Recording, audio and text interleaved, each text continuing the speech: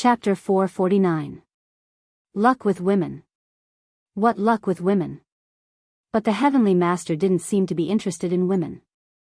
In all these years, he had only asked for a marriage once, and the person he asked for was Ning Xuema, but the girl in front of them was a rare beauty. No man could resist her charms, right? The Heavenly Master had just taken in Ning Xuema, so it was not impossible for him to take in another one. Everyone's curiosity was ignited, and they all looked at the tightly shut carriage. It's not convenient. No one expected Han Shangyue to give such a straightforward answer. He seemed to have given some order to the child driving the carriage, and the child started the carriage again.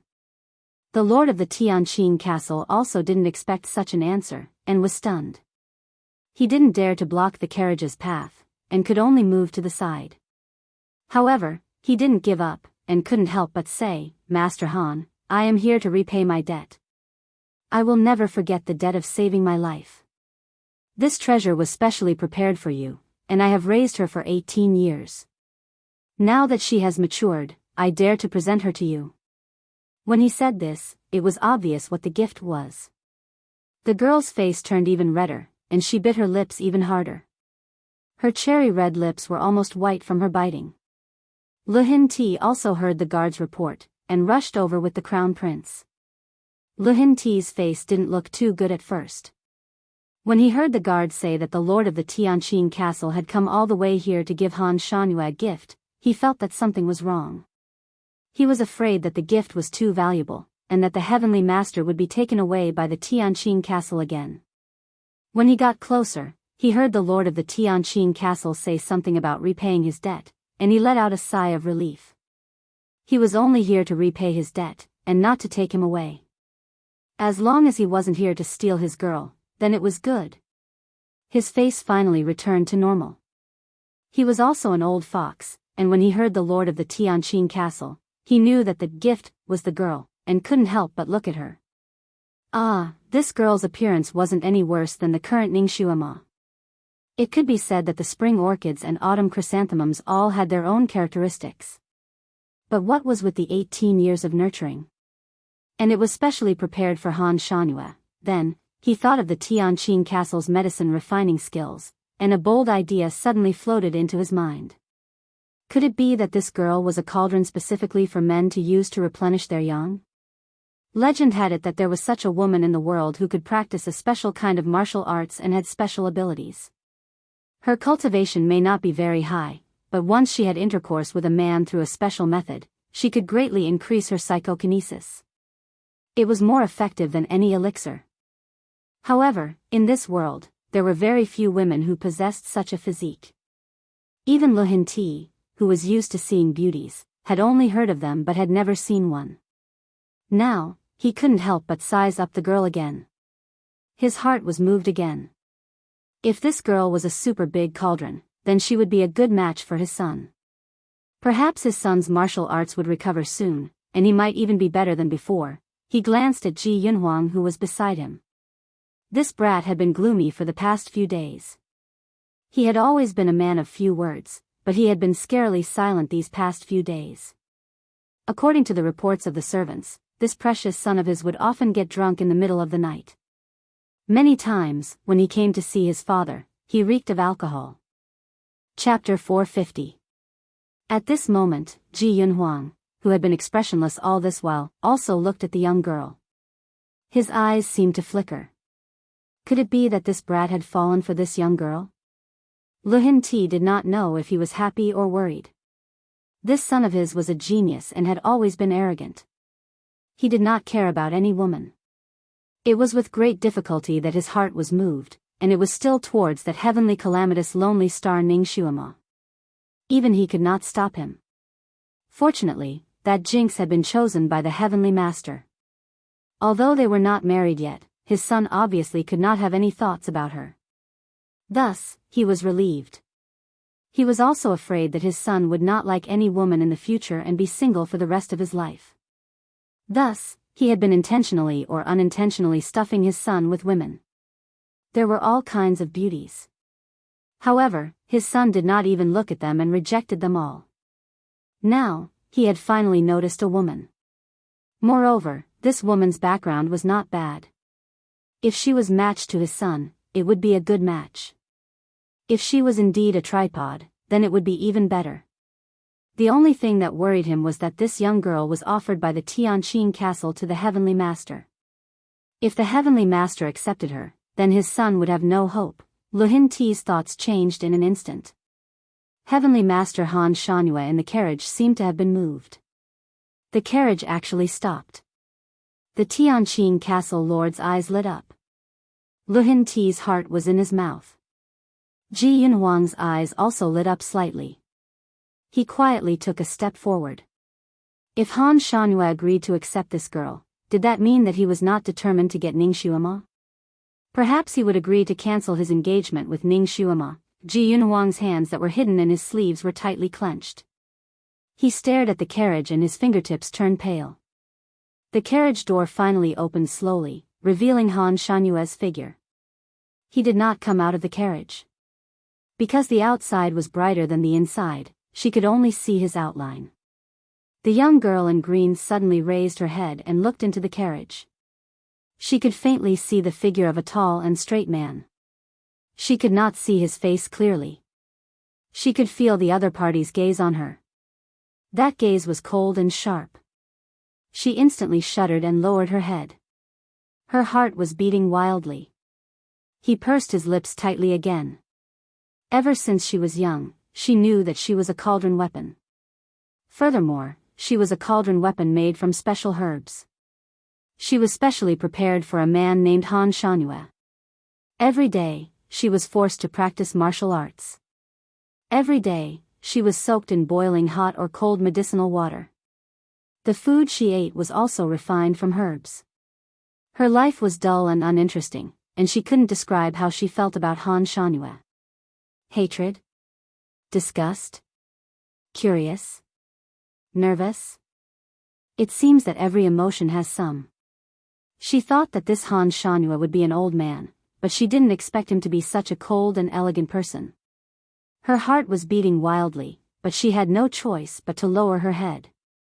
She knew that Han Shanhua would take her in. After all, this great master also knew medicine.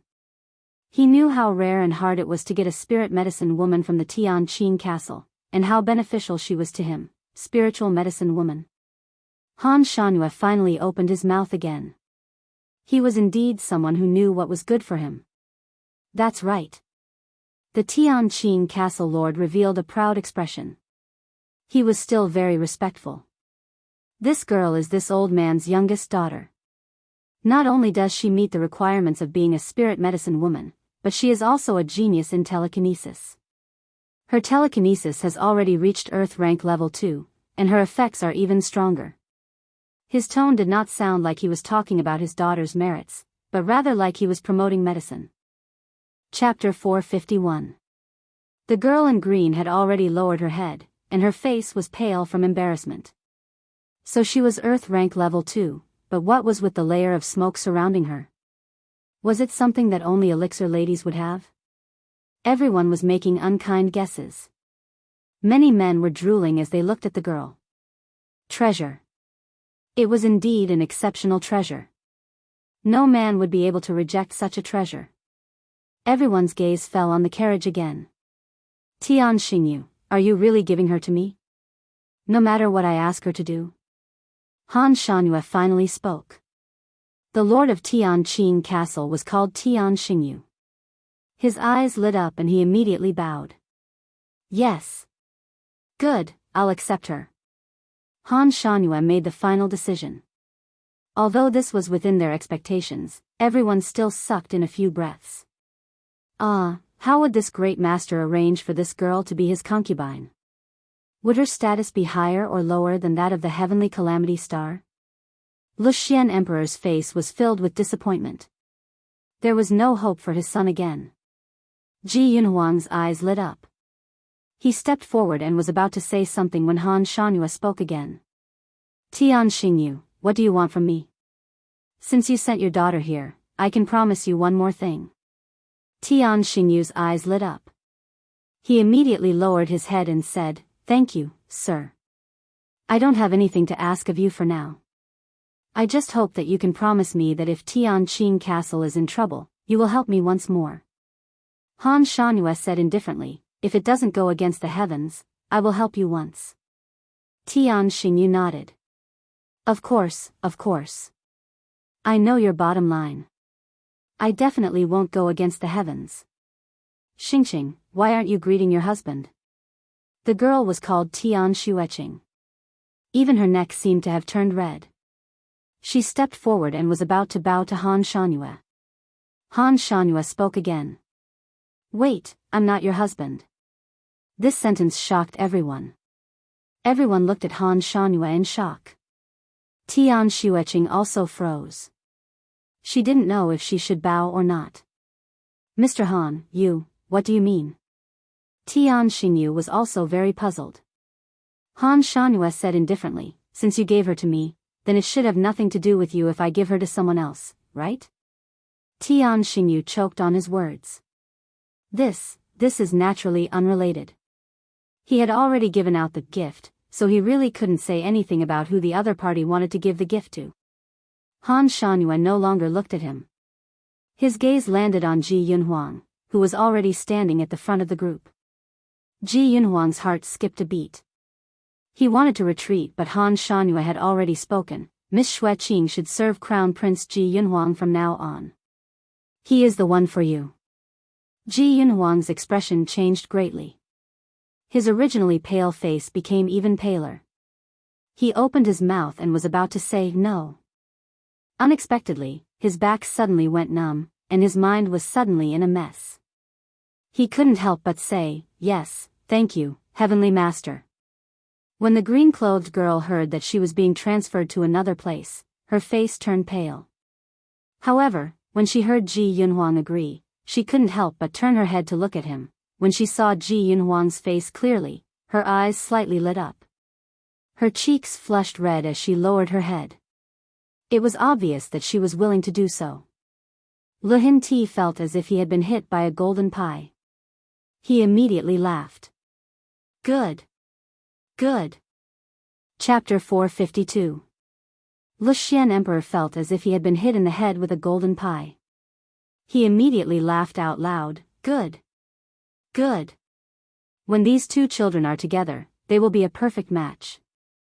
Fort Lord, from today onwards, we are in-laws. We will definitely not let Huang fail your daughter and will make her the crown prince consort.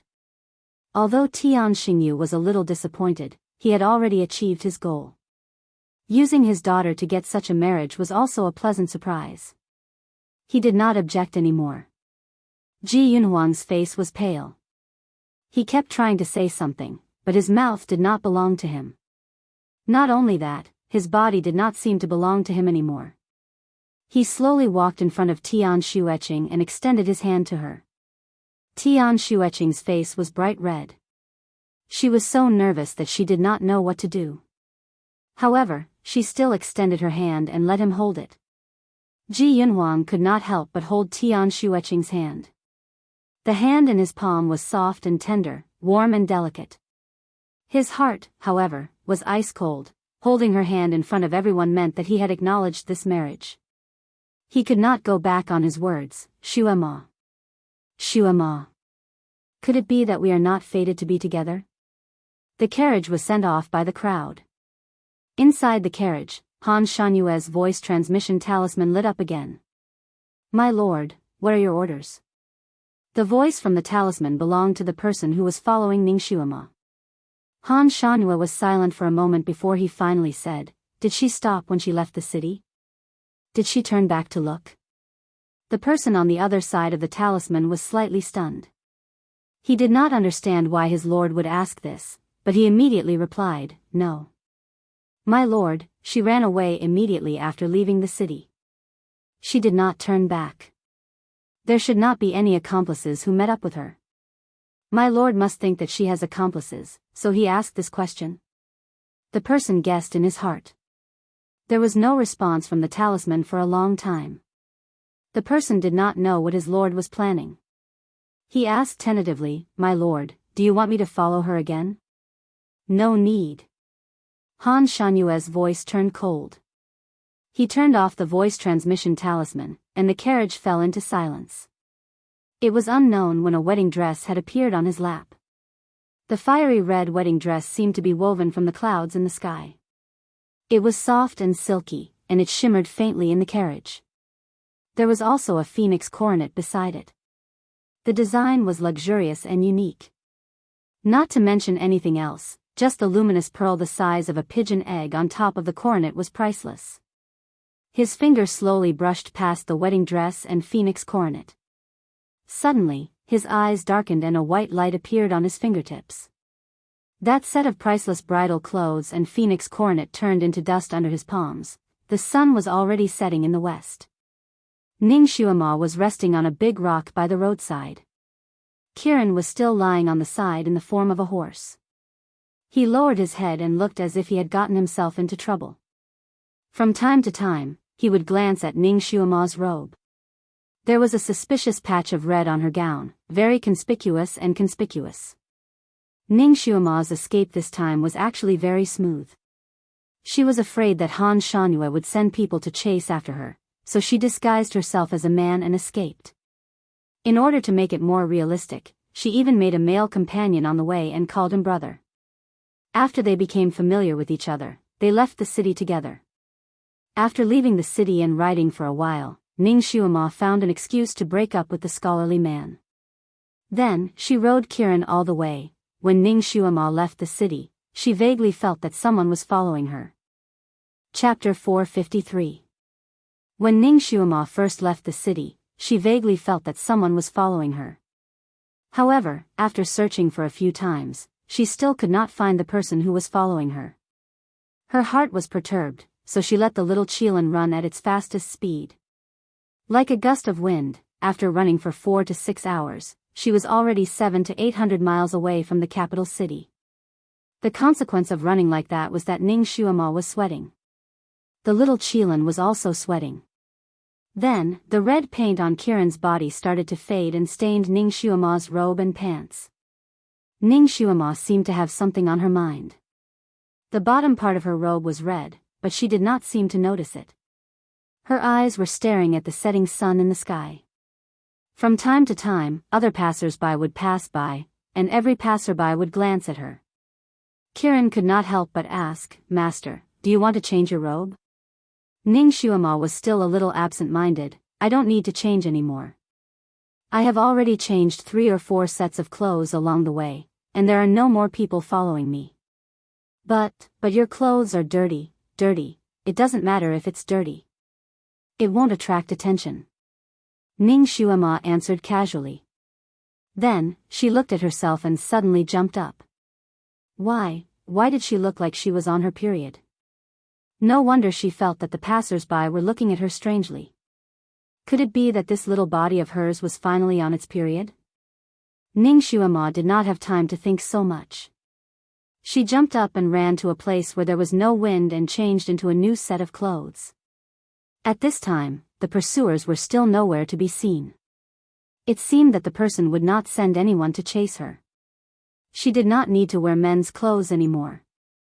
Of course, she did not dare to revert to her original appearance. She returned to the main road with her sickly face. When she was changing her clothes, she also noticed that her period did not come. Then, the culprit that stained her pants red was, when she came back, she touched Kiran. As expected, her hand was red. She couldn't help but rub her eyebrows. The quality of the pigments in this era wasn't up to standard, and the color faded too badly. "Master, can I wash off the red paint on my body? It's so oily and uncomfortable." Kiran shook its body. It felt itchy all over, as if it was allergic. Ning Xuema thought for a moment and sighed. "All right, then don't turn into a horse anymore. Turn into a fox." Kiran was overjoyed and jumped up to find a place to take a bath. A moment later, it returned and turned into a blue fox. "Master, where are we going?" Kiran was at a loss. "To Daliang City." Ning Xuema had already asked the people along the way. Daliang City, which was the city between Changkong Country and Xianming Country, was just 100 kilometers ahead. She would first go there to rest before heading to Xianming country to find a place to settle down. Ning Xuema was about to stand up when she suddenly heard the sound of a zither swaying in the air. The sound of the zither was faintly discernible, like falling flowers dancing. Ning Xuema had just stood up when she was shocked by the sound of the zither. Her calf accidentally hit a sharp corner of a big rock next to her. Her skin was cut, and blood immediately gushed out. Damn it! Ning Xuema cursed under her breath and looked down at her injured leg. The crisp sound of silver bells and the sound of a zither gradually approached. Ning Xuema raised her head to take a glance and saw that it was a rather luxurious and noble-looking carriage. Furthermore, the sound of the zither was not the black wave zither that she feared the most. She did not think too much about it. She lifted her skirt and rolled up her pants, wanting to apply some medicine on her injured leg. Chapter 454. The carriage stopped next to Ning Xuema, and a little girl jumped out. She looked at Ning Xuema and asked, "Miss, are you hurt?" Ning Xuema turned around and looked at the little girl. She was dressed like a servant, so she must be a maid from a wealthy family. She nodded and continued to apply medicine to her injured leg. "May I know where Miss wants to go? If it is convenient for you, I can give you a ride." The door of the carriage opened, and a beautiful woman appeared. Her voice was like a gentle breeze, clean and warm. Had she met a living lay phone? Ning Xuema turned around and looked at the woman. She looked like a young lady from a wealthy family. Her eyes were clear, and her clothes were simple yet elegant. "I am going to Daliang City. May I know who you are?" The girl's eyes lit up. What a coincidence. "I am also going back to Daliang City. If you don't mind, you can come with me." Ning Xuema glanced at the maidservant. That maidservant looked at her young miss with a helpless expression. If she was not pretending, then this young lady was always doing good deeds, which made the little girl feel helpless. Ning Xuema smiled and said, "Okay, thank you." She carried the blue fox and got into the carriage. "Hey, it is okay for you to get into the carriage, but don't bring a pet." The little girl could not help but shout, "My young lady is allergic to pet fur." Before she could finish her sentence, the blue fox's blue eyes were fixed on her face. The little girl suddenly felt dizzy, and when she woke up, she was already in the carriage. The carriage started to move again. Ning Xuema quickly treated her injured leg in the carriage. The girl in front of her looked at her with admiration. "Miss, do you know medicine?" "I know a thing or two about traveling." Ning Xuema was dressed like a chivalrous woman for convenience. The girl looked at her with envy. "Miss, you are so free and easy. It would be great if I could be as free and easy as you." Ning Xuema was speechless. Free and easy? She was now running all over the place. Every day, she was on the run. How could she be happy? Ning Xuema was very good at reading people. Her eyes were sharp. After talking with this young girl for a while, she knew all the details of this young lady in front of her. The young lady's name was Yan Ziyuan. She was the only daughter of the city lord of Daliang City. She had gone out to watch the Celestial Master's enthronement ceremony and had only returned after watching the show. Ning Xuema had already noticed that the horse pulling the carriage was a rare good horse. Even in the royal family, there were only a few horses like this. It seemed that this young lady was very favored. This girl was only 15 or 16 years old. At first glance, one could tell that she had not experienced any hardships. She was innocent, kind, lively, and cheerful. Talking to her made Ning Xuema feel like she was bathing in the spring breeze. Ever since Ning Xuema had transmigrated, she had met many people who harbored ill intentions towards her, and very few people who were kind to her. Therefore, when she got on the car, she was still very wary of this girl. He was afraid that it was another trap. But after talking for a while, she finally let out a sigh of relief. She had finally met a truly good person. And not someone who was scheming against her. Yan Ziyuan was probably rare to meet someone she could talk to. She chatted and laughed with Ning Xuema along the way. From Yan Ziyuan, Ning Xuema knew about the miracle that Han Shangyue had created during the enthronement ceremony. She also knew about Tian Xueqing's existence. Naturally, she also knew that Han Shangyue had bestowed Tian Xueqing to Ji Yunhuang. Chapter 455. Ning Xuema listened quietly. When she heard that Ji Yunhuang did not reject Tian Xueqing's marriage and even held hands with her, she heaved a sigh of relief, but at the same time, she felt a little upset. She had a good impression of Ji Yunhuang and knew that he had feelings for her. However, due to various misunderstandings, she could no longer accept Ji Yunhuang. She knew that they were not fated to be together. This was also good. He finally had someone he loved and she did not need to feel guilty towards him anymore. But, was Ji Yunhuang really willing to marry her? With his personality, his feelings should not have changed so quickly. Could it be that Han Shangyue was behind this? With Han Shanyue's character and methods, he did not seem to have a bottom line. He could really do something like this. However, regardless of whether Han Shangyue was behind this or not, Ji Yunhuang marrying Tian Xueqing was already set in stone and could not be changed. After Ji Yunhuang was injured, he lost more than 2/3 of his power. If he really married Tian Xueqing, he would be able to recover quickly. This should be a good thing for him. When Yan Ziyuan talked about the new heavenly master, her eyes shone brightly and her words flowed like a river. Ning Xuema seemed to see the scene from her mouth. No matter where that person went, he was a shining presence. He only left the stage after the ceremony. When she broke his barrier, he probably did not notice it. Or maybe he did notice it, but he did not care whether she stayed or left. Ning Xuema felt that her mentality was a little strange. She was afraid that he would send people to chase after her, but he did not. She felt a little lost. After 2 hours, the carriage entered the city. Yan Ziyuan had already treated Ning Xuema as a friend. After entering Daliang City, she invited Ning Xuema to her residence as a guest. Ning Xuema actually did not want to interact with officials. She was currently on the run and it would be too obvious if she interacted with officials. Thus, she politely declined. Not long after entering the city, she parted ways with Yan Ziyuan and left. Probably because she was too tired, Ning Xuema slept in the inn for an entire day.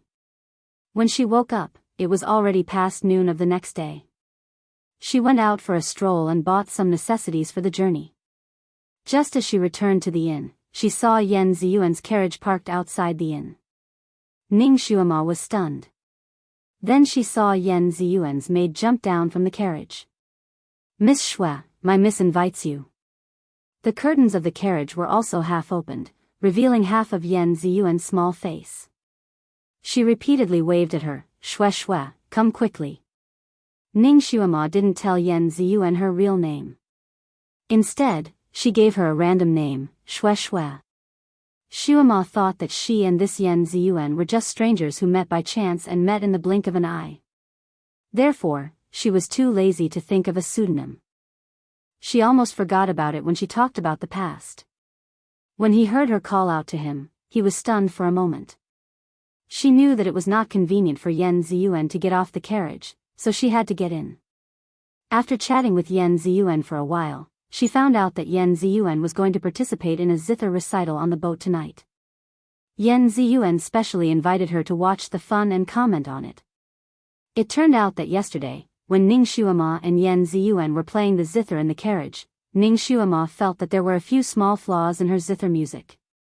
Yan Ziyuan immediately regarded her as a bosom friend and asked her a lot of questions about the zither. Ning Xuema's zither skills were actually very good.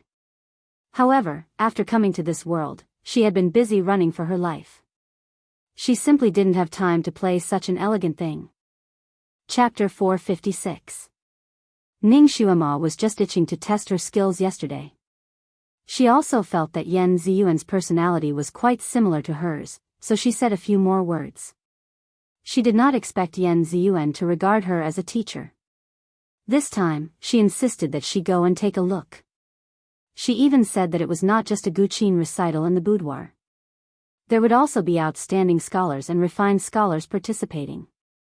There would also be a prize, and Ning Xuema was more interested in that prize. Phoenix Crystal Wood. Currently, Ning Xuema's with psychokinesis had already reached the 4th level. These past few days, she had encountered a bottleneck and was stuck at the 4th level, unable to break through. She remembered that Han Shanhua once told her that there was a shortcut if she wanted to break through this bottleneck. That was to absorb the energy of the Phoenix Crystal Wood. The Phoenix Crystal Wood was extremely rare, and it was produced in Daliang City. However, Ning Xuema did not know exactly where it was produced in Daliang City. Ning Xuema came to Daliang for 2 reasons. One was to come out of isolation here. The other was to find out about the whereabouts of the Phoenix Crystal Wood. She did not expect that it would be the prize for this Guqin recital. This time, Ning Xuema had to go. She didn't know where the little Qilin had run off to play. Fortunately, Ning Xuema had telepathy with it, so she knew that it was happily gobbling up food somewhere. Thus, she didn't bother to inform it. Daliang City was a peninsula city. It was surrounded by mountains on one side and water on 3 sides. There were many lakes in the city. It was not an exaggeration to say that half of the city was surrounded by mountains and half a lake. The Guqin recital was held at the largest lake in the city, Qianming Lake. Qianming Lake was as big as Hangzhou's West Lake. It had a quaint stone bridge, boats, lotus leaves, and a boundless green lake. Regardless of day or night, the scenery was beautiful. When Ning Xuema arrived with Yan Ziyuan, the sun had just set. The setting sun melted the gold, and the distant mountains were beautiful.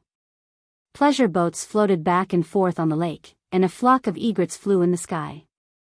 Ning Xuema stood in a gazebo by the lake. Looking at the beautiful scenery of the lake and mountains, the gloominess in her heart seemed to have disappeared. She stretched her arms and took a deep breath of the fresh air by the lake. Freedom. It felt good to be free. Ever since she had transmigrated, she had rarely felt so relaxed. She looked at herself.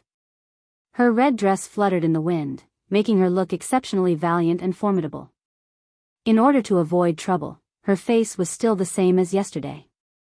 She had thick black eyebrows and sallow skin. With high-end makeup skills, her cheekbones were protruding and her mouth was a size bigger than before. Her current appearance was poles apart from her former appearance. Only those who were extremely familiar with her would be able to find her original shadow and recognize her from her current appearance. In fact, Ning Xuema obviously worried too much.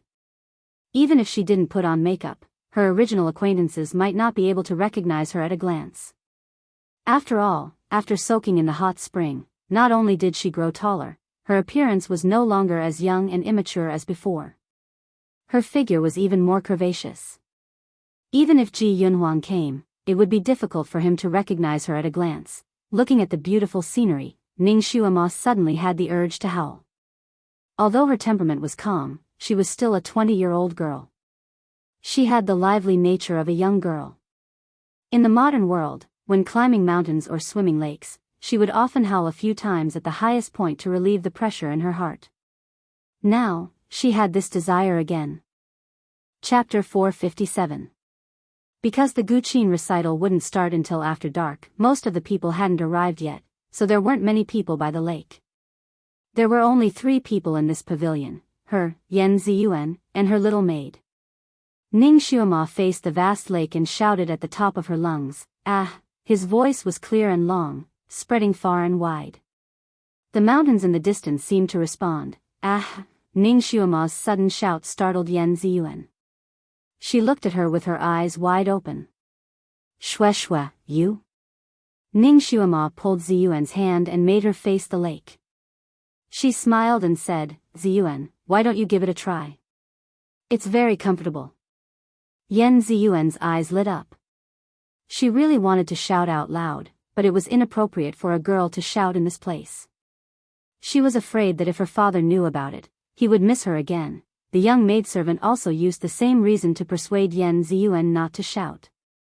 While Yan Ziyuan was hesitating, Ning Xuema said casually, "People live for themselves.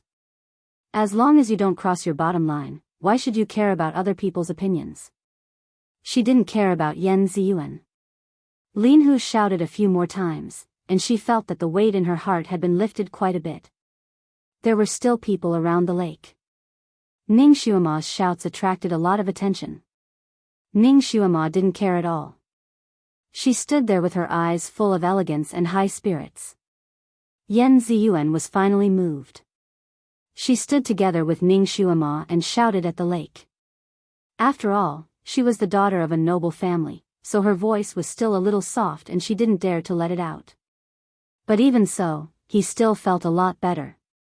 Ning Xuema giggled as she encouraged her, louder. Then, she raised her voice and shouted again. Yan Ziyuan took a deep breath and finally threw away her scruples and shouted at the lake. Once they shouted the first time, the more they shouted, the more excited they became. The more they shouted, the happier they felt. Yan Ziyuan obviously had something on her mind. After shouting, her eyes lit up. "What are you doing?" A voice abruptly cut in. Yan Ziyuan's body stiffened. Her shout got stuck in her throat, and she slowly turned around. She pursed her lips. "Master." Ning Xuema also turned around to take a look and frowned slightly. There were two people standing outside the pavilion, a man and a woman. The man looked to be in his 20s. He was handsome and had an elegant temperament. He wore a lake blue robe. At this moment, his dark eyes fell on Yan Ziyuan.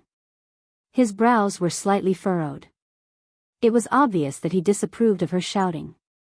The woman was also around 16 or 17 years old. She had an elegant appearance and an elegant temperament. Her whole body was filled with a strong scholarly aura. She was holding a zither in her arms. When she saw Yan Ziyuan turn around, she bowed slightly. "Little sister Yuan." Yan Ziyuan, who had always been enthusiastic, had a cold face. She said in a domineering manner, "Who is your little sister? Don't randomly claim to be relatives." The woman bowed her head slightly. "Yes, Mississippi Ziyuan." The man's eyes darkened and his handsome face sank. Yan Ziyuan raised her head and looked at him.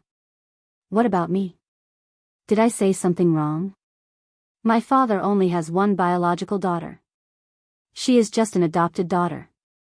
What qualifications does she have to call me little sister?" The man glanced at her and said coldly, "Yan Ziyuan, you are too much." Yan Ziyuan's face turned red.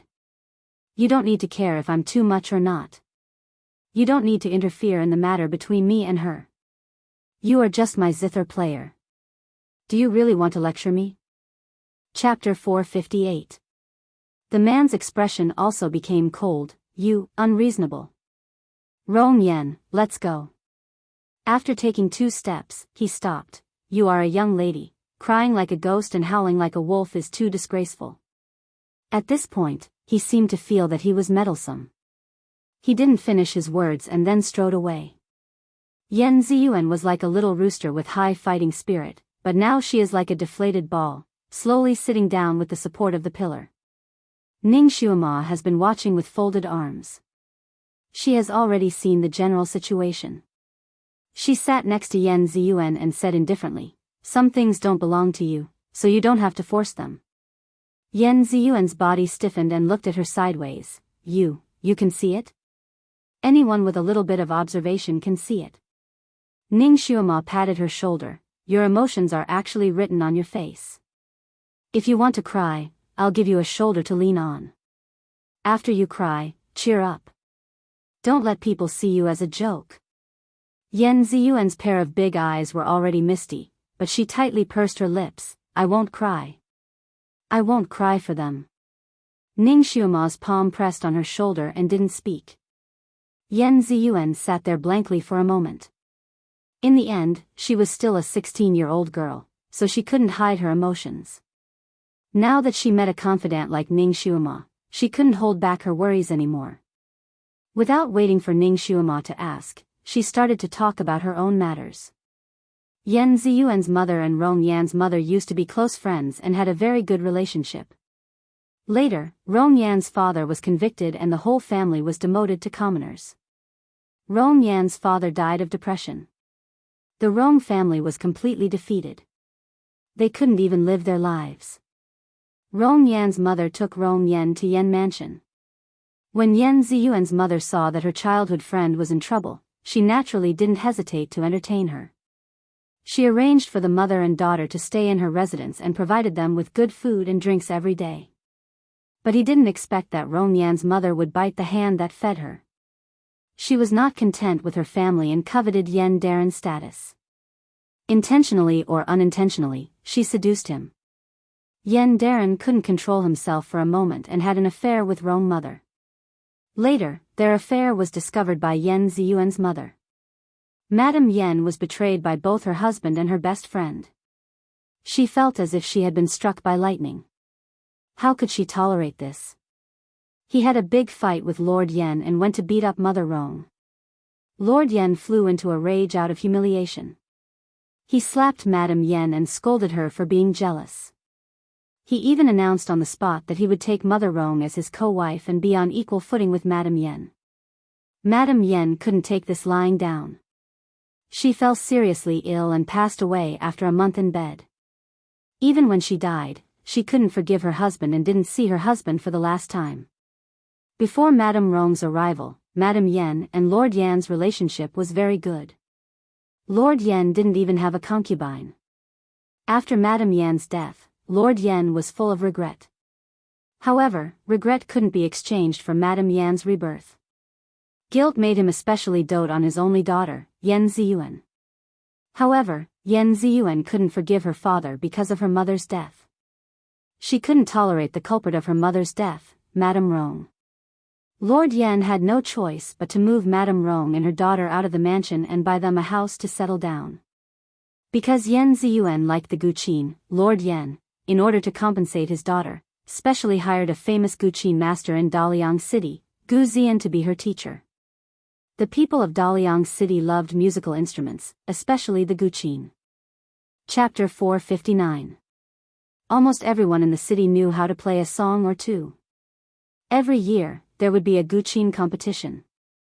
If one won the competition, not only would they become famous in Daliang City, their social status would also increase exponentially. Gu Zian was that year's champion. Not only was he good at playing the Guqin, but he was also young and handsome. He was almost the dream lover of all the girls in Daliang City. Yan Ziyuan also developed feelings for him in the process of learning the Guqin from him. Yan Ziyuan was a bold and passionate girl. She plucked up the courage to pursue him and confess to him. She did not expect that she would be rejected by Gu Zian on the spot. After Gu Zian rejected her, he probably did not want to get into trouble, so he refused to be her Guqin master and never visited her again. Yan Ziyuan was not discouraged. She continued to pursue him, sending him gifts, and fighting for every opportunity to meet him. Until one day, she saw Gu Zian and Rong Yan walking together.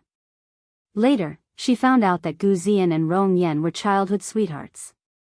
The two were friends before the Rong family fell. Yan Ziyuan was hit especially hard. It turned out that the person she liked was the childhood sweetheart of the person she hated the most. She was defeated by that woman.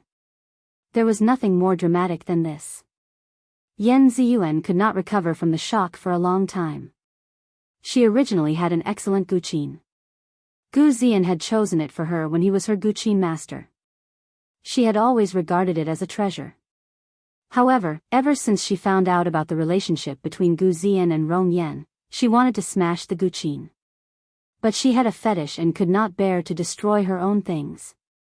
In the end, she sent someone to throw the Guqin out. Out of sight, out of mind. Of course, she had also completely given up on Gu Zian. However, rationality was one thing, and feelings were another. She was deeply invested in this relationship. How could it be so easy to withdraw completely? Her feelings for Gu Zian could not be put down so easily. Fortunately, she was more rational and did not ask about Gu Zian's matters.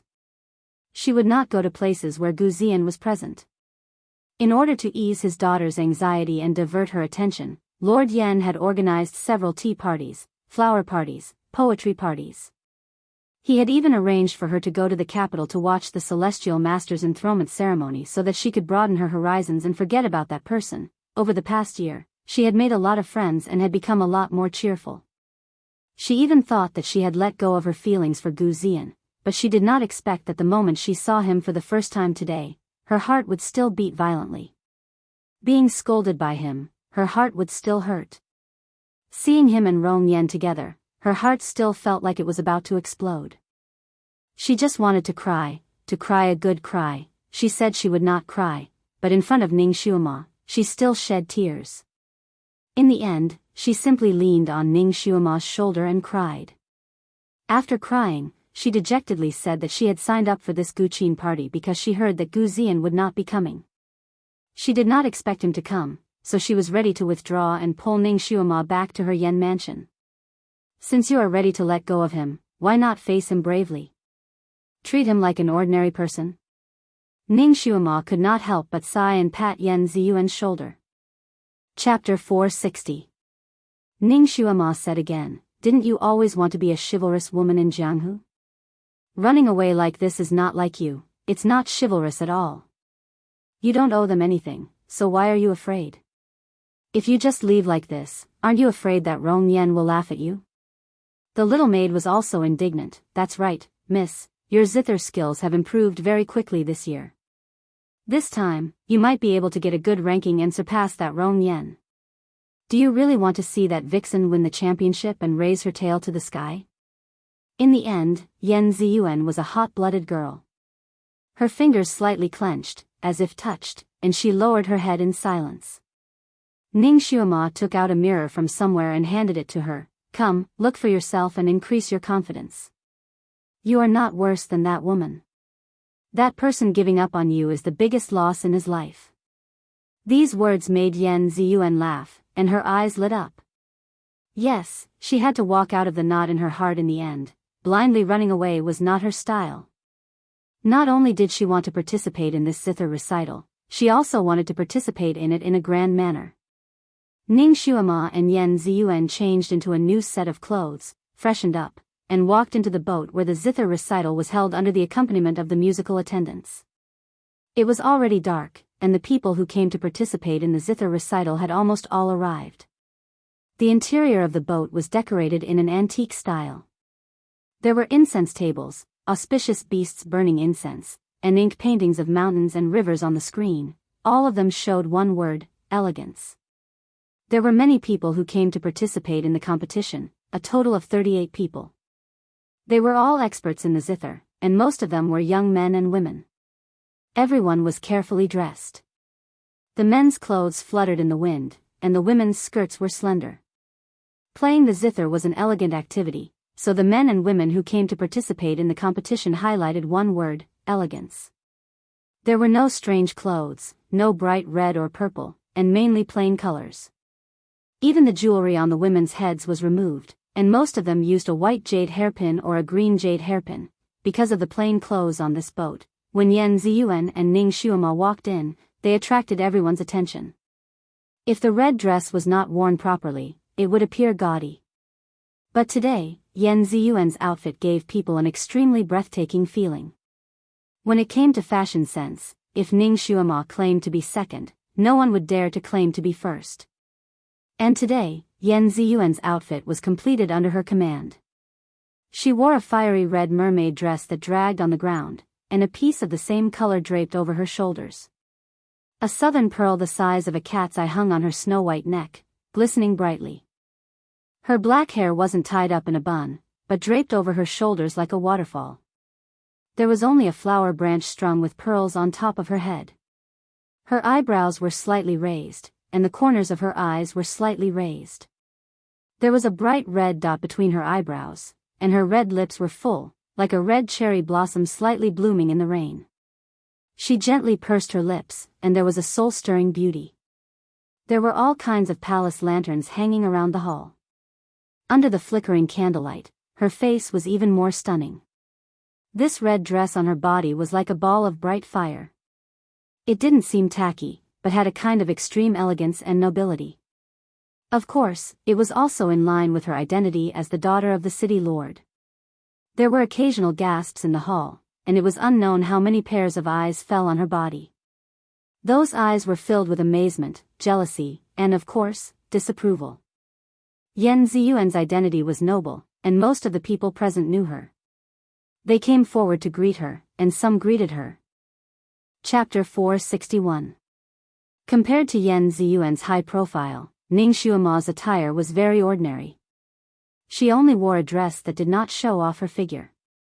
Her makeup was neither ugly nor handsome, so standing beside Yan Ziyuan, she seemed to be overshadowed. Almost no one noticed her existence.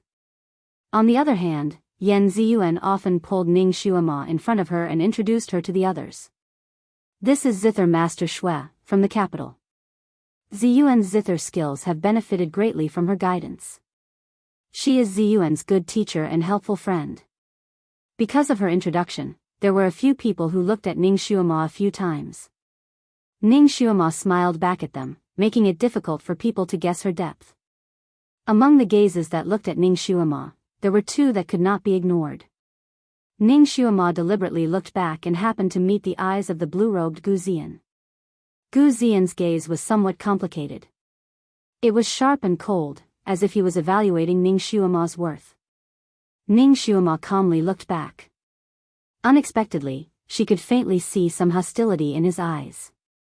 Hostility? Where did this hostility come from? Ning Xuema was actually somewhat puzzled. She knew that this genius zither Master Gu was not participating today, but was there as a judge. Ning Xuema could not help but sigh in her heart. No wonder Yan Ziyuan could not forget this zither Master Gu. This person's appearance was indeed several levels higher than all the men around him. His temperament was also good, belonging to the cool type of handsome guy. When he sat on the judges' panel, everyone else became a part of the background. Who knew how many young girls' gazes secretly lingered on his body? Who knew how many young girls' gazes were on the corners of his robes? Of course, this did not include Ning Xuema. It was not that she did not like looking at handsome guys, but with the two super handsome guys in front of her, Shui Lan and Han Shanyue, she was already immune to other handsome guys. She did not know why, but she suddenly thought of Han Shanyue. She secretly thought that if this person were to appear here now, she was afraid that this boat would be overturned. At that time, it was unknown whether these young girls' gazes would still linger on Gu Ziyan. Although Yan Ziyuan was also a participant, her status was still there, so her seat was a good position, close to the judges' panel. She did not know whether the person who arranged the seating arrangement did it intentionally or not, but her seat was right next to Rong Yan's. Rong Yan's head was slightly lowered. When she saw Yan Ziyuan coming over, her eyes flashed with hatred, but when she raised her head, her gaze became gentle. She stood up and bowed to Yan Ziyuan, Sister Yuan. She seemed to feel that it was inappropriate, so she changed her words, Miss Yan, Rong Yan is blessed. Her voice was melodious, and she had a good voice. Yan Ziyuan's gaze was cold, and she only said one sentence, give up your seat. Rong Yan's face stiffened, and the appropriate smile on her face almost disappeared. You. What did you say? Yan Ziyuan ignored her, and raised her head to look at the chief steward who arranged the seating arrangements. Move her things elsewhere, I want this place. The zither recitals held in Daliang City were all sponsored by the Yan family, so these people were very polite to the eldest daughter of the Yan family, and did not want to provoke her. Although Yan Ziyuan was usually the eldest daughter of the Yan family, she did not have a temper. No matter what the competition was, she would not oppress others because of her status, and always participated with her own ability. Even if she did not win any awards, she would not be dissatisfied, and would not embarrass others. Therefore, most people were very respectful to this eldest daughter of the Yan family. No one would have thought that she would directly embarrass Rong Yan and chase them away. Chapter 462. Everyone was stunned. Rong Yan's pretty face turned green and white. You, on the judging panel, Gu Ziyan slightly frowned. His eyes fell on Yan Ziyuan. Ziyuan, you've gone too far. His tone was the usual tone he used when talking to her, with a sense of condescension, as if he was her master. Yan Ziyuan also faintly glanced at him. Child Gu, whether I've gone too far or not, it's not up to you to say. This was the first time she had insulted him in front of others. This was also the first time she didn't call him master, but child Gu. Gu Ziyan was somewhat embarrassed, his handsome face faintly paled. Ziyuan, child Gu, you and I are no longer master and disciple, it's inappropriate to call me by my name. Please call me Miss Yen. Yen Ziyuan spoke again. Such a distant attitude, such a cold tone. Gu Ziyan's fingers slightly clenched, as if he was enduring. All right, Miss Yen, Rong Yen was the third place last year, what's wrong with her sitting there? You want to drive her away? Yen Ziyuan glanced at Rong Yen. Rong Yan's head was slightly lowered, but it just so happened that people could see the hazy light in her eyes, as if there were tears in her eyes, as if she had suffered a great grievance. Yen Ziyuan's eyes flashed with a touch of anger. That year, it was this woman's mother who used this kind of weakness to seduce her father, and finally killed her mother.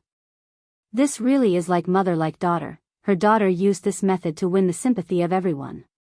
Yen Ziyuan suppressed the anger in her heart and coldly said, I came with my friend and master, we want to sit together.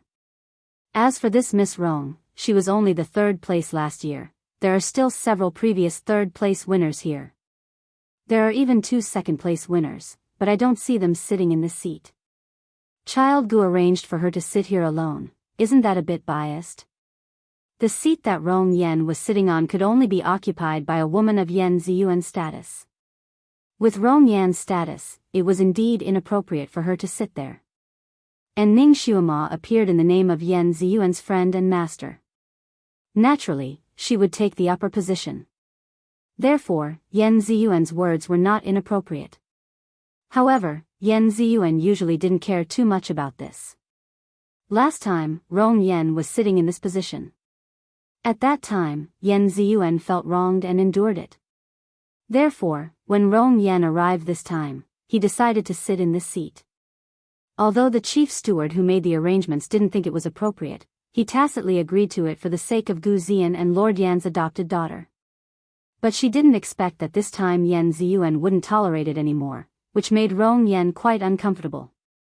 In front of so many people, she didn't want to give up this seat. A pair of watery eyes looked at Gu Ziyan for help. Ziyan Gij. Gu Ziyan's face didn't look very good. He paused for a moment and said, Rong Yen, you change your seat. Rong Yen was stunned. Although she was unwilling in her heart, at this time, there was no other way. She could only tidy up the zither and move her seat.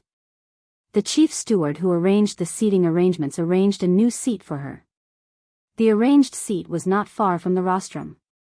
It was arranged with the other second and third place winners, so she couldn't find any other reason. Ning Xuema seemed to be watching a good show. She didn't open her mouth, but in her heart, she felt that Yen Ziyuan was really a good child to teach. She should have been like this a long time ago. A kind person is bullied, a kind horse is ridden. When necessary, you still need to use your momentum to suppress people. Dear friends, can you guess who will come to this zither festival? Then shout at the top of your lungs about the recommendation tickets and monthly tickets. Chapter 463. Miss, are you a Guqin master from the capital? Are you Miss Yan's current master? Gu Ziyan suddenly turned to face Ning Xuema and asked. She and I are like a teacher and a friend, we've only given her a few pointers. Ning Xuema lazily replied with a smile that wasn't a smile. Miss Yan's Guqin skills are very good. Since Miss can give her pointers, your Guqin skills must be even better. I wonder if this one would be willing to exchange pointers? Ning Xuema couldn't help but glance at him. It seems that this man's hostility towards her has deepened. He actually opened his mouth to challenge her. The crowd also looked at each other in dismay. Although Gu Ziyan's personality was cold, his temperament was modest, and he didn't have a competitive heart. How many people wanted to challenge him, but he had indifferently declined. Who would have thought that today he would actually challenge a woman like Ning Xuema? What kind of provocation did he receive? Yen Ziyuan's eyes revealed a touch of sadness. He must be angry at her for driving Rong Yen away, so he came to find trouble with her friend. Rong Yen really is his sweetheart. For her, even his temperament has changed. Everyone had their own thoughts, but Ning Xuema only smiled and said, "This little girl also came to participate in the competition. When it's this little girl's turn, I hope that child Gu will not be stingy with his guidance." Having said that, Gu Ziyan couldn't say anything else. He only said one sentence, "Then I will listen to Miss Yan's high notes." The crowd looked at each other again, and finally looked at Ning Xuema. Whether it was Ning Xuema's appearance or dress, she was the kind that didn't attract attention. Especially her pair of small hands, which looked a bit rough and dark, not at all delicate like a master Guqin player. Therefore, these people didn't believe that Ning Xuema was a Guqin master. They thought that she was a street performer that Yan Ziyuan casually pulled out to annoy Gu Ziyan. Most of the gazes that looked at her were filled with suspicion and disdain. There were even people talking in low voices behind them, voicing the suspicions in their hearts, and then laughing mockingly. Ning Xuema's ears were sharp. She heard their mocking words, but she didn't take it to heart. She wasn't the kind of person who cared about rumors and slanders. She had always done things her own way and didn't care about what others said about her. He ate and drank as he pleased. He sat there and peeled melon seeds. The boat was quite large. It was currently sailing on the misty lake. The sound of the zither could be heard from the boat, reverberating and rippling on the surface of the lake. The Guqin competition had already begun. The contestants played the Guqin according to the order they had arranged beforehand. Because there was not enough time, each contestant was only allowed to play a short piece. Those who played particularly well would be allowed to play 2 short pieces. Because Ning Xuema was added later by Yan Ziyuan, she was arranged to be the last to perform. These contestants had actually gone through several rounds of selection. To be able to participate in the last round of the competition, everyone naturally had some skills. Ning Xuema cracked melon seeds, drank tea, and listened to the music. At first, she was still commenting on the players in her heart, or listening to the comments of the 4 judges. These 4 judges were indeed worthy of being highly respected. Every comment was on point and very authentic.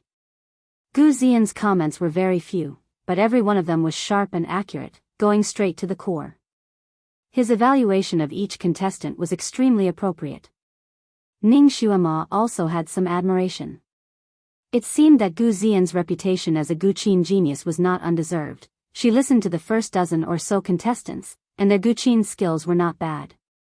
Chapter 464. Compared to Ning Xuema, these people are still lacking. She was rather impatient and turned her head to look out of the window. There were many windows on the cruise ship, and her seat was near a window. At this moment, the night breeze was blowing, and she could hear the sound of the oars moving across the water.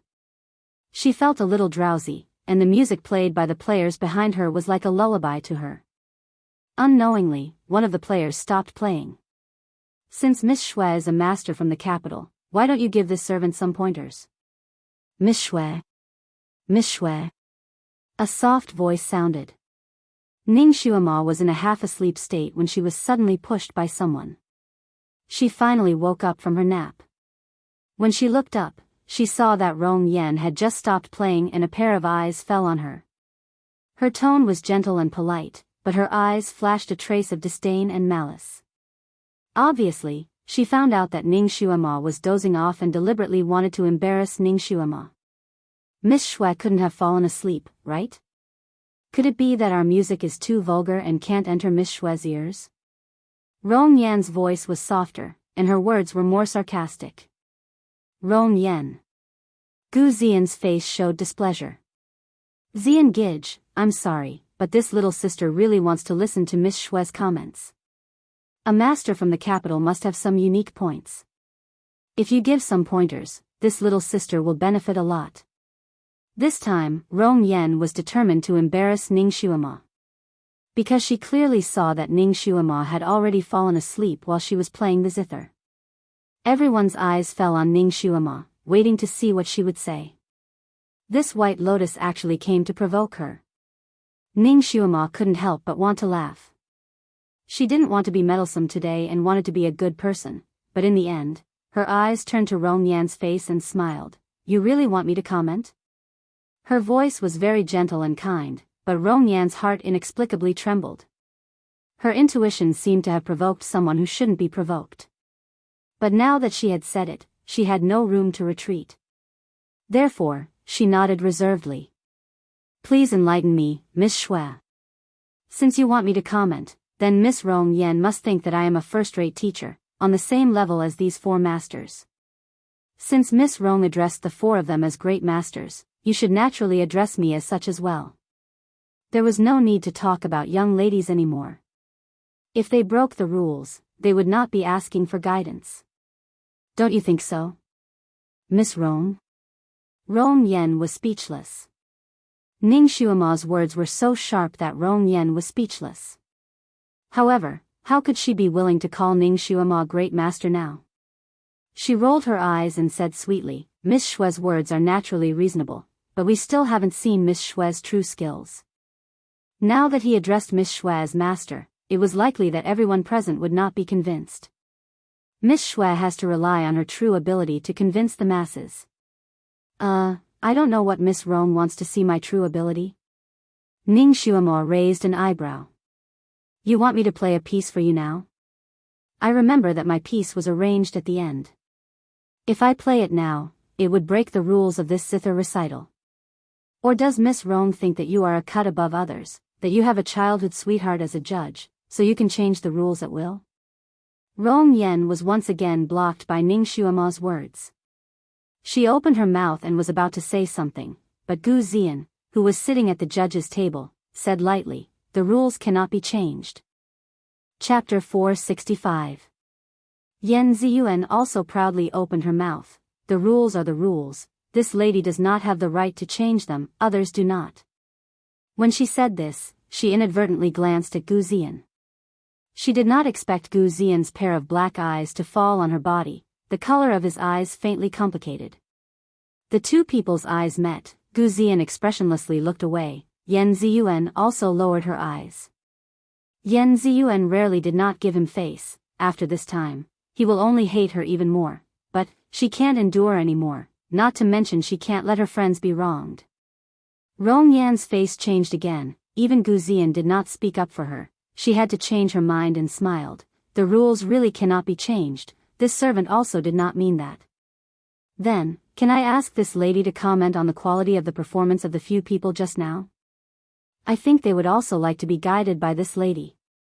She looked at the few people who just finished playing not long ago, those people naturally nodded again and again. Ning Xuema smiled and leisurely said, do you know that my comments are worth 1,000 gold? If you want me to comment, that's fine. Show me your sincerity. Rong Yan was startled, her face immediately showed disdain. Lady Xue, the zither is an extremely elegant thing, tainting it with the stench of money is not good, I'm afraid it will be ridiculed. The others also showed a look of agreement. How can an elegant person's activity be tainted with gold and silver? This woman is too worldly. Ning Xuema's lips curved, then I would like to ask Lady Rong, is painting an extremely elegant thing? Of course it is. Rong Yan answered without hesitation. Zither, chess, calligraphy and painting are originally the elegant activities of an elegant person. That painting Saint Han Shanhue is extraordinary enough, right? His paintings are hard to get even with millions of gold. When did you see him give away his paintings on the streets? This. Rong Yan choked. If this is a painting competition, you invited Master Han to come and let him give you comments one by one? Rong Yan's face turned green. Everyone looked at each other. One of them harumphed indignantly, Master Han is known to be a leading figure in the art world. How can you compare to him? Ning Xuema's face darkened, and she sneered, you haven't heard the sound of my zither yet. How can you be sure that I'm not the leading figure in the ancient zither world? That person was tongue-tied, and he also retreated. A well-off young man surnamed Du who had just finished playing stood up and expressed that he was willing to pay 1,000 gold for Ning Xuema's comments. Ning Xuema leisurely smiled. All right. Originally, my comments are priceless, but since I've just arrived at your precious land, and you are all Liang citizens, I have to give Ziyuan some face and give a few comments during this zither recital. That young Master Du was quite straightforward and immediately handed over 1,000 taels of silver. Young Master Du wanted to play another song and let Ning Xuema comment again. Ning Xuema waved her hand to indicate that there was no need. She immediately started to comment on the strengths and weaknesses of his zither playing, as well as the shortcomings. Her words were not much, but they were extremely incisive. Every word and sentence went straight to the point. Almost everyone present was an expert in the zither. When they first listened to her, they were somewhat disdainful. They thought that she was just deliberately mystifying, and in reality, she was just looking for a copy of the words in her sleep. But after listening to a few words, almost everyone's expression became dignified. Too incisive. Not only did she point out the small mistakes in young Master Du's zither playing, but she also pointed out how to correct them. Chapter 466. Ning Xuema's comments were all ignored by the 4 judges. They simply didn't mention it. Ning Xuema only gave a few comments, but young Master Du felt that he had benefited a lot. His attitude had also changed from indifference to wholeheartedly convinced. When Ning Xuema finished, he clasped his hands and bowed. Miss Shui is indeed a master of the Guqin. I have learned a lot. Thank you. No matter which profession, the strong were respected. It was the same for Guqin masters. The other Guqin masters looked at Ning Xuema differently.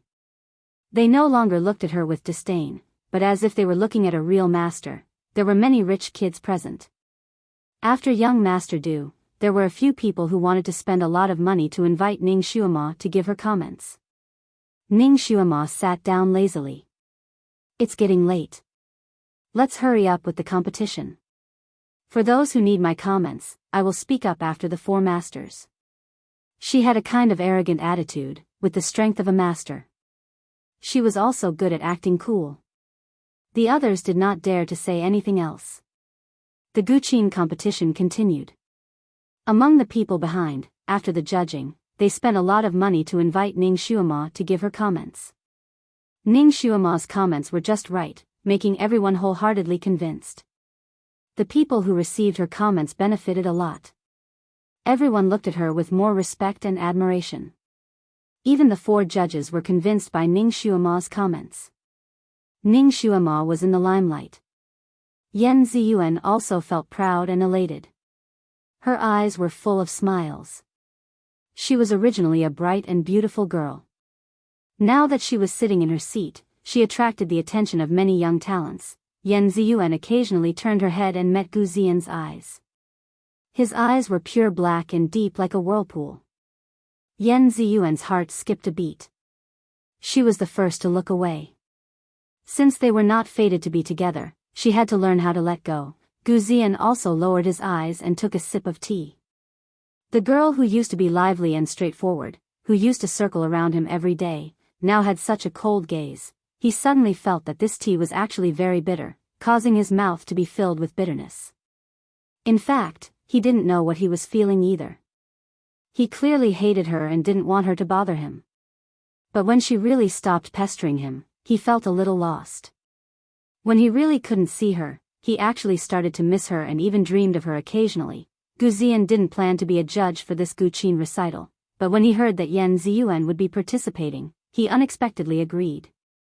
He was the one who had resigned from his position as her teacher. He was the one who didn't want her. But why did he feel jealous when he saw that she had found a new teacher? Moreover, the teacher was a woman. His heart was filled with a bitter taste. He lifted his sleeve and coughed twice.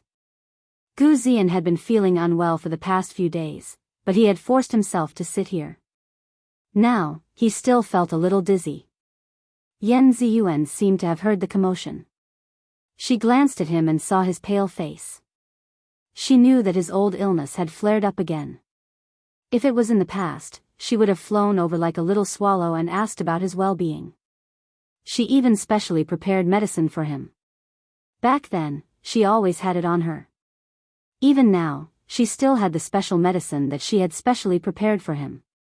Sometimes, habits were really a scary thing. Yan Ziyuan touched the medicine in her sleeve. Right now, it wasn't her turn to care for him. There would naturally be someone who would care for him. Chapter 467. Yan Ziyuan suppressed the bitterness in her heart. her eyes swept over him.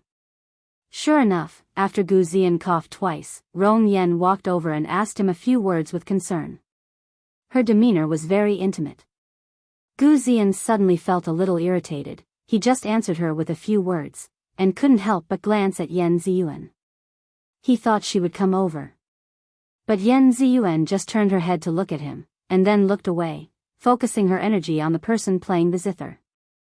The expression on her pretty face was still the same, slightly pursing her lips, proud like a little peacock. Ziyan Gij.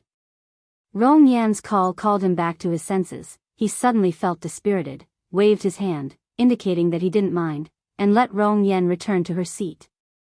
Finally, it was Yen Ziyuan's turn. The zither boy behind her brought her a zither. Gu Ziyan's eyes fell on her zither, his eyes slightly narrowed. The style of her zither and the one she used to play was very different. The one she used to play was a scorch-tail zither, with black as the main theme. But now, this one was golden red, with her red dress. It was surprisingly harmonious. Yen Ziyuan originally didn't wear red in front of him, because she knew that he didn't like red and green things, and liked to wear plain clothes, so she always wore plain clothes. His occasional praise could make her pair of eyes shine brightly for a long time. The current Yen Ziyuan seemed to have completely said goodbye to her past, and restored her original nature. Her original nature was so flamboyant and passionate. Originally, she was like his little attendant, everything revolved around him. Now, Yen Ziyuan finally radiated her original style, so youthful and compelling. Don't know how many men's eyes lingered on her body. And her eyes no longer stopped for him. He took another sip of tea, only to feel the bitterness in his mouth. Yen Ziyuan's zither skills have improved a lot compared to before. It was as smooth as flowing water, and increased a lot of spirituality. She played 2 bars before stopping. Applause rang out in the hall. It was clear that listening to her play the zither was indeed a pleasure.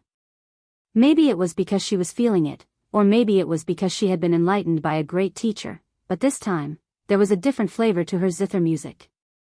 This flavor brought people into her melody, and their emotions couldn't help but be affected by her, fluctuating along with her zither music. As the last note of the zither fell, everyone had a feeling that it was not enough and wanted to continue listening to her play. The people present were all experts and felt that she had performed the best in this zither recital. The other 3 judges also had high praises for her performance this time and said a lot. When it was Gu Ziyan's turn to comment, he only said 2 words, "Very good." Yen Ziyuan pursed her red lips and lowered her eyes.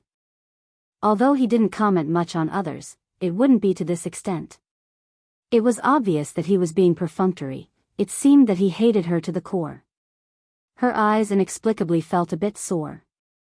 She blinked her eyes and held back those tears.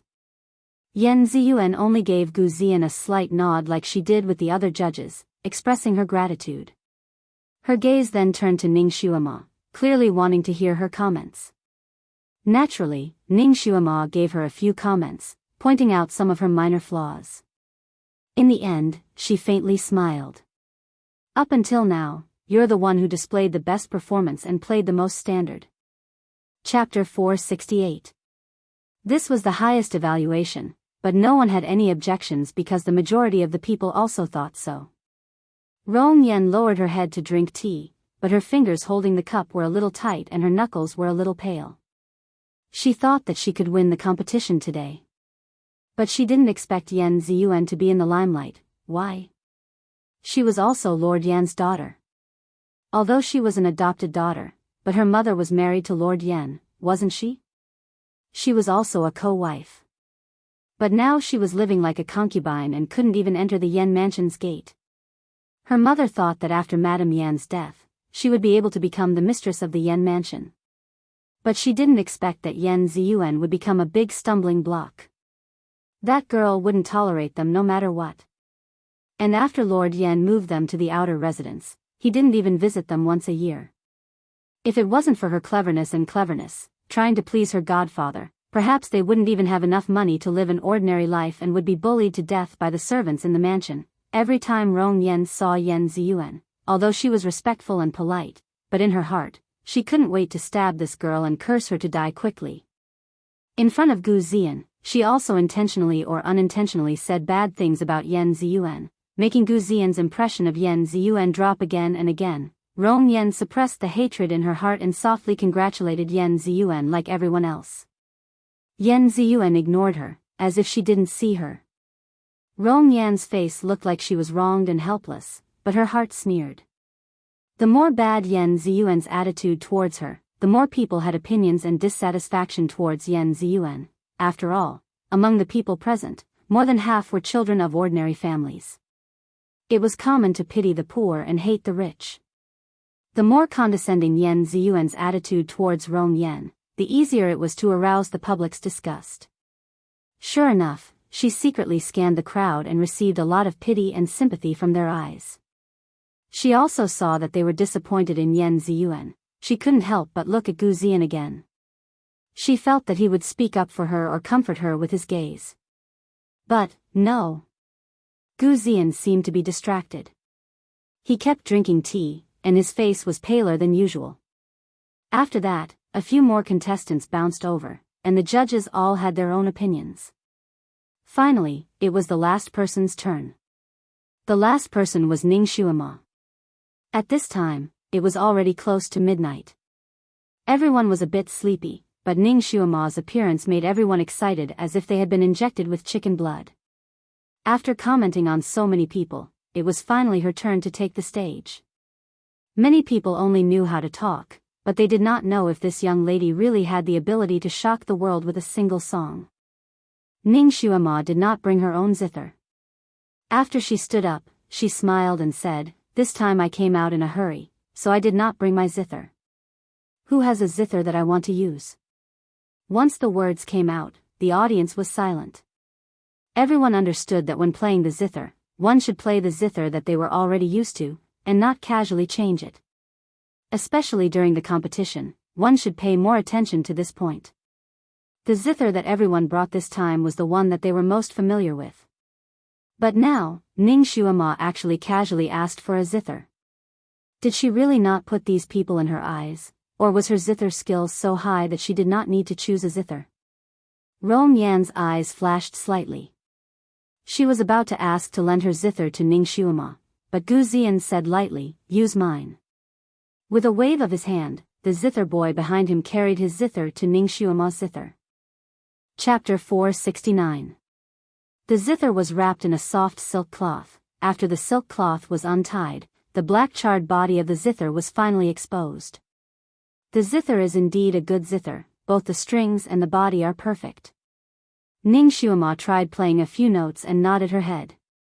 This zither is good, to her liking. When Yan Ziyuan saw the zither, her face slightly changed. Is this the zither that she threw away? Look at the color and the shape, it's exactly the same. Is it a coincidence? Or is it really that zither? She did throw away the zither in a fit of pique. As for where the servant girl threw the zither, she was afraid that she would regret it, so she never asked. Now that she suddenly saw the exact same zither here, her heart felt like it was thrown into a stone, endlessly turbulent. Suppressing her heartbeat, she looked at the zither a few more times, feeling that it's even more similar. After all, this zither has been with her for a year. She is already familiar with its every texture, every string. It's impossible to be wrong. Could it be that after she threw away the zither, it was picked up by Gu Ziyan? What does he mean? Her eyes couldn't help but look at Gu Ziyan. This time Gu Ziyan and her did not have a tacit understanding. His face did not have much expression. He just coughed twice. Rong Yan naturally also recognized this zither. Her face changed. She couldn't help but say, "Ziyan Gij, this is not the zither you usually use." Gu Ziyan seemed to not care. What does it matter if I use it or not? Zither are spiritual weapons. Every zither should be treasured. Are these words meant for her to hear? Yan Ziyuan slightly pursed her lips, her heart feeling complicated. Fortunately, her bad mood did not last long, because Ning Xuema has already started to play. After a few notes, the whole hall instantly quieted down. When an expert shows his hand, it's easy to tell. Ning Xuema only played a short piece of music, but it was enough to stun everyone in the hall. Ning Xuema loved musical instruments. She knew a lot of musical instruments, but the one she was best at was the guqin. Perhaps it was because she had a special talent for playing the zither. In her previous life, when she learned this zither, she felt as if she had the help of God. It was as if this was an innate skill that she had picked up again. Every time she played, even her teacher would be amazed. After learning for a year, not only did she surpass her teacher, but she also couldn't find a match for her in terms of playing the guqin. If she hadn't become a special agent, perhaps she would have become a famous zither player in her previous life. The song she played this time was "Moonlit Night on the Spring River." It was a famous song, but the people in this world had never heard it before. Coupled with her superb zither skills, it almost instantly brought people into the atmosphere of the zither. Along with the sound of the zither, a beautiful scene seemed to unfold before the eyes of the people on the boat. The moon was as big as a round plate, and the river water was flowing. The moonlight floated in the river, and the ripples were like fragments of silver.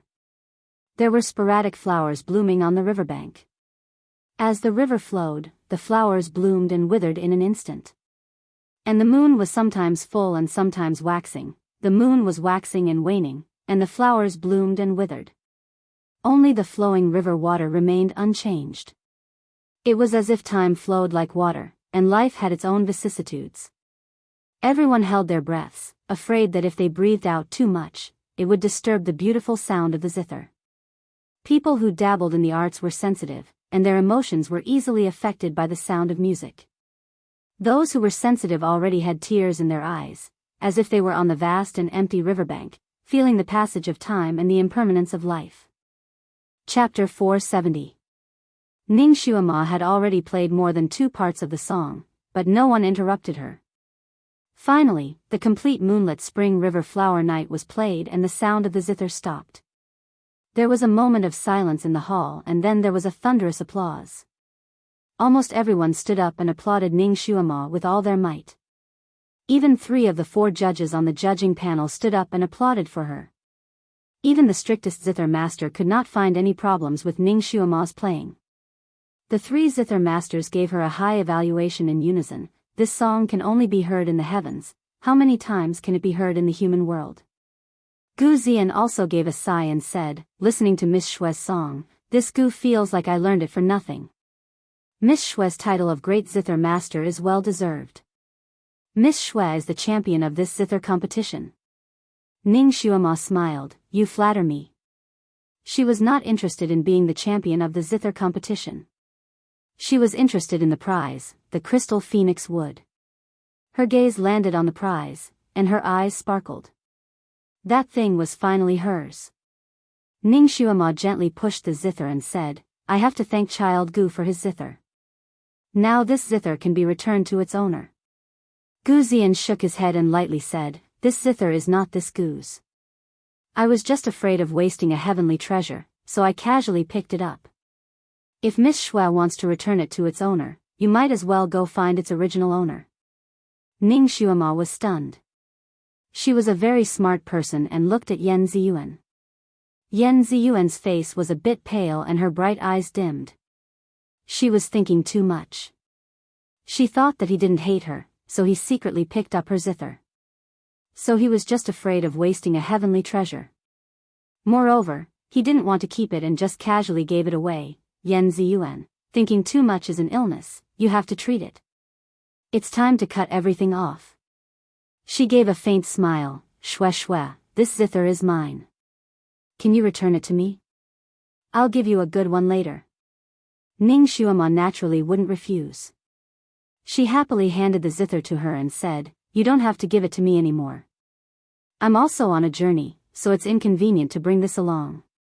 Yan Ziyuan took the zither and casually played it with her fingertips. A series of ding ding dong dong dong sounds were heard. Her expression was a little strange, as if she cherished it, but also as if she was indifferent. Gu Zian glanced at her, a hint of a smile on his lips. She still cherishes this zither, doesn't she? He remembered that she loved this zither as if it was a treasure. No matter where she went, she would carry it herself and not allow anyone to touch it, not even the zither boy. Except for him, of course, he had chosen this guqin for her. Since she cherished it so much, he naturally knew what she meant. At that time, he had only felt annoyed, but now, suddenly, several clanging sounds were heard. Yan Ziyuan's hands suddenly slashed.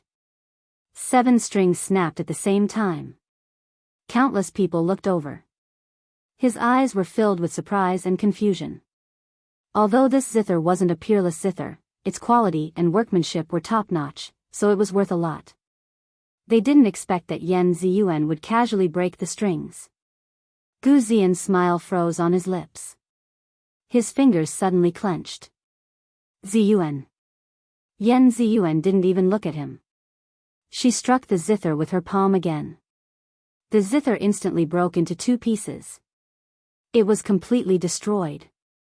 She looked at the ashen-faced Gu Ziyan and smiled calmly. This zither is flawed.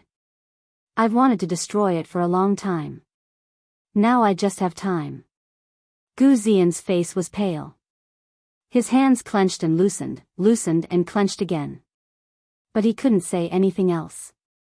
Chapter 471. Rong Yan sighed. So this zither belongs to Miss Yan. Brother Ziyan said that the zither is a sacred object that touches the soul. No matter what kind of zither it is, he will treat it well. There are many zither in his zither room. Among them, there is no lack of zither that he picked up from various places. There is even a broken zither full of cracks. Yan takes care of these zither for him every day, so she knows them the best. Who told Brother Ziyan to be a zither fanatic? She had a helpless expression on her face, but every word and sentence was full of a sense of possessiveness, letting people know that her relationship with Gu Ziyan is really close. Everyone originally thought that Gu Ziyan picked up Yan Ziyuan's zither. Perhaps there was some ambiguity between the two, and Gu Ziyan treated Yan Ziyuan differently.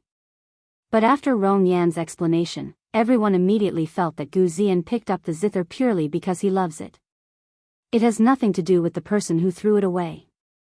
Gu Ziyan glanced at Rong Yan and slightly frowned. It seems that he wanted to say something, but in the end, he held back.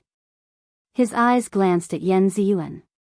Although Rong Yan's complexion was a little pale, the corners of her mouth still held a trace of a smile. After Rong Yan finished speaking, her face became even more indifferent. Your brother Ziyan is a refined scholar, but I am a vulgar person. I like to do things that burn the zither and cook the crane. After saying that, she sat back down on her seat. The maid behind her poured a cup of tea for her. She took a sip and praised. Good tea. Her set of movements was smooth as flowing water, as if there was no one around. But the fingers holding the teacup faintly trembled, and the tea spilled a little. The atmosphere was a little subtle for a moment. The organizer of the zither recital stood up to smooth things over and changed the topic. This zither recital has been successfully concluded. This time, the winner is Miss Xue Xue. He said a few congratulatory words, and finally he held up the plate containing the phoenix crystal wood. This phoenix crystal wood is yours. A smile appeared on Ning Xuema's face. She was just about to take it when suddenly there was a zheng sound of a zither from outside. The sound was like splitting silk. This voice was like a sudden clap of thunder that exploded in everyone's hearts. Almost everyone trembled.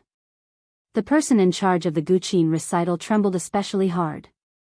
His hands shook and the plate fell to the ground. The phoenix crystal wood on the plate fell to the ground and shattered into 17 or 18 pieces. My crystal phoenix wood. Ning Xuema looked at the crystal phoenix wood on the ground, almost unable to cry even if she wanted to. This thing was like an egg. It was most effective when it was whole, but once it was broken, it would be like an egg with the yolk and white flowing away, leaving only the eggshell behind. It was useless. At this moment, the sound of a zither could be heard outside. Ding ding dong dong, string after string of notes flowed out and reverberated on the surface of the lake. The zither player's skills were naturally brilliant. With just a few notes, it had an extremely shocking effect, stunning all the zither players on the ship. An expert. A peerless master. An unprecedented master of the Guqin. Everyone's face was filled with a passion for art. They all rushed to the window and looked in the direction of the sound. Then, all of them seemed to be frozen in place. Under the moonlight on the surface of the water, a small boat slowly sailed over. A man in red sat cross-legged at the bow of the boat. On his lap was a deep blue zither that was like the canopy of the sky. Under the moonlight, it was overflowing with brilliant colors. The small boat rippled. The full moon above his head was like a silver moon. The deep blue sky automatically became a backdrop behind him. His red clothes were winding and fluttering behind him. His black hair was soft and smooth, draping over his shoulders. His facial features were elegant and peerless. When he smiled slightly, it was as if the flowers between heaven and earth had bloomed. Chapter 472. Moonlight, boat, red clothes, black hair. Poetic and picturesque. All of this was like a beautiful dream, and everyone couldn't help but hold their breaths. They were afraid that if they let out a long breath, they would be able to scatter this dream and blow the beauty away. Ning Xuema originally wanted to see which evildoer had frightened her phoenix crystal wood, but the moment she saw the man's face, she also held her breath and couldn't help but take a step back. The red-clothed evildoer, Shui Lan. This guy actually appeared here. This was really a small world for enemies. What did he come here for? Was it a coincidence or did he have a motive? This continent was so big, and there were so many people, so why did she have to meet this guy again and again? What kind of ill-fated fate was this? Ning Xuema was speechless and asked the heavens. She took a step back, then another step back. She quietly left the window and hid behind the crowd. Hopefully, this guy was just passing by and wouldn't come to this boat. Her heart was beating wildly, and her palms were covered in cold sweat. She had once schemed against this guy in Monster Lake. With this person's vengeful nature, once he caught her, she was afraid that her little life would be over. The sound of the zither continued outside, and the song Ning Xuema played just now was Moonlit Night of Spring River. Ning Xuema's playing could already be considered to be at the peak of perfection, and Shui Lan's playing could be called the sound of nature. It was not something a human could play. Everyone was intoxicated listening to it. Not only the people on this boat, even the nearby boats and fishing boats all stopped moving. They didn't even dare to breathe loudly. Only the faint sound of the zither could be heard on the surface of the lake. Ethereal, mysterious, like smoke enveloping the cold sand, like the moon covering the mountains and rivers. Everyone felt that after listening to his zither, their elegant and high-end playing just now was like playing cotton. It was unbearable to the ears. The sound of the zither was wonderful, and the person playing the zither was even more wonderful. He was so handsome that he didn't seem to belong to this world. Not to mention the women present, even the young men's hearts were shaken, and they almost forgot what day it was. Ning Xuema stood there looking down. She was not mesmerized by the sound of the zither. There was only one thought in her mind. Let's go. Let's go. Heavens, this guy is just passing by, let him scram. Stop acting coquettish here, but this time, the heavens clearly did not hear her prayer, because the sound of the zither continued to linger in the vicinity, neither far nor near. Obviously, it had no intention of leaving. The sound of the zither finally stopped. The sky was dark blue, and the lake was blue. A thin layer of fog rose from the lake, covering half of the lake's surface. It also made the people on the boat faintly discernible. It almost made people think that the person would dissipate with the fog. Brother. Brother.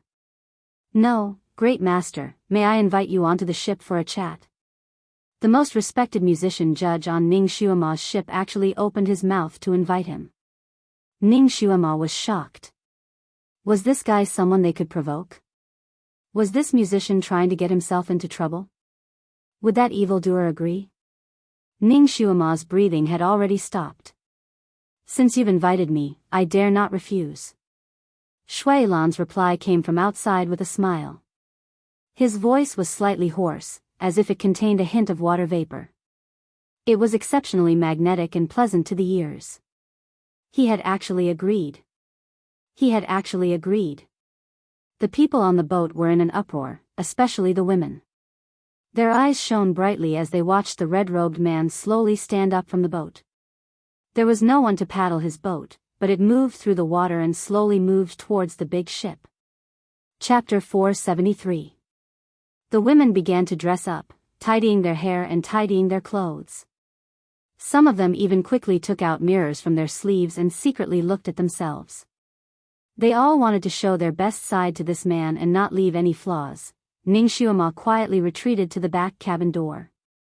She wanted to leave before Shui Lan boarded the ship. Her disguise might be able to fool the people here, but it definitely could not fool that guy's eyes. Because that guy was not human at all. Very good, because this place was located in the south and the weather was quite hot, the front and back cabin doors and windows were all open. Now, everyone's attention was on the man in red who had not yet boarded the ship, so no one noticed Ning Xuema. Even Yan Ziyuan did not notice her. Ning Xuema was very fast. She quietly exited the back cabin door. She had to leave before that evildoer noticed her. This evildoer's Guqin skills were quite good. Perhaps he only boarded the ship to learn from others and might not harm the people here. As long as these people did not covet his Guqin, it should be fine. But she could not do that. She had a grudge against him. Once they met, she would be finished. So she had to leave early on her own. Even Yan Ziyuan did not have time to inform her in advance. Because once she did, Yan Ziyuan would definitely ask countless questions. It would also alarm the others, and then there would be many more variables. She was afraid that she would make a noise and alert the evildoer, so she did not choose to jump into the water. Instead, she grabbed the rope beside her and slowly slid down. She entered the water very softly and did not make any noise. She only created a ripple on the surface of the water. To be safe, she did not dare to stay on the surface of the water. Once she entered the water, she directly dived to the bottom. She had to dive for more than 10 meters first. Just as she dived half a meter into the water around her suddenly rippled. It was as if something had closed in and directly enveloped her. When Ning Xuema saw it clearly, she realized that she had actually entered a big net that was the same color as the ripples. She was shocked, and a bad feeling rose in her heart. She subconsciously tried to tear the big net in front of her, but she didn't know what the big net was made of. It was very strong, and she couldn't tear it open even after using all her mental strength. What was worse was that she was very familiar with the feel of the net, as if she had touched it before. Because it was night time, the light underwater was even dimmer. Ning Xuema couldn't see the color of the net even if she tried her best. She tried several ways to get rid of the net, but to no avail. After touching the net a few more times, the familiar feeling became even stronger. Even after using her knife to hack at the net, she still couldn't damage it in the slightest. Finally, Ning Xuema remembered the origin of the net. This was clearly the mechanism that she had used to trap that red-clothed evildoer. At that time, she felt that the big net was stained with the red-clothed evildoer's blood, so she casually threw it into the monster lake. Who would have thought that he would appear here again? Needless to say, it was the red-clothed evildoer who had placed the net here. That bastard knew she was on the boat. He also knew that she was going to escape, so he had placed the net here in advance to wait for her. This mechanism was not something that could be destroyed by human strength. In order to get rid of the net, she had to go up again. Although she knew that going up would not be a good thing, Ning Xuema had no other choice at this time. If she didn't go up, she could only suffocate to death here. If she went up, she might still have a chance to survive. Her hands and feet moved in the water, dragging the big net upstream. Chapter 474. Unexpectedly, just as her head was about to touch the surface of the water, the net around her suddenly tightened again. She was stuck there, unable to go up or down. Ning Xuema tried several methods, but she was unable to get out of this situation. The surface of the water was only a few inches away from her, but she couldn't go up or breathe. She had already held her breath for a long time. Her chest felt like it was going to explode, and her head was buzzing from the lack of oxygen. Her heart turned cold. She had already experienced the feeling of holding her breath in the water once. She never thought that she would experience this feeling again a few days later. Although she had suffered that time and almost drowned, she still managed to escape in the end. what about this time? That red-clothed evildoer was clearly taking revenge on her. With his personality, would he let her go so easily? Ning Xuema desperately raised her head. From where she was, she could see the deep blue sky and the bright stars. Freedom was so close, air was so close, but she was only one step away from life. There seemed to be some movement on the boat as a group of people came out. The leader was the red-clothed evildoer, Shui Lan. He stood at the stern of the boat, leaning against the railing as he looked down. His eyes sparkled under the starlight as he stared at Ning Xuema, who was trying her best to look up. Separated by a thin layer of the lake, his eyes met hers. When their eyes met, Ning Xuema clenched her teeth.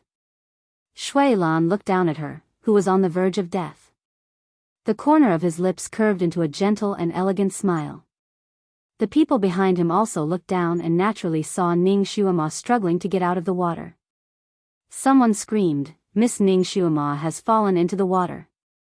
Shue shue. Yan Ziyuan suddenly rushed out from the crowd. "Someone, quickly save her."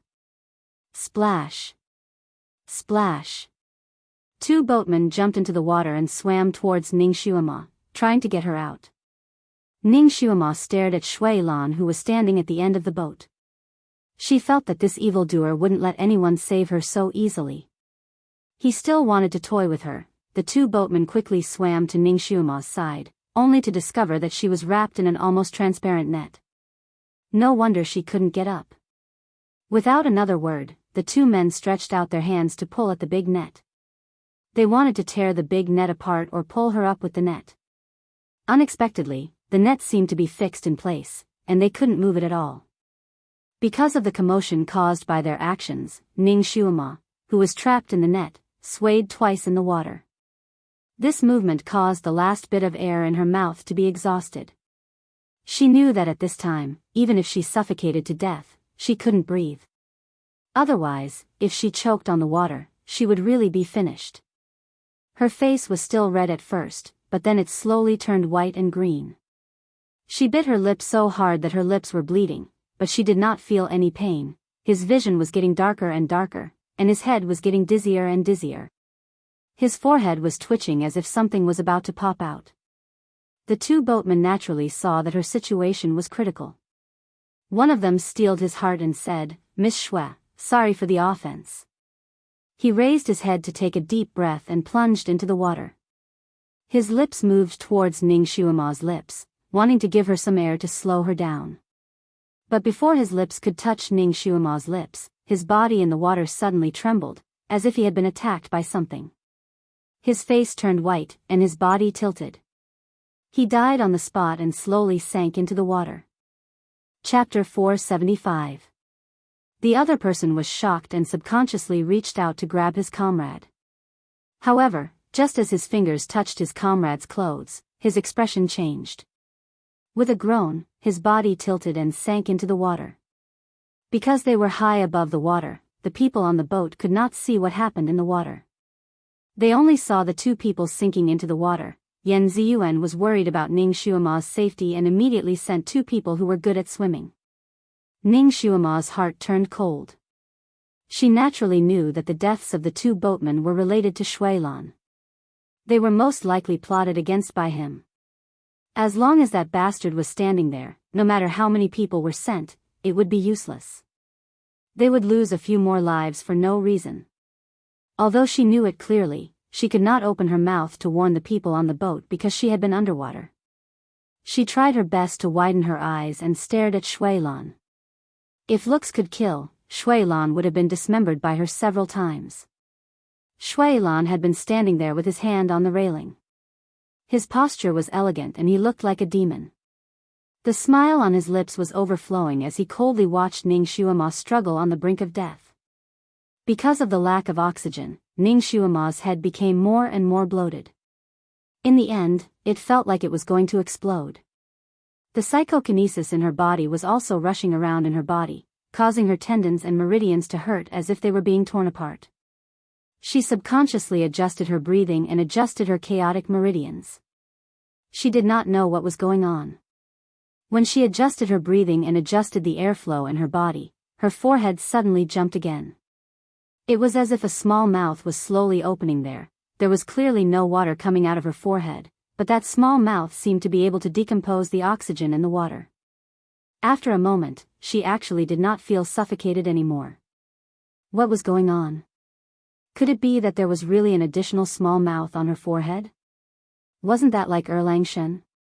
However, Erlangshen's forehead opened the heaven's eye, while hers opened the heaven's mouth. She almost wanted to raise her hand to touch it, but just as she was distracted, she felt that the little mouth on her forehead that could breathe underwater wanted to close. This was already her only hope. She immediately focused her mind and once again circulated her energy. She finally managed to get the little mouth to breathe again. Shui Lan leaned on the railing and looked at her. She was still glaring at him earlier, but now she had her eyes closed. She pursed her lips slightly and floated in the water. Her long hair was spread out behind her as she floated in the water. She looked extremely fragile. Could she have drowned? He didn't even see her choking on the water. He looked at Ning Xuema carefully again. His eyesight was naturally amazing, so he could clearly see her entire condition. Her chest did not rise and fall at all. Oh no! Was he really dead? Shui Lan's figure rose and floated down like a red cloud. With a wave of his sleeve, he waved away the two boatmen who had just swum over and were about to rescue them. He floated on the water like an immortal. His shoes and socks were not wet. Everyone on the boat gasped softly. Not to mention anything else, just this Qin Gong alone was enough to shock the world. Some of the girls actually forgot that Ning Xuema was still underwater and shouted out, "Good." Shui Lan's sleeves fluttered in the wind. He lowered his eyes to look at Ning Xuema, who was underwater. This little girl was too crafty. Even someone like him had been plotted against by her several times, so he had no choice but to guard against her. Her beautiful face turned green and white as she floated there motionlessly.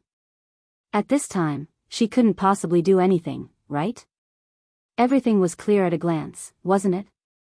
Chapter 476. Shui Lan's eyes faintly flickered. Finally, he raised his hand and made a grabbing motion towards the surface of the water.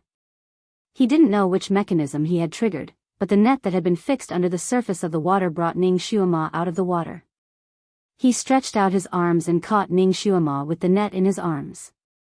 The body of the beauty in his arms was slightly cold, but her eyes were still closed. Although she was already out of the water, she still wasn't breathing.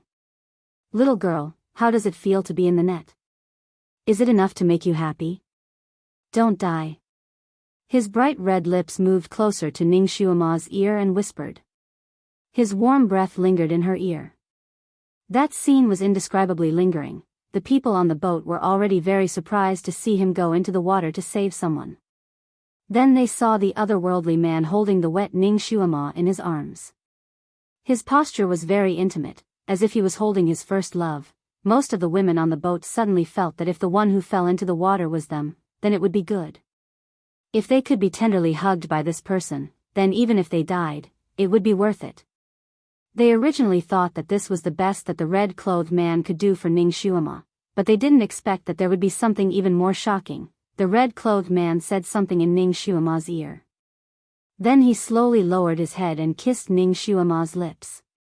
Everyone's jaws dropped. Because Ning Xuema had put on makeup before, her face didn't look ugly or handsome. Other than her astonishing zither skills, the others didn't feel that there was anything special about her. Men were basically visual creatures, and they appreciated beautiful women the most. Therefore, although they admired Ning Xuema's zither skills, they didn't have any romantic thoughts towards her. The women on the boat also didn't treat Ning Xuema as a love rival or competitor. No one would have thought that this red-clothed zither master, who seemed to have a good temper and didn't put anyone in his eyes, would take pity on Ning Xuema.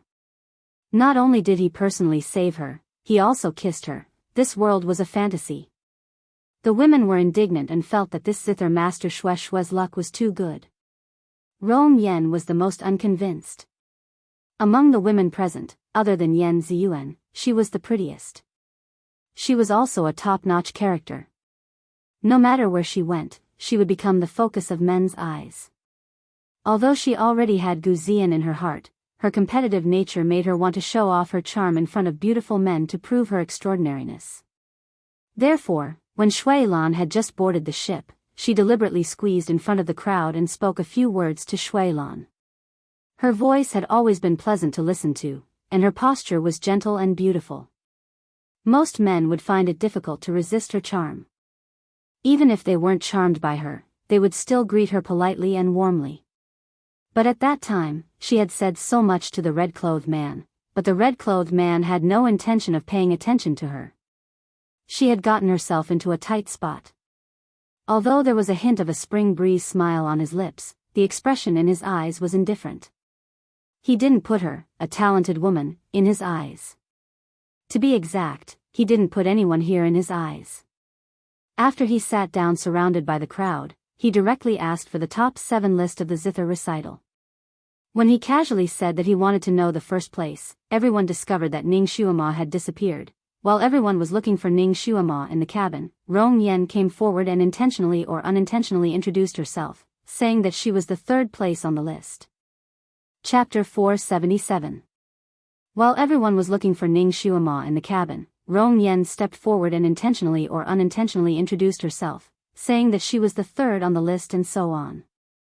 It was this remark that made the red-clothed man look at her, and then he smiled. His smile was too beautiful, too soul-stirring. 2.5 of her soul flew away from her when she saw his smile. She almost couldn't find her bearings. Just as she was about to say a few more words to leave a good impression on this man, everyone heard some movement at the stern of the boat. Then the red-clothed man stood up and chuckled. The first place Shue girl didn't fall into the water, did she? Then he took the lead and walked out of the cabin to the stern. Then, the following scenes happened.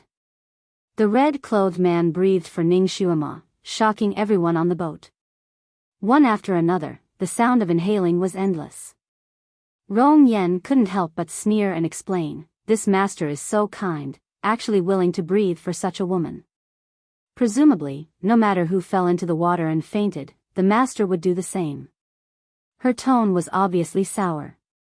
Yen Ziyuan originally didn't want to pay attention to her, but hearing her say that about her friend, she immediately became angry. "Rong Yen, what nonsense are you talking about? What kind of woman is this? Shue is a woman's husband, how can someone like you casually praise her?" Yen Ziyuan's appearance was originally cold and elegant, but at this moment her pretty face was taut, and under her anger, her momentum was not small. Rong Yan's heart was cold, but she didn't dare to refute. She could only look at Gu Zian for help. Gu Zian stood there expressionlessly, looking at Yen Ziyuan. His eyes were somewhat deep. He didn't have the intention to help Rong Yen. Yen Ziyuan's mind was completely focused on Ning Shuama below. After reprimanding Rong Yen, she held the railing and looked down, her face anxious. She was about to call the red-clothed man to rescue Ning Shuama, but she didn't expect that the red-clothed man who was kissing her, as if he was pricked by a needle, suddenly raised his head, and blood seemed to be dripping from his lips. At this moment, Ning Shuama, who was motionless in his arms, suddenly moved. She raised her sleeves, and several blue flying needles shot towards the red-clothed man's chest. No one expected this sudden change. Several people cried out in alarm. The red-clothed man chuckled. With a wave of his sleeve, the flying needles immediately disappeared. But Ning Shuama was obviously not finished. At the same time she launched the poison needles, her 2 palms to hit the red-clothed man's chest.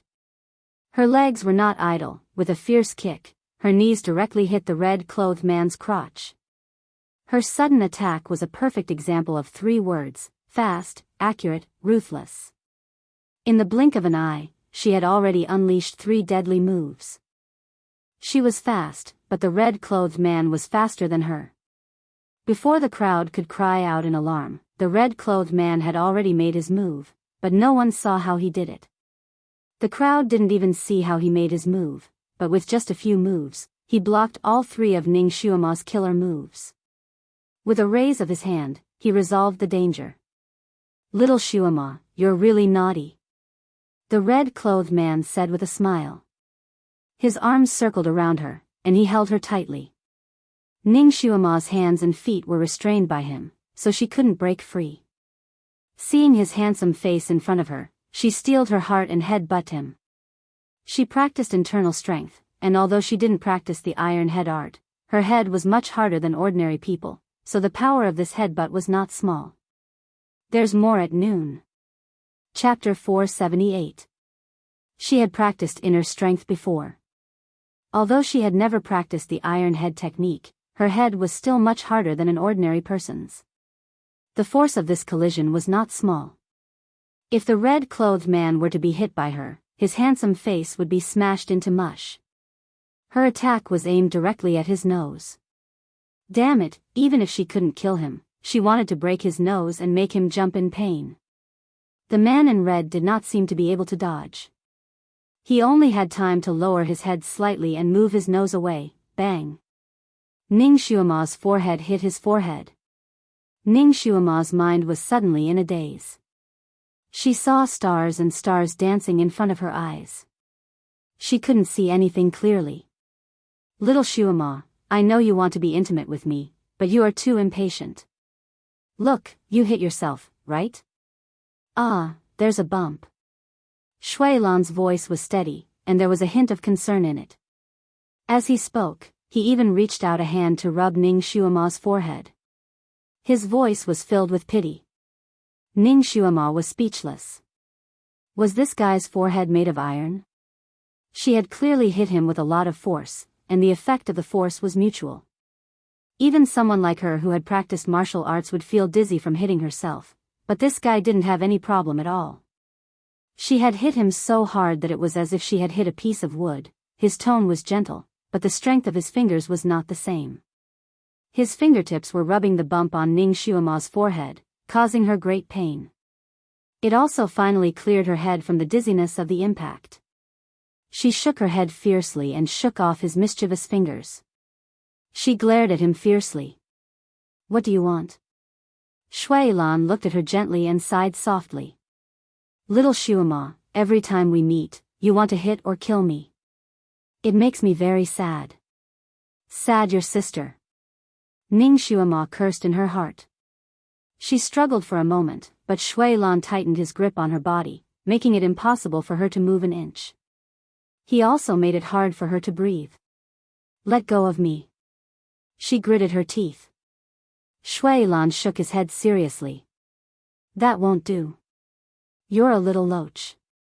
If I let go of you, you'll run away again. As he spoke, his palm started to touch Ning Xuema's body.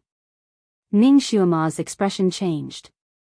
Was this bastard trying to molest her in front of so many people? Hey, what are you doing? Stop. She gritted her teeth, but there was nothing she could do. Shui Lan smiled. Under the starlight, his smile was as resplendent as the moon, but the words he said were infuriating. Don't worry, I've touched it once, so I'll naturally stop. His hand reached into her chest. Even though Ning Xuema's skin was thick, at this moment, her face was flushed red. She usually looked carefree and didn't care much about etiquette, but she was still a virgin. After being touched by him so unscrupulously, she wanted to bite this bastard to death. Bastard. Take your dirty hands away. If you do this again, I'll bite my tongue and commit suicide. Anyway, she wouldn't be able to get away with it if she fell into his hands, so she might as well die. Shui Lan's hand reached out from her chest, but he didn't really molest her. When he withdrew his fingers, there was a bag of needles between his fingertips.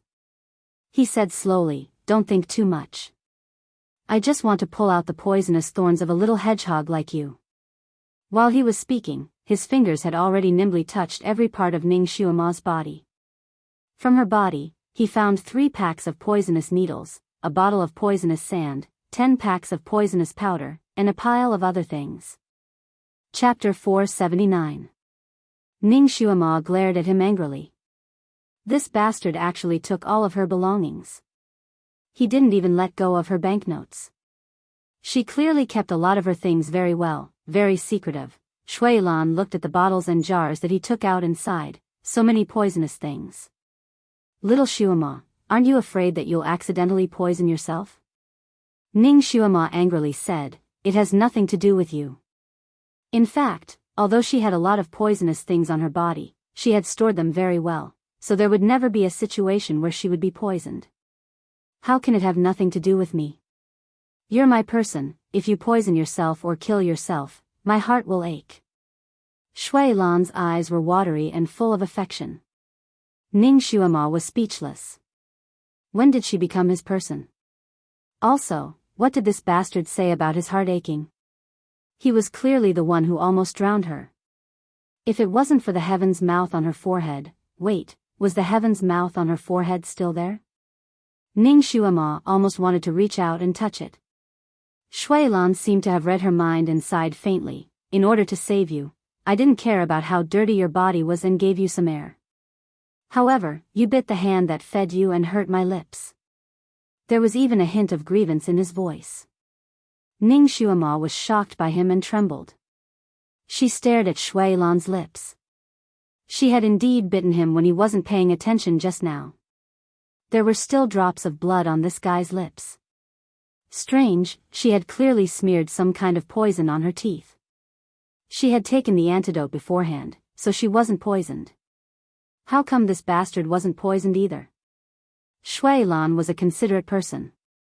He immediately understood the confusion in Ning Xuema's eyes and kindly explained to her, "Little Xuema, I'm the poison ancestor, I'm immune to all poisons." So that's how it is. Ning Xuema's mind was spinning rapidly. This bastard looked like he was smiling and had a good temper, but he was actually a pervert. Now that she was in his hands, she didn't know how he would torture her. How could she escape? His kung fu was not as good as his, he could not poison him, and he could not bind him with an oath. If she had the chance in the future, she would have to find a way to make this bastard swear an oath in the name of the demon ancestor so that he would not be passive. Shui Lan didn't feel tired at all as he hugged her and chatted with her on the surface of the water. She was still dragging that big net on her body. Seeing her pretty face turn pink and white from anger, he felt a sense of accomplishment. He couldn't help but raise his hand to pinch her cheek. "Little Xuema, I haven't seen you for a long time. You've grown up a lot." It was becoming more and more tender. "I almost couldn't recognize you."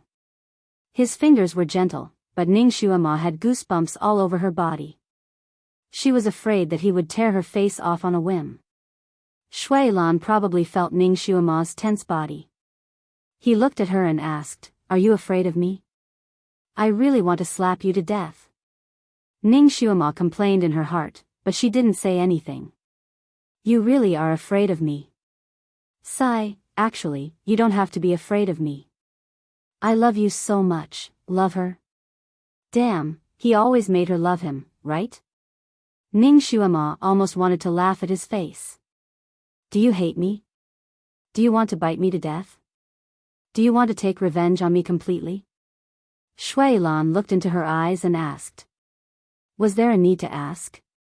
If she had the ability to do so, she would have kicked this bastard into the 18th level of hell.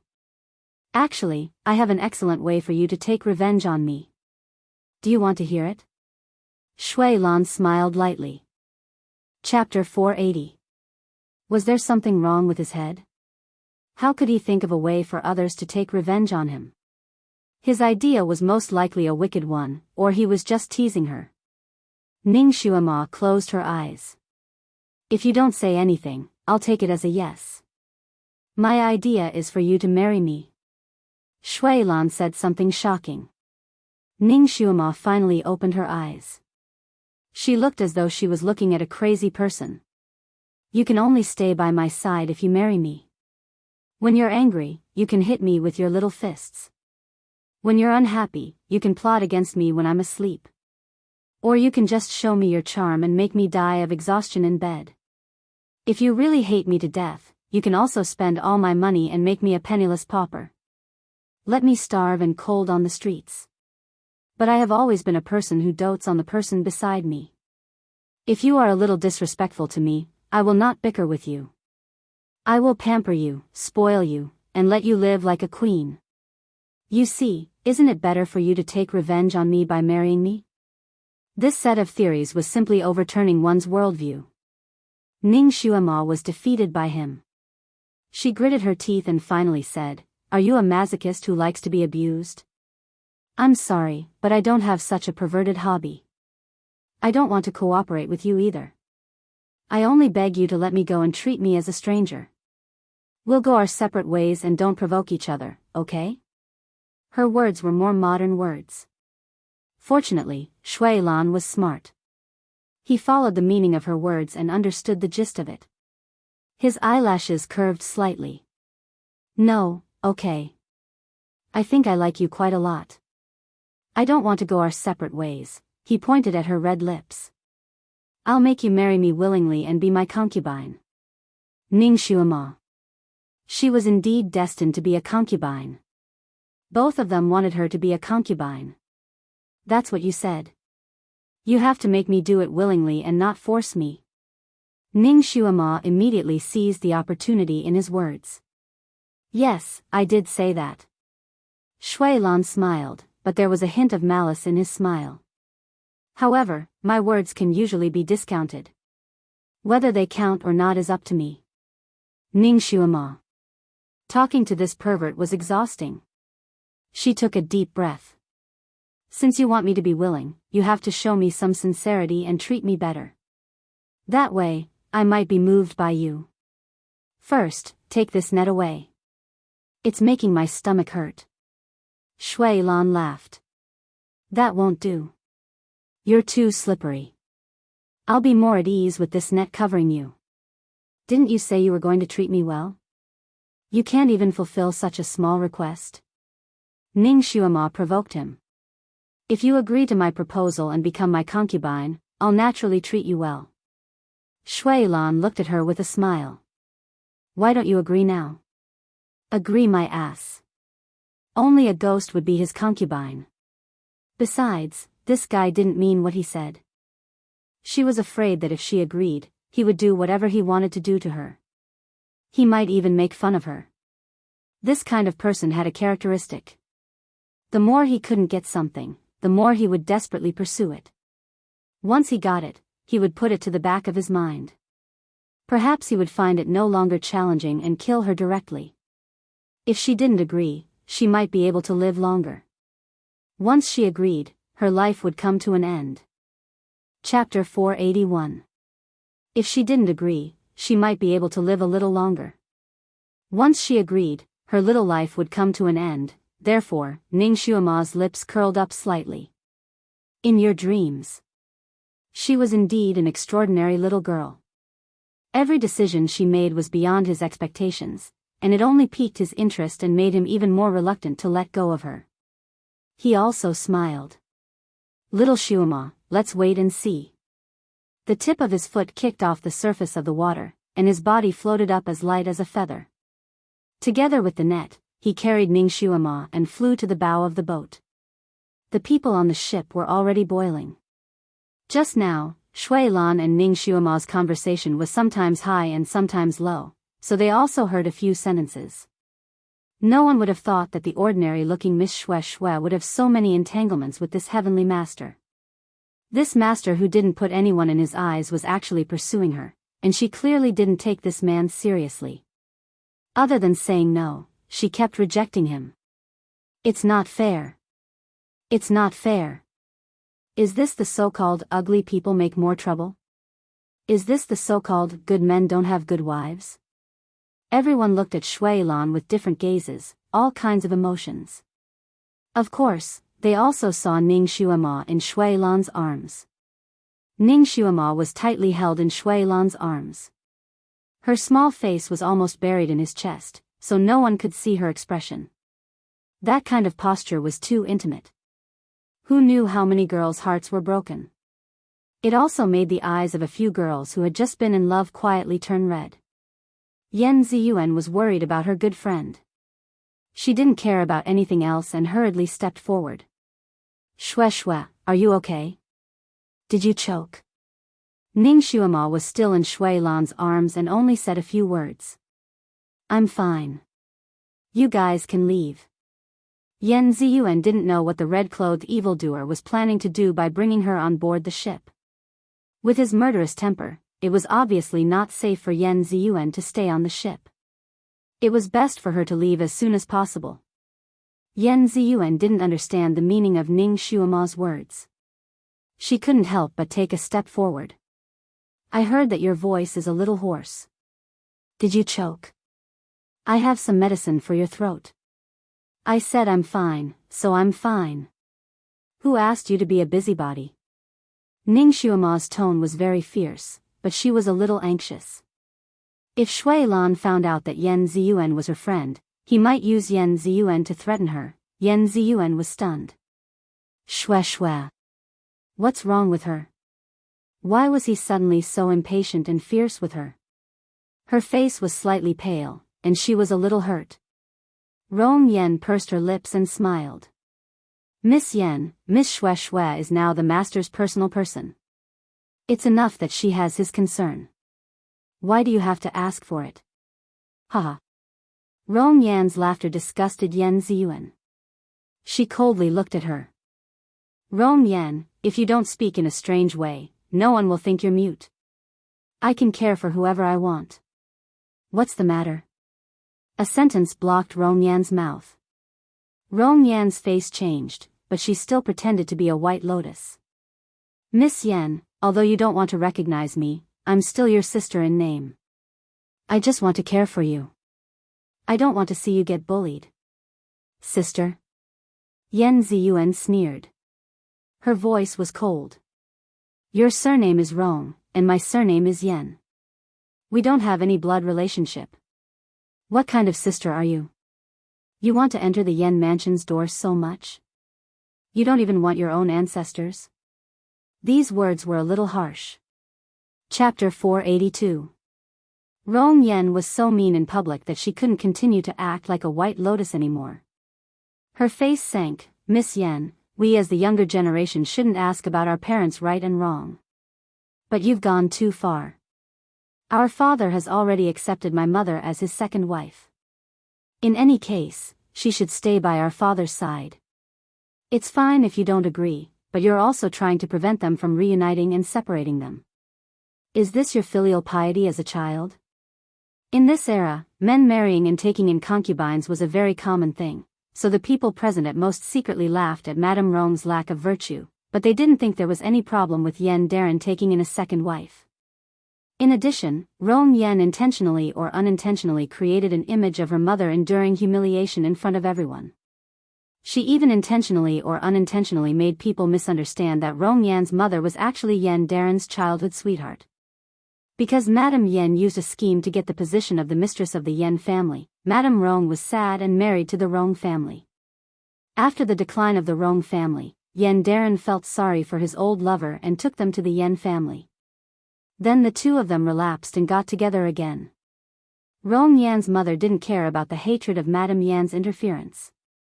She was benevolent and righteous, endured humiliation and was willing to be a concubine. This kind of story was obviously more in line with the aesthetic of the poor couple, so everyone sympathized with Rong Yan's mother who was placed in the outer residence and couldn't enter the Yan family.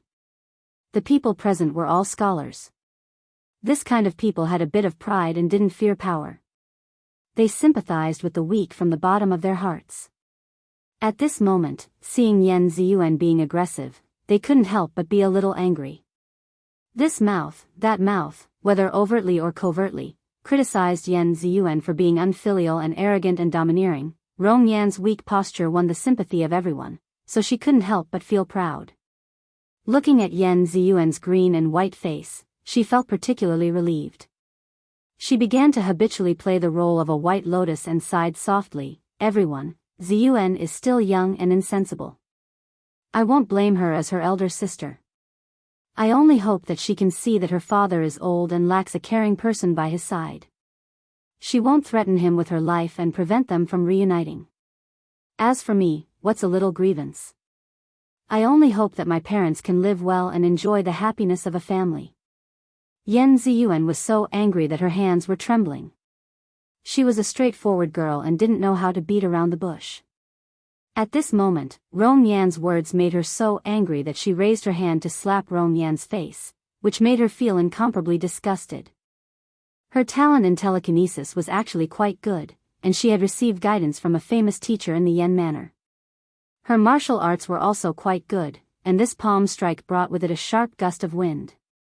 Rong Yan's talent in psychokinesis was average, and her martial arts practice was just a so-so. Saying that her martial arts were flowery and impractical was a bit of an exaggeration. How could she escape from Yan Ziyuan's angry palm? He was so scared that his face changed. She screamed, "Brother Ziyan, save me." She had already finished her sentence, but the slap still hadn't landed on her face. Her heart stirred, and she opened her eyes. Gu Ziyan grabbed Yan Ziyuan's wrist with one hand. At the critical moment, it was Gu Ziyan who decisively saved her. Yan Ziyuan's slap was stopped halfway by Gu Ziyan. He held her wrist and said in a deep voice, "Ziyuan, don't go too far." Chapter 483. Yan Ziyuan's wrist hurt from being held by him, and her heart also seemed to hurt. She suddenly struggled, "Take your dirty hand away." Gu Ziyan's face slightly changed, and he subconsciously let go of her hand. He loosened his grip a bit too quickly, and Yan Ziyuan happened to be struggling with all her strength. Coincidentally, Yan Ziyuan was shaken a bit and retreated a few steps. She couldn't stand still and sat on the ground with a plop. Coincidentally, her head hit the corner of the table next to her. Blood flowed down her forehead. Everyone seemed to have not expected this scene, and they were all stunned. Gu Ziyan's face changed, and he reached out to help her. "Ziyuan." Yan Ziyuan seemed to have been scalded by fire, and her body slightly moved to the side, avoiding his hand. The little maidservant who accompanied her had already rushed over and hurriedly helped her up from the ground, almost crying, "Miss, you're bleeding." Yan Ziyuan shook her head, "It's okay." Her forehead was burning with pain, but compared to the pain in her heart, the pain in her forehead was nothing. Her forehead was bleeding profusely, and in the blink of an eye, it had already flowed to her cheeks. The little maidservant hurriedly treated her wound, but because she went out to participate in a zither recital, which was an event for scholars, the little maidservant didn't prepare any ointment for bruises. At this time, she anxiously paced around, "Miss, this servant should die. I didn't bring any ointment." "I have some here." A hand reached out, and there was a bottle of Jinshuang ointment in the palm. It was a very beautiful hand, and it was obvious that it was used to play the zither. Following the finger, it was Gu Ziyan's uneasy face. The little maidservant looked at Yan Ziyuan, but Yan Ziyuan turned a blind eye to that hand. She casually tore a piece of her sleeve, and raised her hand to wrap her head. "It's just a flesh wound, no need to use any medicine."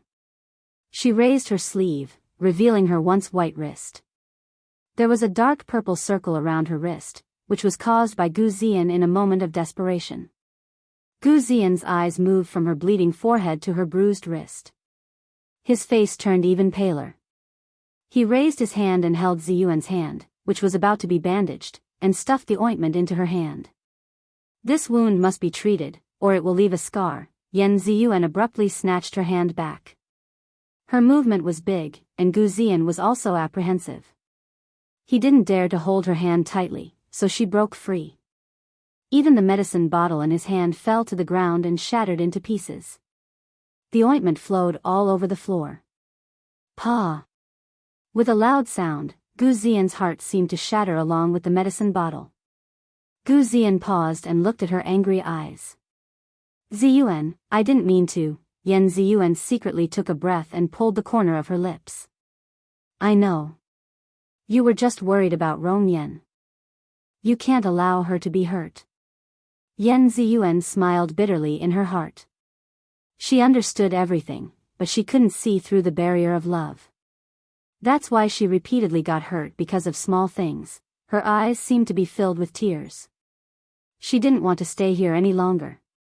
She had already lost face, and she didn't want to make herself more embarrassed by crying here. She was about to bandage her wound and immediately get a boat to leave. Behind her, a hand silently stretched out. There was also ointment in the palm. "Miss Yan, use this." Yan Ziyuan raised her head and looked into the eyes of a black-clothed youth. The black-clothed youth's eyes were calm, but the hand holding the ointment was very steady. Yan Ziyuan breathed a sigh of relief. Chapter 484. The young man in black was her shadow guard. Yan Ziyuan was lively by nature and liked to run around. Her father was afraid that she would get into an accident, so he assigned a shadow guard to her, named Yifeng. Yifeng was not much older than her, around 18 years old, but he was much calmer than her. No matter where Yan Ziyuan went, he would always follow her silently. Yan Ziyuan was at the age where she was rebellious. She worshipped freedom and hated it when someone followed her around, making her unable to have fun.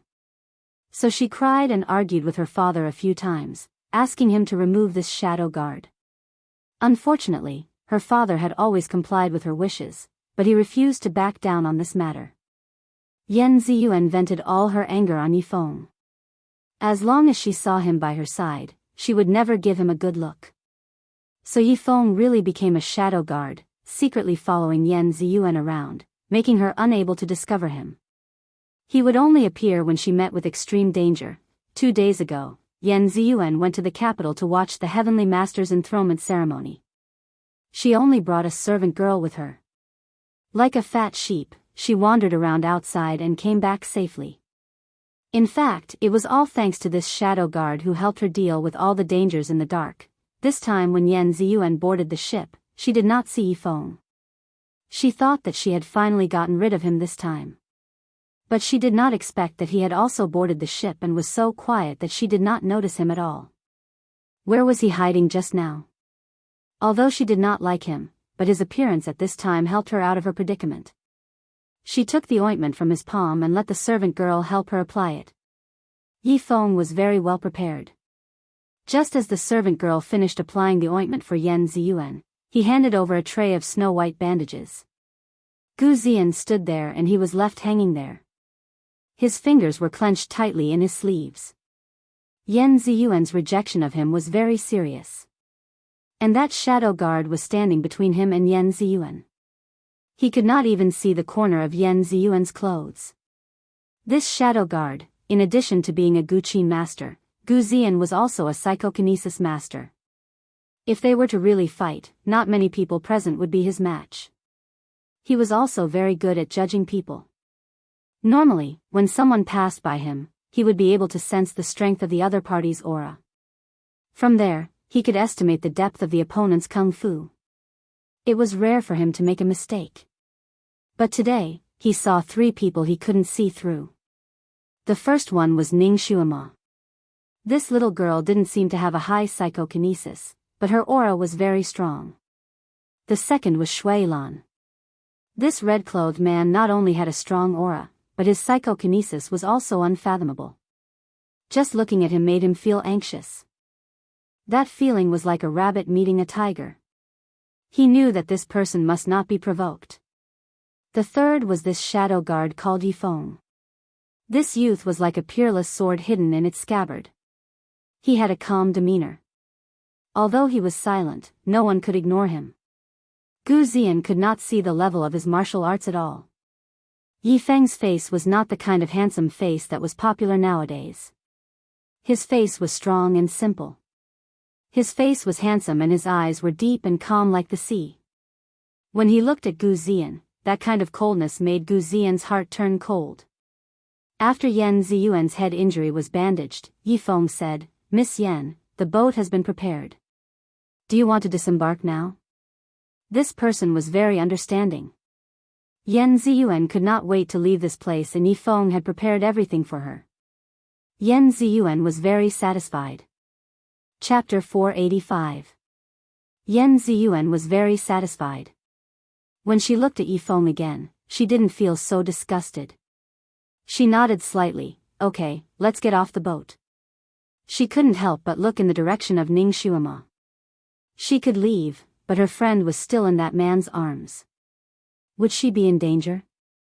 That man's red clothes were as dazzling as the morning sun. She didn't know when he had sat down at the head of the table. Ning Shuima was still trapped in his arms and couldn't even raise her head. He held Ning Shuima with one hand and supported his chin with the other. He looked in the direction of Yan Ziyuan with interest, as if he was watching a play with relish. Seeing that Yan Ziyuan was looking at him, he patted Ning Shuima's back. "Little Shuima, your friend is really good. She suffered such a grievance and still can't let go of you. Ning Xuema's heart was anxious. She wanted to kick Yan Ziyuan away. In such a dangerous place, the sooner she left, the sooner she would be safe. Although she had only known Yan Ziyuan for a day, she already understood her temper. She was a passionate, naive, and chivalrous little girl. If she knew that she was in danger, she would probably blindly stay and provoke this evildoer. Her little life could be lost in minutes. She sneered and lightly said, "Friend? Who treats her as a friend? I just want to participate in this zither recital, win this prize, and use her as a ladder to cross the wall." This sentence made Yan Ziyuan's face turn white. She had a simple temperament, so she couldn't think of Ning Xuema's thoughts. Today, she had been betrayed twice in a row, making her angry. She coldly snorted, "Okay, I recognized the wrong person. So you were just using me. Yifeng, let's go." Yifeng glanced at Ning Xuema, then silently turned around and walked beside Yan Ziyuan. He didn't seem to have the consciousness of being a servant. When he spoke to Yan Ziyuan, he didn't bow and salute. When he walked with her, he didn't lag behind like a servant. Shui Lan still sat there without any intention of stopping her. Ning Xuema, who had been guarding against him, let out a sigh of relief. As expected, Yifeng had prepared a small boat under the ship. The small boat was made of ebony. Although it wasn't big, it was sturdy enough to accommodate 3 or 4 people. The suspension ladder to disembark from the boat had already been set up. The young maidservant led the way and boarded the small boat. Yan Ziyuan followed behind, while Yifeng brought up the rear. Yan Ziyuan's dress fluttered as she approached the small boat. The young maidservant had already reached out her small hand and stood at the bow of the boat, wanting to support her. Yifeng, who was walking at the back, suddenly had a change in expression. He flew up and picked up Yan Ziyuan, then turned around and flew away. Yan Ziyuan was caught off guard and cried out in alarm, "Yifeng, what are you?" Before she could finish her sentence, she heard a loud bang behind her, followed by the young maidservant's miserable cry. It went straight into Yan Ziyuan's ears. Following this loud bang, the suspension ladder also broke. At this moment, Yifeng hadn't rushed back to the ship yet. When the suspension ladder broke, he immediately fell from the sky with Yan Ziyuan in his arms. People on the ship cried out in alarm because they saw that the small boat had turned into a fireball. Yifeng and Yan Ziyuan were falling right above the raging fire.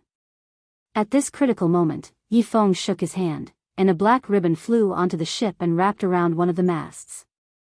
Yifeng pulled on the ribbon and flew up like a big bird. He finally returned to the bow of the ship and put Yan Ziyuan down safely. Chapter 486. Yan Ziyuan was still in shock. She calmed herself down and rushed to the bow of the boat. Zhu Er. Her servant girl was called Zhu Er. She was on the small boat that was on fire. At this moment, she had turned into a big ball of fire along with the small boat. There was no way to save her. Yan Ziyuan and Zhu were master and servant in name, but in reality, they were like sisters. When Yan Ziyuan saw that she had died for no reason, her eyes turned red and she almost jumped off the bow of the big boat. "Be careful." Yifeng pulled her back. His voice was still calm, "She is already dead. My condolences." Yan Ziyuan was so angry that she couldn't help but slap him. "What the hell are you doing? Why did you prepare a small boat that could catch fire?" She was heartbroken and lost her ability to think. "Pa." This slap landed on Yifeng's left cheek. Yan Ziyuan's hand was numb from the shock. She was also stunned. She didn't expect that she would really slap him. Yifeng's left cheek was left with a red palm print, but he was still as a mountain. Even his voice didn't fluctuate. "It's this subordinate's negligence." He apologized, but he didn't let go of Yan Ziyuan's hand. Yan Ziyuan didn't want him to hold her. She tried to shake him off, but she couldn't. She was so angry that she almost stomped her feet. "Bastard, why are you holding me? Let go." "Miss Yan, sorry to offend you." Yifeng didn't have the intention to let go of her. He used a little strength and pulled her closer to him. The people who heard the commotion frowned. They all felt that this shadow guard was too daring. He actually kept holding his master's hand. The concept of hierarchy in this world was very strict. The master was the master and the servant was the servant. Everyone present scolded Yifeng, asking him to let go of their master. Gu Ziyan also spoke, Yifeng, she is the master and you are the servant. It's not proper for you to hold her like this. Yifeng turned a deaf ear to everyone's reprimand. He looked around and frowned. Everyone also subconsciously looked at the surrounding scenery. Suddenly, they cried out in surprise, "Hey, where is this? What a thick fog. Is that a deserted island? How did we get here? No, this is not the lake. There is no island in the lake." Unknowingly, the surroundings were covered in white fog.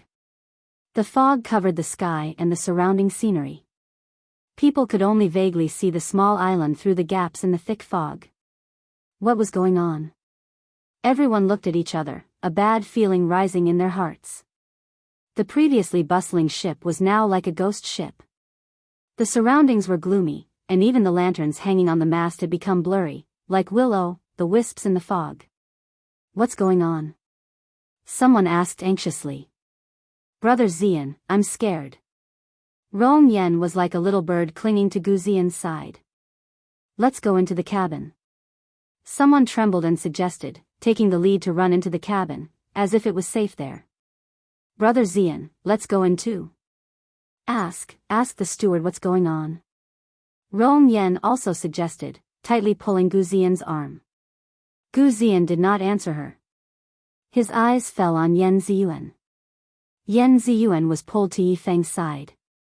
Her face was pale, but she was still calm. After her outburst, she had already figured out that the fire on the boat had nothing to do with Yifeng.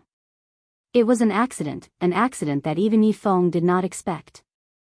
Chapter 487. Yifeng had always been a reliable person. For such an accident to happen, it shouldn't be a coincidence, it should be man-made. She immediately thought of the mysterious red-clothed man. All these abnormal things, could it be that he was behind it? But he had no enmity with the people on this ship, why would he do this? She couldn't help but look at Yifeng beside her. Do you know what's going on? Yifeng did not answer her. Suddenly, he turned his body and pulled her behind him. It was a protective posture. His sharp and cold eyes looked into the cabin. Clap. Clap. Clap. There were 3 crisp claps in the cabin, and a lazy voice said, I didn't expect there to be a master on this ship. Young man, your skills are not bad, you can still escape. The voice was slightly hoarse, but it was unusually magnetic and pleasant to the ears. It was Shui Lan, who had been silently watching the show. I don't know why you set up this puzzle, and I don't want to know. But my lady has no enmity with you, why do you want to kill her? Yifeng said in a low voice. Must there be enmity before I can kill? Shui Lan chuckled, I just like to. He answered as if it was natural, but it made everyone's expression change. If you like to kill, then kill without asking for any reason. This theory is too demonic. This person is not a master, he's clearly a demon. Everyone looked at the chaotic scene around them, and they were all flustered. Who the hell are you? Someone shouted. I'm not a human. Shui Lan's voice was light, as if it carried the murderous aura of a water ghost. It made people feel a chill down their backs. Not a human? Then he's definitely not an immortal. Could it be the legendary demon? What is your purpose for coming here? I heard the sound of the zither and came here to compare notes with everyone. Shui Lan answered elegantly. Everyone looked at each other again, and they secretly sighed in relief. If it was just to compare notes on zither skills, it wouldn't be too dangerous. I don't know how the master wants to compare notes. Grandmaster zither skills are brilliant, there are only a few people here who can match up to Grandmaster. Rong Yen boldly asked. You mortals naturally can't compare to me, Shui Lan replied bluntly, but I can allow you to fight as a group. Team battle? What did he mean? Everyone didn't understand. Fortunately, Shui Lan still had an explanation. You can form a group of 8. If your Guqin can surpass mine, then you win. Everyone let out a sigh of relief. In terms of the beauty of the zither, they might not be a match for the red-clothed man, but 8 zither against 1 zither was a sure win. All they had to do was to play the zither at the highest volume. If we win, will your excellency remove the camouflage and let us go? Of course. Then, what if we lose? If you lose, you'll naturally die. Shui Lan replied casually. On this boat, there was no lack of people with fiery tempers.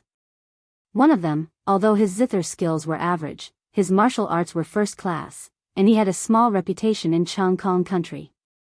When he heard Shui Lan's words, he was dissatisfied and angrily said, even if it's a competition, you should pay attention to mutual consent. Your Excellency using such a petty trick makes people laugh coldly. We don't want to compete with you. Just as he finished speaking, he suddenly felt something stuck in his throat, and his body was lifted up in the air. This person's hands and feet moved chaotically, desperately struggling. Chapter 488. The man struggled with all his might, but he couldn't break free from the shackles of the inexplicable power. His body flew backward involuntarily, and with a whoosh, he was thrown off the boat and fell into the water. After the man fell into the water, the force around his neck disappeared. He coughed twice and immediately moved his hands and feet, trying his best to pop his head out of the water. At this time, his heart calmed down a lot. He knew how to swim. Swimming more than 10 miles was like playing with water. He felt that although the scenery in front of him couldn't be seen clearly, it should be a trick. He should still be in the lake. The depth of the lake was only about 10 miles. He just needed to find a direction and swim. He had a good plan, but he didn't expect to see a blackback swimming towards him as soon as he popped his head out of the water. Before he could react, the thing had already popped its head out of the round table and bared its sharp teeth at him. Help! The man tried to escape, but his speed in the water couldn't be compared to the monster. The monster bit his thigh and pulled him into the water. Violent splashes and streaks of red appeared under the water. The people on the boat were so scared that their legs turned to jelly. They watched as the man was torn apart by the monster and disappeared. There were only a few streaks of dark red liquid spreading in all directions in the rippling water. Monster. There's a monster in the lake. No, maybe this isn't the same lake anymore. Then where is this? Hell. Some of the timid girls were so scared that they lost control of their emotions and screamed. It's so noisy. Shui Lan sighed in the cabin.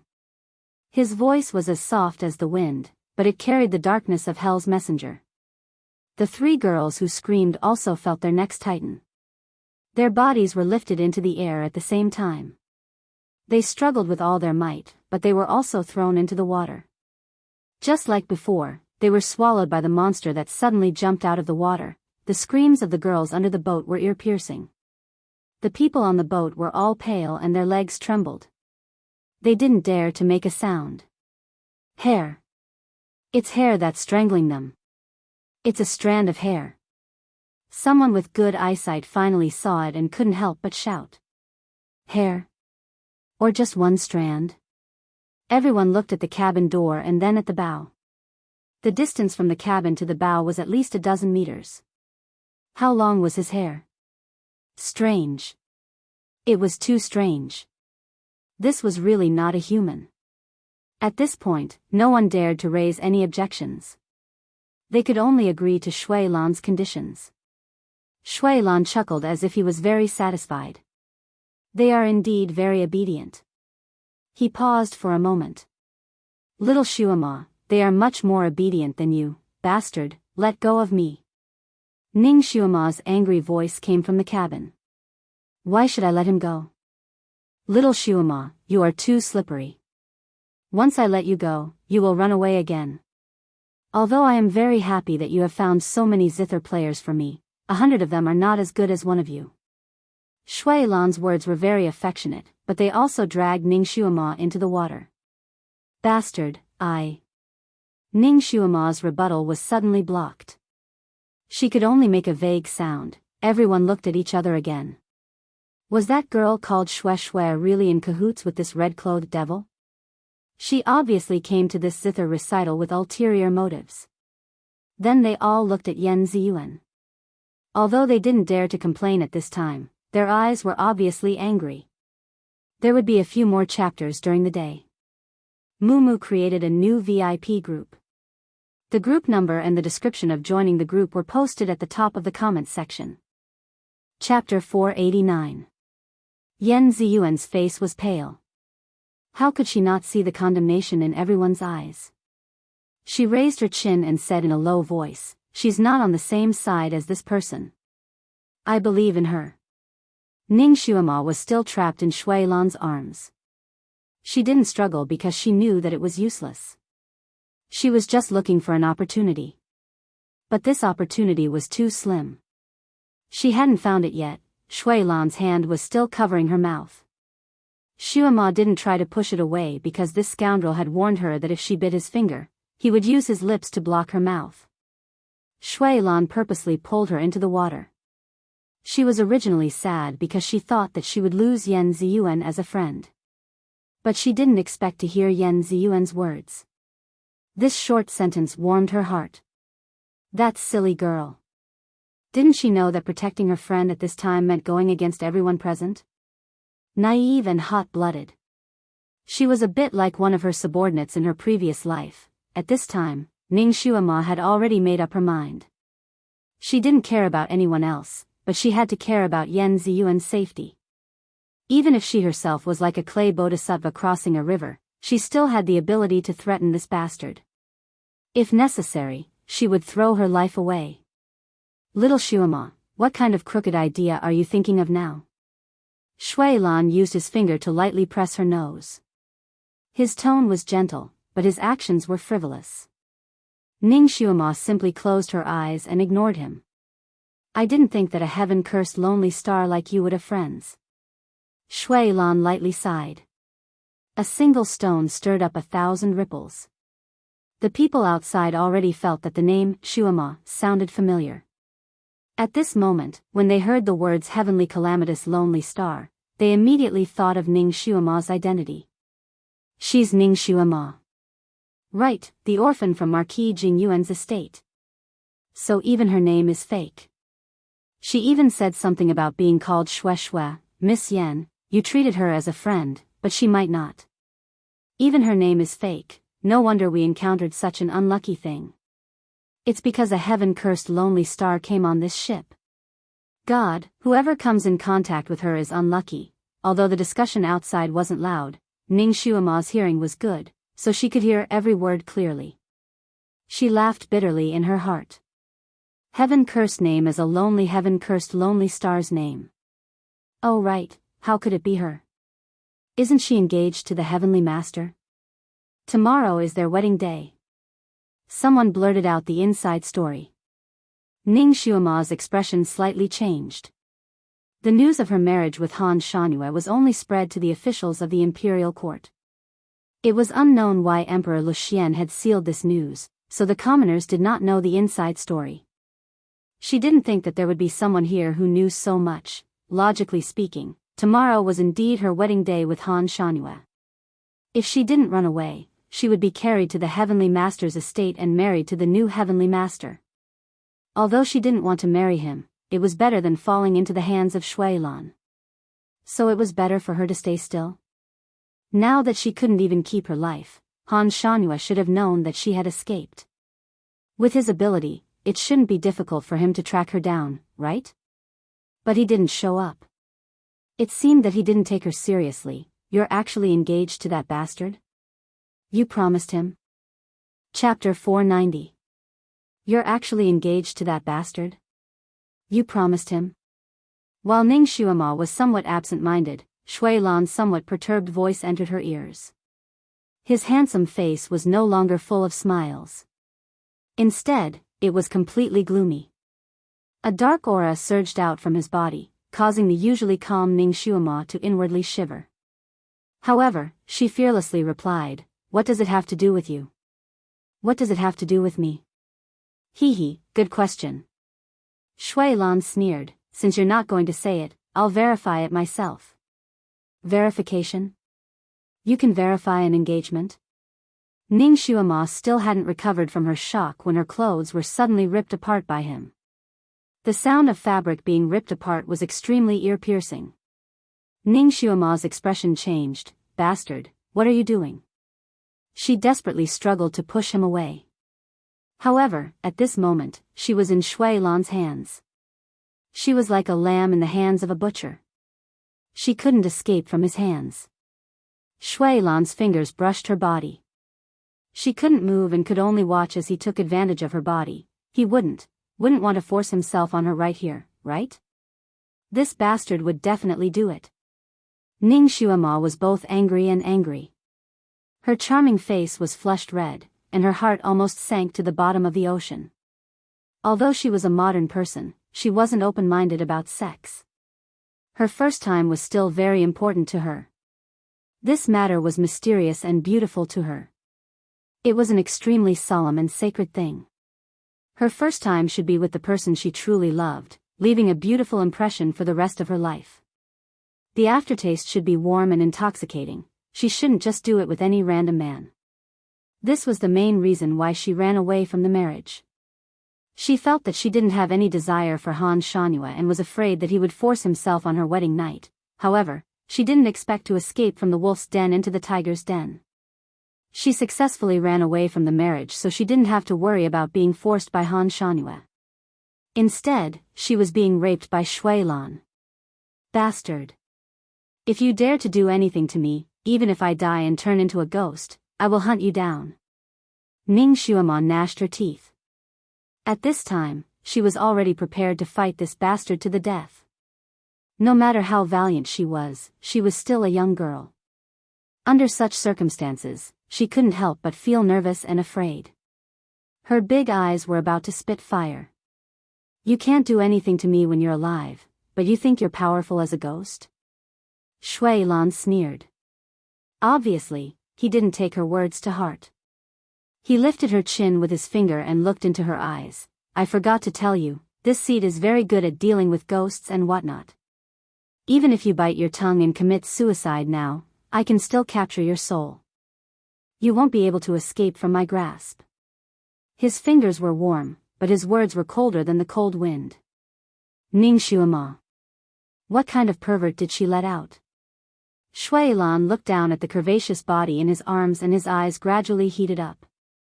I knew it, there was something fishy about you suddenly growing up. You actually ate the ice blue fruit and soaked in the original spring. Ning Xuema was left naked in his arms. Her heart was filled with hatred and anger. Hearing him mention those two things, she immediately thought of the fruit Han Shanhua gave her and the hot spring she had soaked in it. Was there something special about those two things? So what if I ate it? So what if I soaked it? She tried her best to ignore her current awkward state.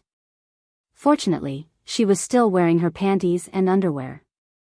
Although they were thin and short, at least it was better than nothing. Chapter 491. You don't know what it does, yet you dare to eat and soak in it? Shui Lan stared at her chest.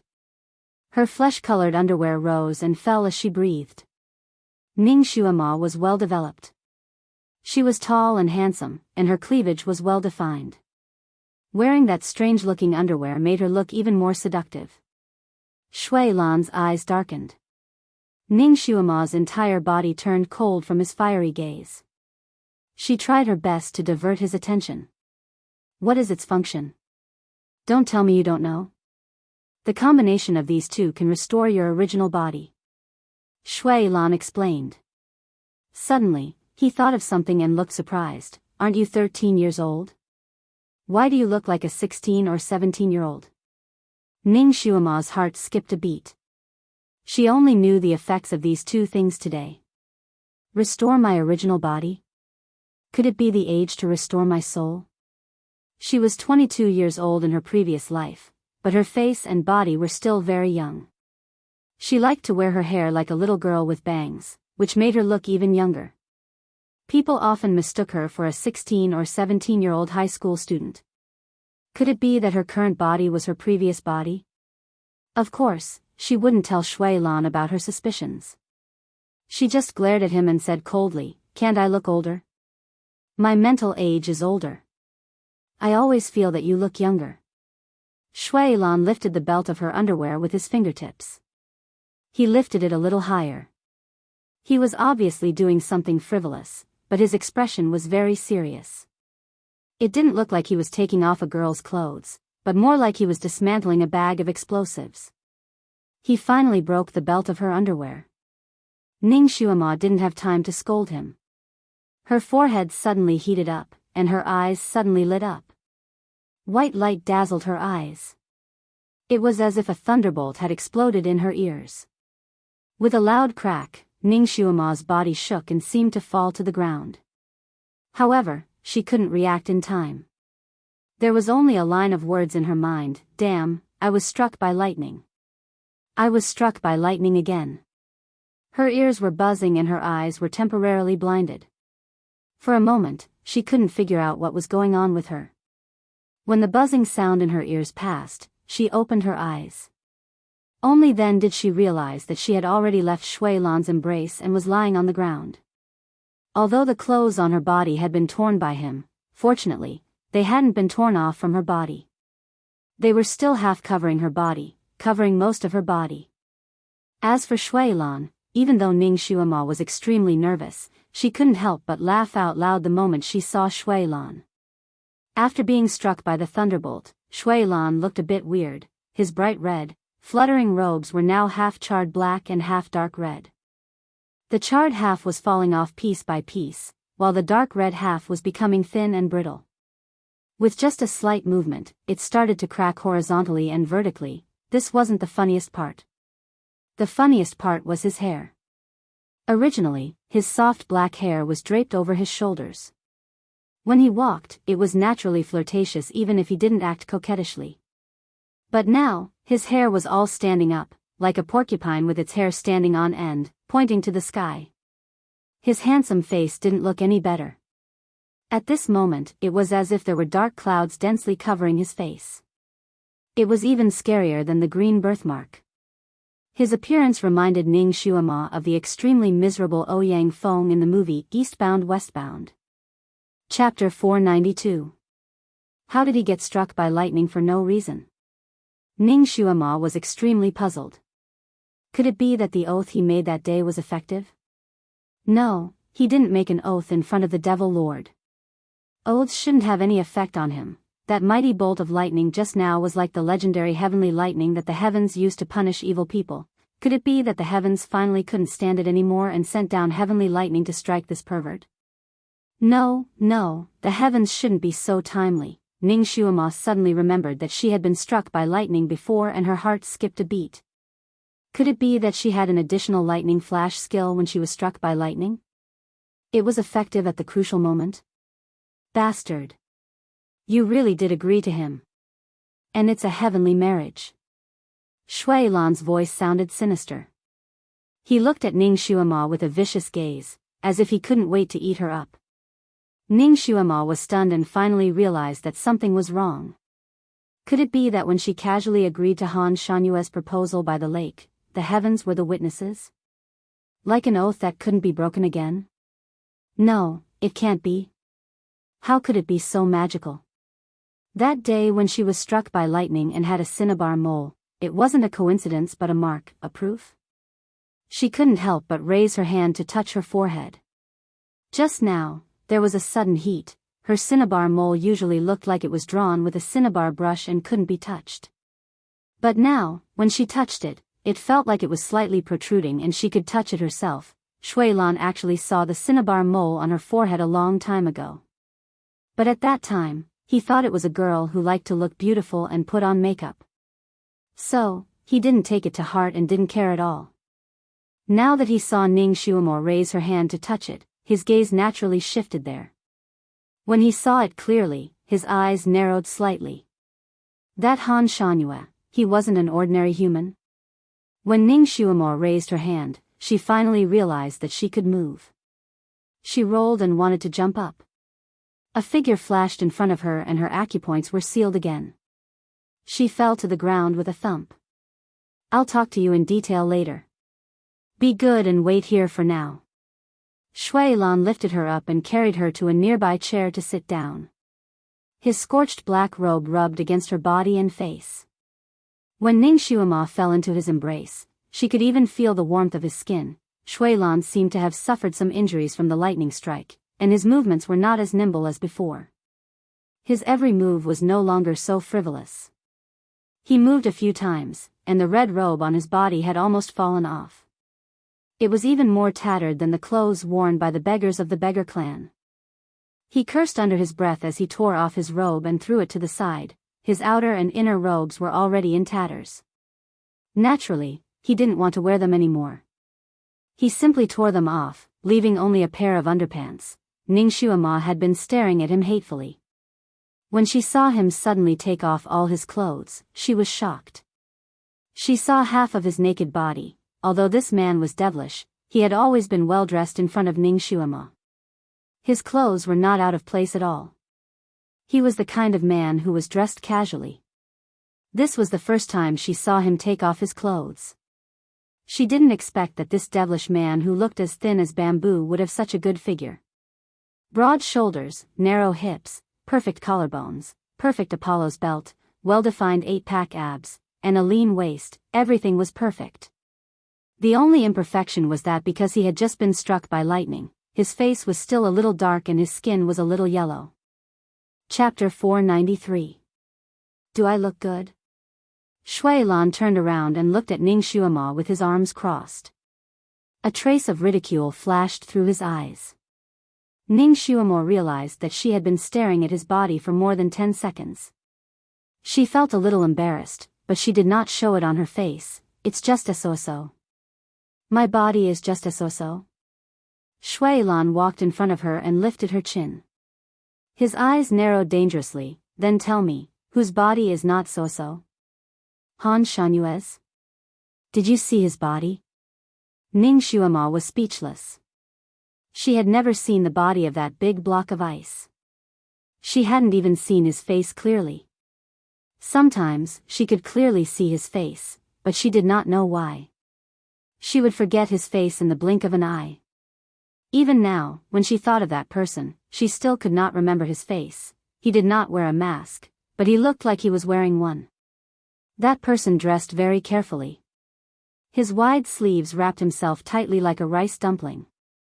Not even an inch of his skin was exposed. Perhaps if she did not run away, she would be able to see his body when they consummate their marriage tomorrow night. You miss him? Ning Xuema felt a sudden pain in her chin. Shui Lan pulled her thoughts back. Shui Lan's voice was like ice rain. You really saw him? Ning Xuema was annoyed by his jealous tone. She sneered, he is my fiancé. What's so strange about seeing him? His body is 1,000 times better than yours. No, 10,000 times better. Since this guy was so vain, she would say something that would anger him to death. You are looking for death. Shui Lan was furious. He raised his hand and wanted to tear her clothes. But his hand stopped halfway. He stared at Ning Xuema for a moment and smiled. You are still a virgin. How could you see him? Little girl, you should be more careful with your words. His finger caressed her lips. It doesn't matter even if you've seen him. When I undo your heavenly marriage restriction, I'll let you have a taste of a real man. His lips came close to her ear, and his warm breath brushed against her face. My skills in bed are excellent. I'll definitely make you, and you'll never want to leave me again. He was so close to her that Ning Xuema felt goosebumps all over her body. His words were obviously a little obscene and flirtatious, but coming from his mouth, it didn't sound vulgar. Instead, it had a kind of seductive charm. Ning Xuema closed her eyes slightly and did not respond to his words. She did not want him to do something even more despicable. Shui Lan smiled. His mood seemed to have improved slightly. Seeing how tough you are usually, I thought you wouldn't care about this. It turns out that you know how to be shy. Out of nowhere, he took out a robe and put it on her shoulders, covering her body tightly. From now on, only I can see your body. No one else is allowed to see it. Do you hear me? Ning Xuema was too lazy to care about him. A faint light lit up in Shui Lan's palm and covered his entire body. The light circled around him and disappeared after a while. He stood up again. Miraculously, the blackness on his face that was caused by the lightning strike had disappeared. It was as if he had just taken a shower. His whole body was refreshed, and his skin was as white as jade. He stretched out his hand again, and a new set of robes appeared in his palm. He seemed to like the color red, and the robes were still red. Chapter 494. He seemed to have a preference for red. His robe was still red. He slowly put it on. He smoothed out his hair that was slowly falling down. Actually, from the moment he used his hair to throw people, there was no one else in the cabin. They all ran out of the cabin like a gust of wind. There were only the two of them in the big cabin. After a while, Shui Lan returned to being a handsome young man. However, his waist-length hair was much shorter. The ends of his hair were damaged by the lightning, so he simply cut them off. He tidied everything up and sat down in the center of the cabin. He lazily said, "The first group can come in." The commotion in the cabin just now naturally caused the people outside to be in a state of shock. None of them dared to come in and take a look. The scenery around them was still dark. The big ship floated in the water. No one knew where it would drift to. There were man-eating monsters in the water. Moreover, it wasn't just one. They saw 7 or 8 of them just now. Those monsters surrounded the ship. From time to time, they would reveal their dorsal fins. No one could leave. If they wanted to live, they had to defeat the red-clothed evildoer. There were 38 Guqin players outside, including the judges. There were 2 judges who were too old and didn't meet Shui Lan's requirements. They were sent out. The other 36 people were split into groups of 8. There were still 4 people left as substitutes. In this group, Gu Ziyan's prestige was the highest. He was the one who assigned the groups. He matched each group according to their own playing characteristics, striving to achieve the most perfect result. The people were divided into groups. The leader of each group was the one with the best Guqin skills. No one objected. At this time, everyone had to be united to survive. No one dared to fight for anything. Yan Ziyuan kept waiting for him to assign her to a group. But she didn't expect that in the end. He still didn't seem to see her. He still looked down on her, right? He thought she wasn't worthy of being a group leader. Yan Ziyuan felt bitter. Fortunately, she was used to being disappointed and didn't take it to heart. At the end of the line, Gu Ziyan called out her name. Ziyuan. He then called out a few more names. We'll be in the same group. If it was in the past, being assigned to the same team as Gu Ziyan, she might have been overjoyed. But now, she wouldn't think about it anymore. Her piano skills were indeed complementary to Gu Ziyan's, so it was natural for her to be assigned to the same group. Rong Yan had been nervously waiting for a long time, but she still hadn't been assigned. Seeing that the last group had been assigned, she couldn't help but ask, "Brother Ziyan, can I be in the same group as you?" Gu Ziyan didn't even look at her. "No, you can be a substitute." Rong Yan was startled and looked at the other 3 people who were also substitutes. The 3 of them also looked weak and delicate. It seemed like Gu Ziyan was really taking care of her. She felt a sweetness in her heart. "Brother Ziyan, I'll listen to you." At this time, being a substitute was much safer than being a team member. While speaking, she glanced at Yan Ziyuan in a teasing manner. "Miss Yan is also a substitute." Yi Feng, who had been watching with folded arms, suddenly said coldly. Gu Ziyan didn't say anything, but Yan Ziyuan promptly said, "No, I and Master Gu Ziyan's piano skills complement each other. We can cooperate to suppress each other's piano skills. For the sake of everyone's safety, I will fight." Her words were calm, official, and rational. Yi Feng didn't speak and still stood beside her. Chapter 495. Gu Ziyan looked at her with a complicated gaze. She had always called him master, but this was the first time she called him Great Master Gu Ziyan.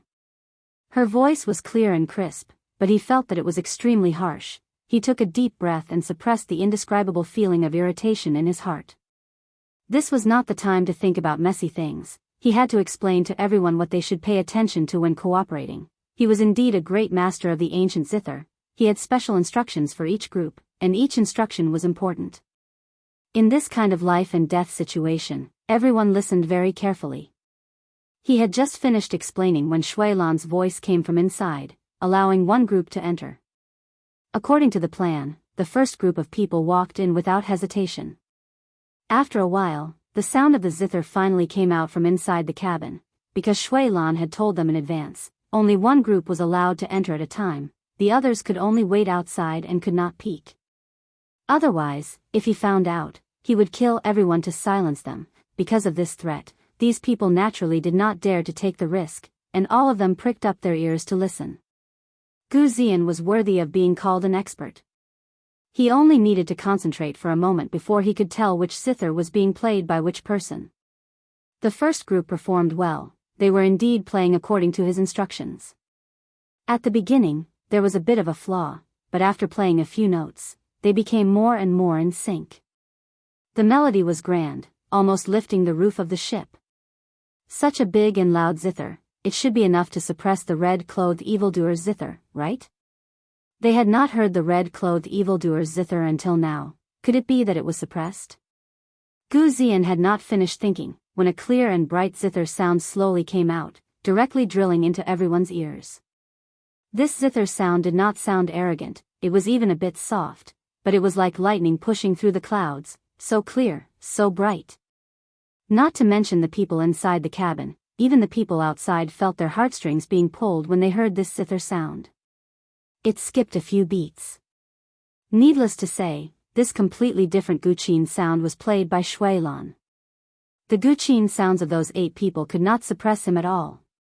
After the sound of the zither reverberated for a few beats, the rhythm of the other zither sounds was obviously disrupted.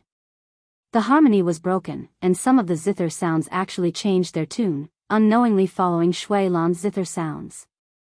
After a few more tunes, 2 more zither followed. After a short while, 6 of the 8 zither began to follow Shui Lan's tune. The other 2 couldn't hold on any longer and finally followed. The expressions of the people who had been listening outside changed greatly. Some of the more impatient ones simply shouted outside, wanting to remind their companions inside. Anyway, Shui Lan didn't forbid it. The crowd outside began to clamor, each voice louder than the last. The sound of the Guqin inside had already become a harmonious 9-piece, like the roaring of the Yangtze River. And Shui Lan's zither sound was always in a dominant position, like a phoenix leading the chirping of 100 birds, flying straight to the 9 heavens. Everyone's throats were almost hoarse from shouting, but they still could not suppress the sound of the zither, nor could they wake up the people inside who were playing the zither. Stop! Gu Ziyan suddenly shouted, successfully stopping everyone's blind shouting. Everyone turned to look at him. He took a breath and made a gesture, asking everyone to gather around him. Chapter 496. He lowered his voice and said in a voice that only the people around him could hear, "His music can bewitch people's hearts and affect the mind of the person playing the zither. We must think of other ways." Other ways? Everyone looked at each other and couldn't think of any way. Yi Feng said from the side, "Just don't listen to his music." Everyone was stunned and immediately came over. Yes, don't listen to him. These people usually listen to the sound of the zither and subconsciously distinguish the quality of the other party's music. Unexpectedly, they didn't think of covering their ears and not listening to the other party's music. The people in the second group immediately agreed on the music they were going to play together, and then they tore the corners of their clothes and prepared to go in and play with cloth balls in their ears. If they don't listen to the other party's music, they won't be led away by the other party. After about 7 or 8 minutes, the sound of the zither finally stopped. There was a dead silence in the cabin. The people outside also held their breath. What happened to the people inside? Why was there no movement at all? Even if they were killed, at least 1 or 2 of the 8 people would scream, right? But, no. After the zither stopped, there was no sound in the cabin. It was like a tomb of the living dead. Nervous, unprecedented nervous. This kind of fear in the face of the unknown made people even more nervous. Rong Yan's pretty face was pale and full of cold sweat. Her small hand pulled Gu Xian's lapel as if she wanted to get some strength from him to support herself. Although Gu Xian was calm, his forehead was also dripping with cold sweat. He was also afraid and nervous. But he was now the backbone of everyone. He couldn't lose his mind. He couldn't help but look at Yan Ziyuan. He saw her slender body standing straight like a lonely pine tree. She was also a weak woman. At this moment, she didn't rely on anyone. In his impression, this young lady was arrogant and high profile, her mouth was unforgiving, and she looked down on ordinary people. But in front of him, she liked to make a fuss about nothing. From time to time, she would find an excuse to throw herself at him, wanting to have physical contact with him. After knowing him for less than 2 months, she confessed to him and bluntly said that she liked him. Her boldness almost made him tongue-tied. Moreover, because of his first impression, he didn't have a good impression of her. Her boldness was no different from indulgence in his eyes, so after being her zither player for a few months, he finally stopped. He thought that he hated her. In order to completely cut off her thoughts, he even let Rong Yan stay by his side, making her think that he already had a sweetheart. In the end, Yan Ziyuan backed off and stopped pestering him. He suddenly realized that without her chattering by his side, his surroundings seemed to have become much emptier, and his heart seemed to have lost a corner. He couldn't figure out what he was thinking about her. He seemed to be annoyed by her, but he also wanted to see her. Seeing her misbehaving, he couldn't help but stab her with his words. He thought that he liked a gentle and virtuous woman like Rong Yan, but his heart couldn't help but lean towards that woman. He had always felt that she had a lot of flaws, and compared to her looks, they were like heaven and earth. But at this moment, he suddenly realized that this girl was actually very open and aboveboard. She dared to love and hate, and she didn't like to rely on men like ordinary girls. At this critical moment, she was calmer than many men.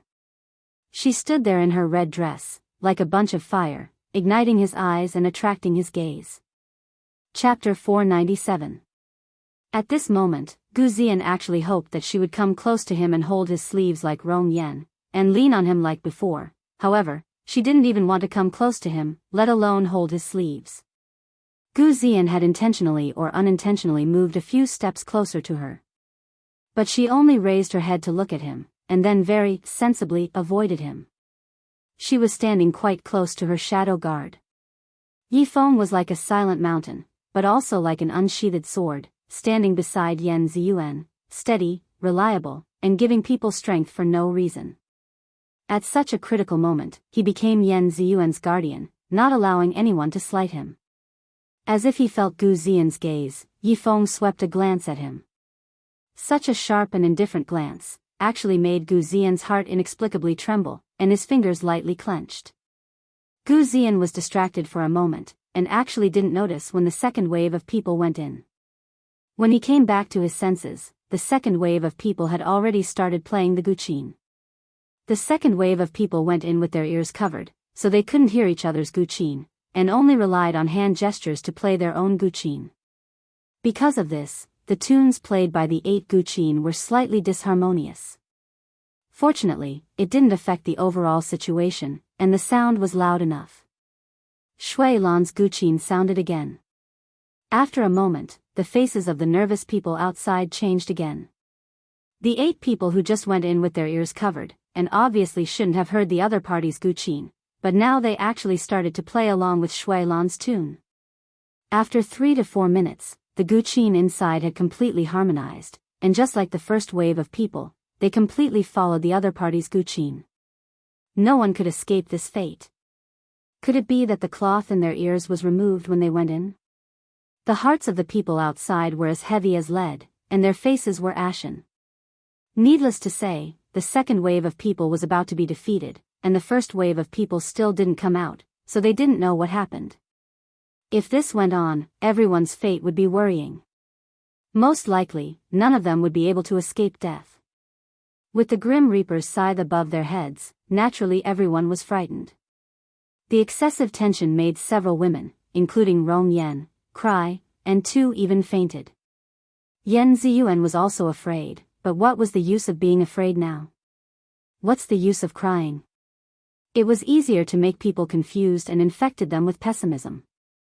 Yan Ziyuan said in a low voice, "Why are you crying? At worst, he would just die." "Shut up, all of you. Yi Feng, if anyone cries again, I'll throw them into the lake to feed the monsters."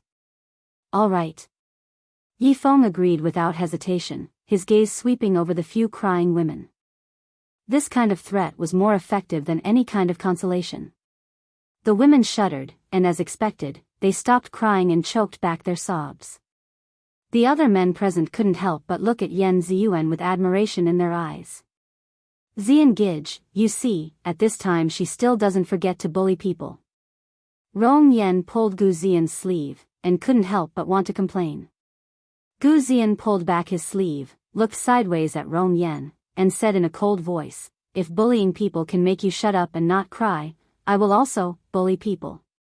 This sentence made Rong Yan's face pale, and she didn't dare to speak again. Yan Ziyuan didn't expect Gu Xian to speak for her at this time, and couldn't help but glance at him. Gu Xian was also looking at her. Chapter 498. It just so happened that Gu Xian was also looking at her. When their gazes met, Yan Ziyuan immediately turned her head to look at the water in the distance. It was already a foregone conclusion that the second wave would lose. They had to make preparations for the third wave. Yi Feng suddenly took a step forward. "Excuse me." A faint silver light flashed between his fingers and flashed in front of the third wave. His figure was as fast as a ghost, and his technique was even faster. Everyone was caught off guard, and they all fell into his trap. Everyone felt a pain in their ears and a buzzing sound. They couldn't hear anything. "You, what are you doing?" The 8 people cried out. Yi Feng used his fingertips to write a few words on the boat with water. "I stabbed your acupoints that caused deafness. You will be deaf for a day and then you will recover." Only then did everyone come to a realization. Gu Xian looked at Yi Feng with admiration. At this time, it was indeed better to be deaf than not. Moreover, it was just being deaf for a day. It was worth it to be deaf for a day in exchange for victory. Time was of the essence.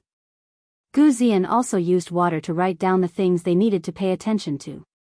The 8 people nodded in agreement.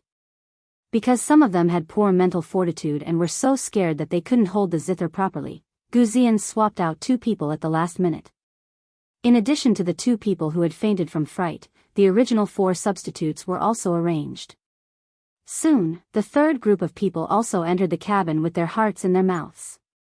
This was the last method they could think of. If even this failed, they might not have a chance to win anymore. Nervous, unprecedentedly nervous. The air outside the cabin was so heavy that it seemed to freeze. Even 1 minute seemed to be extremely long. The people who went in were already deaf. It was impossible for them to hear the sound of the red-clothed evildoer's zither. It was impossible for them to follow the sound of the zither, right? Yan Ziyuan clenched her hands tightly. Her palms were covered in cold sweat. Suddenly, her small hands were grabbed by a large hand. "I'm here. Don't be afraid." The voice was steady and gave her strength for no reason. Yan Ziyuan turned around and saw Yi Feng's dark eyes. Yan Ziyuan stared blankly for a moment and suddenly felt a lot more at ease.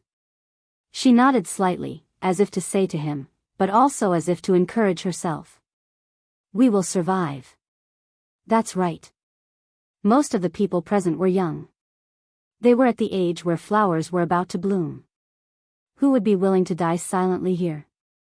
5 minutes later, the few people waiting outside finally lost all hope. The third wave of people had clearly been deafened, but they only lasted for 2 to 3 minutes. Then, she once again followed Shui Lan's music. Gu Xian's face was ashen. At this point, he was already in despair and couldn't think of any other good ideas. When the third wave of people finished playing, Shui Lan urged for the fourth wave of people. Another person fainted from fright. The final group had 7 people. 7 people couldn't meet Shui Lan's requirements. According to Shui Lan's words, if the fourth wave of people couldn't be gathered, he would simply take their lives. Yifeng suddenly rushed forward and picked up the zither of a fainted person. He simply said, "I'll do it." Gu Zian looked at him in shock. "You know how to play?" Yifeng didn't answer his question. Instead, he walked in with large strides. Gu Zian and the others could only follow. This was already the last wave of people. Yan Ziyuan finally saw the layout of the cabin. Shui Lan was sitting in the middle in red clothes. Chapter 499. Shui Lan had a blue zither on his lap and the other people who came in earlier were nowhere to be seen. In the corner of the cabin, there was only Ning Xuema sitting on a chair. She was also wearing a red robe and her sitting posture was a bit strange. It was like she was stiff and didn't move at all. Only her eyes were slightly lowered and her eyelashes would occasionally flutter a few times. Because she had fallen into the water, Ning Xuema's makeup had been completely washed off and her original appearance was revealed. Her face was as white as jade, her eyes were watery, her nose was high, and her lips were cherry red. It was like the rough outer layer of a gem had been polished off and the resplendent inside was finally revealed. She was extremely beautiful, so beautiful that people couldn't take their eyes off her. Ning Xuema's face was a bit pale. When she saw Yan Ziyuan and the others come in, her eyes flashed with sadness and she looked at Shui Lan with hatred. Yan Ziyuan's eyes looked at Ning Xuema's face and she pursed her lips. Her eyes flashed with sadness. "Shui Shui, everything you showed me was fake." She had treated her as a real friend. But not only was her name fake, even her face was fake. Ning Xuema's mute acupuncture point had been sealed and she couldn't speak. This short half an hour was definitely the biggest nightmare of her life. She sat there like a puppet, staring blankly at the living people coming in one by one. According to Shui Lan's request, each of them sat in a position to play the zither. She could clearly see the fear and struggle in their eyes. She watched as they played the zither with all their might. She watched as they couldn't get rid of Shui Lan's zither music. She watched as strands of vital qi flowed towards the zither on Shui Lan's lap. She watched as a string on the zither appeared from nothing. She watched as those people's black hair turned white and the youths in their prime turned into old people with wrinkled skin and white hair. Every time Shui Lan's last note fell, those people would fall to the ground one after another as if all their energy had been sucked out of them, dying silently. In the end, Shui Lan waved his sleeve and threw the corpses out of the window. She didn't know what method he used, but when the corpses fell into the water, there was no sound at all. She couldn't hear the sound of them falling into the water. Just like that, she watched as wave after wave of people came in and repeated the same path.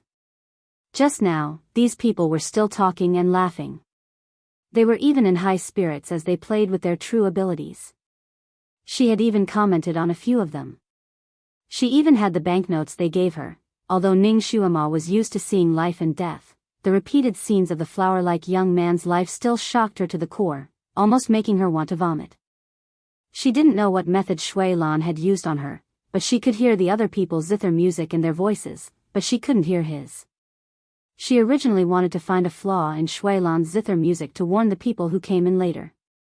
But she couldn't hear his zither music at all, so naturally she couldn't tell if his zither music was lacking. Now that she saw Yan Ziyuan come in, thinking about the lives of those young men and women, Ning Xuema's heart became even more anxious. She had to think of a way to stop it. Otherwise, once the zither music started, Yan Ziyuan and the others would be like the others and their lives would instantly wither away. But she couldn't even move right now.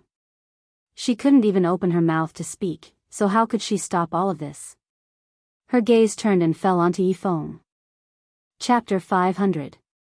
Coincidentally, Yifeng also glanced at her. Their eyes met.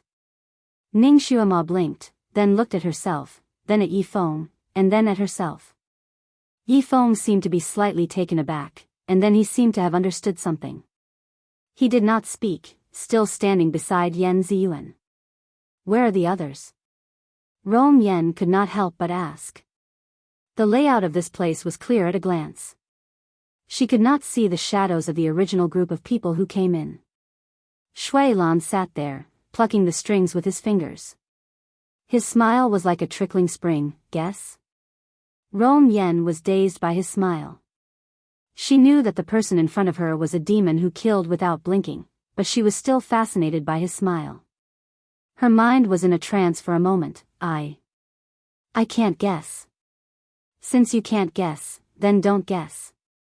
Shui Lan's voice was as warm as the spring breeze. I will count to 10, and each of you will sit in a position. I don't seem to be very patient. If you can't do it, I will be sorry to everyone.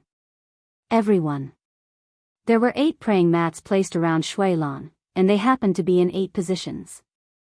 Could it be that there was something strange about his praying mats? At this time, no one dared to be negligent, and each of them chose a direction and walked over. Shui Lan's counting voice was very leisurely, and his speed was also quite fast. Soon, everyone found their positions. A few of the more scheming people did not sit on the praying mats, but directly sat on the ground. Shui Lan glanced at those people lightly, but did not say anything. Rong Yen liked to be clean, so she even used her sleeve to brush the praying mat. She was about to sit down when she suddenly felt a sudden numbness in her leg. She was already very nervous, so when she was suddenly hit, she sat down with a thump and instantly screamed. Her cry was shrill, and her voice was not soft, so it immediately attracted everyone's attention. Even Shui Lan glanced in her direction. It was also at this moment that Yi Feng, who had already approached Ning Xuema, arrived beside Ning Xuema like a bolt of lightning. The long sword in his hand was unsheathed and pressed against Ning Xuema's back. By the time Shui Lan noticed, Yi Feng had already succeeded. The position he was standing at was extremely tricky. His entire body was hidden behind Ning Xuema. His sword was sharp. As long as he breathed in and out slightly, he could directly stab into Ning Xuema's back. Shui Lan narrowed his eyes and looked at Yi Feng lazily. What are you doing? Let us go. Otherwise, I'll kill her. Yi Feng's goal was clear. Obviously, no one had expected this sudden change. Everyone held their breaths, not knowing how things would develop. Ning Xuema sighed in relief. Just now, she had looked at Yi Feng as if her eyes were cramping. In fact, this was what she meant. She thought that this cold blockhead didn't understand, but it turned out that he didn't move at all. This child is teachable, this child is teachable. Ning Xuema also looked at Shui Lan. She never thought that Shui Lan would have feelings for her. She always felt that this bastard kept her alive for some other purpose and wouldn't let her die so easily. Shui Lan laughed. You want to use her to threaten me? Do you think she's qualified? Yi Feng's voice was calm. Whether she's qualified or not, we'll only know after we try. This is our only chance. If you defeat me, you still have a chance. Now that you're acting like this, you've angered me. I don't want to give you the only chance anymore. Chapter 501. As soon as these words came out, everyone's face changed. Originally, they wanted to use their zither skills to make a final gamble, but now that they have angered this evildoer, their only chance will be lost. Everyone looked at each other in dismay. Although Ning Xuema couldn't move or speak, she could still see everyone's expression. She clearly saw their expressions and her heart sank. She inwardly cursed, this is bad. If these people are not united, this red-clothed evildoer will definitely take advantage of their weakness. This bastard is best at psychological attacks.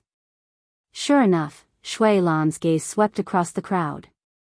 Smiling slightly, he said, this person has destroyed your only chance to fight for your life. What do you want to do? Everyone looked at each other, but no one spoke. Seeing that you are not accomplices, this lord can give you a chance. Let him stop this stupid act. Otherwise, this lord will directly send you to feed the monsters. At this moment, Rong Yen had already climbed up from the ground. She also understood that the reason why she fell down just now was because of Yi Feng's mischief. He borrowed her scream to attract Shui Lan's attention so that he could carry out his plan of attack. He succeeded, but they were all screwed. Is this red-clothed evildoer a person who is easily threatened? What is Ning Xuema? Will this red-clothed evildoer really put her in his heart? Yi Feng's actions are useless, it will only anger this red-clothed evildoer and make the situation worse. Rong Yen couldn't help but open her mouth, but she was angry at Yen Ziyuan. Yen Ziyuan, take care of your bodyguard. Don't let him do stupid things. Yen Ziyuan's face was also pale. Looking at Ning Shuama and then looking at Yifeng, don't. Although Ning Shuama did not tell her a lot of things, but in her heart, she has always treated Ning Shuama as a friend. Her own bodyguard threatening her friend, this made her a little embarrassed. Yifeng's face was cold. Miss Yen, this woman did not harm you enough? They are in cahoots. The treasured sword moved slightly forward.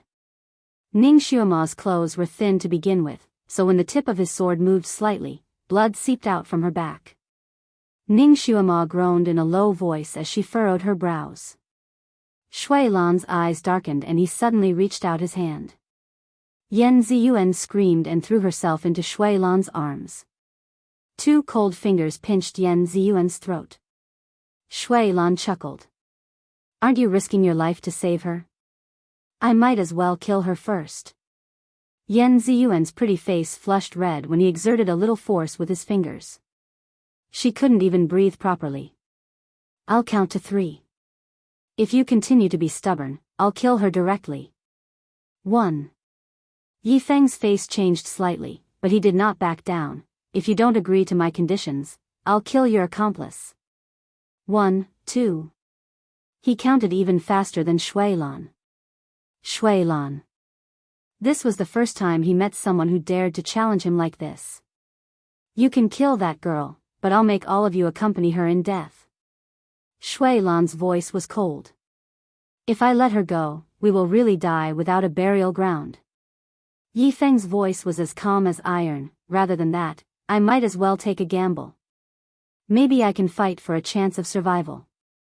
Even if I die in the end, I won't lose anything if I can drag your concubine down with me. This Yifeng was indeed calm and smart. He could see the situation clearly. Was this person really an ordinary shadow guard? Chapter 502. Ning Shuama gave him a thumbs up in her heart. If she was in Yifeng's position, she would probably do the same. Shui Lan narrowed his eyes. Aren't you afraid of angering me and killing her now?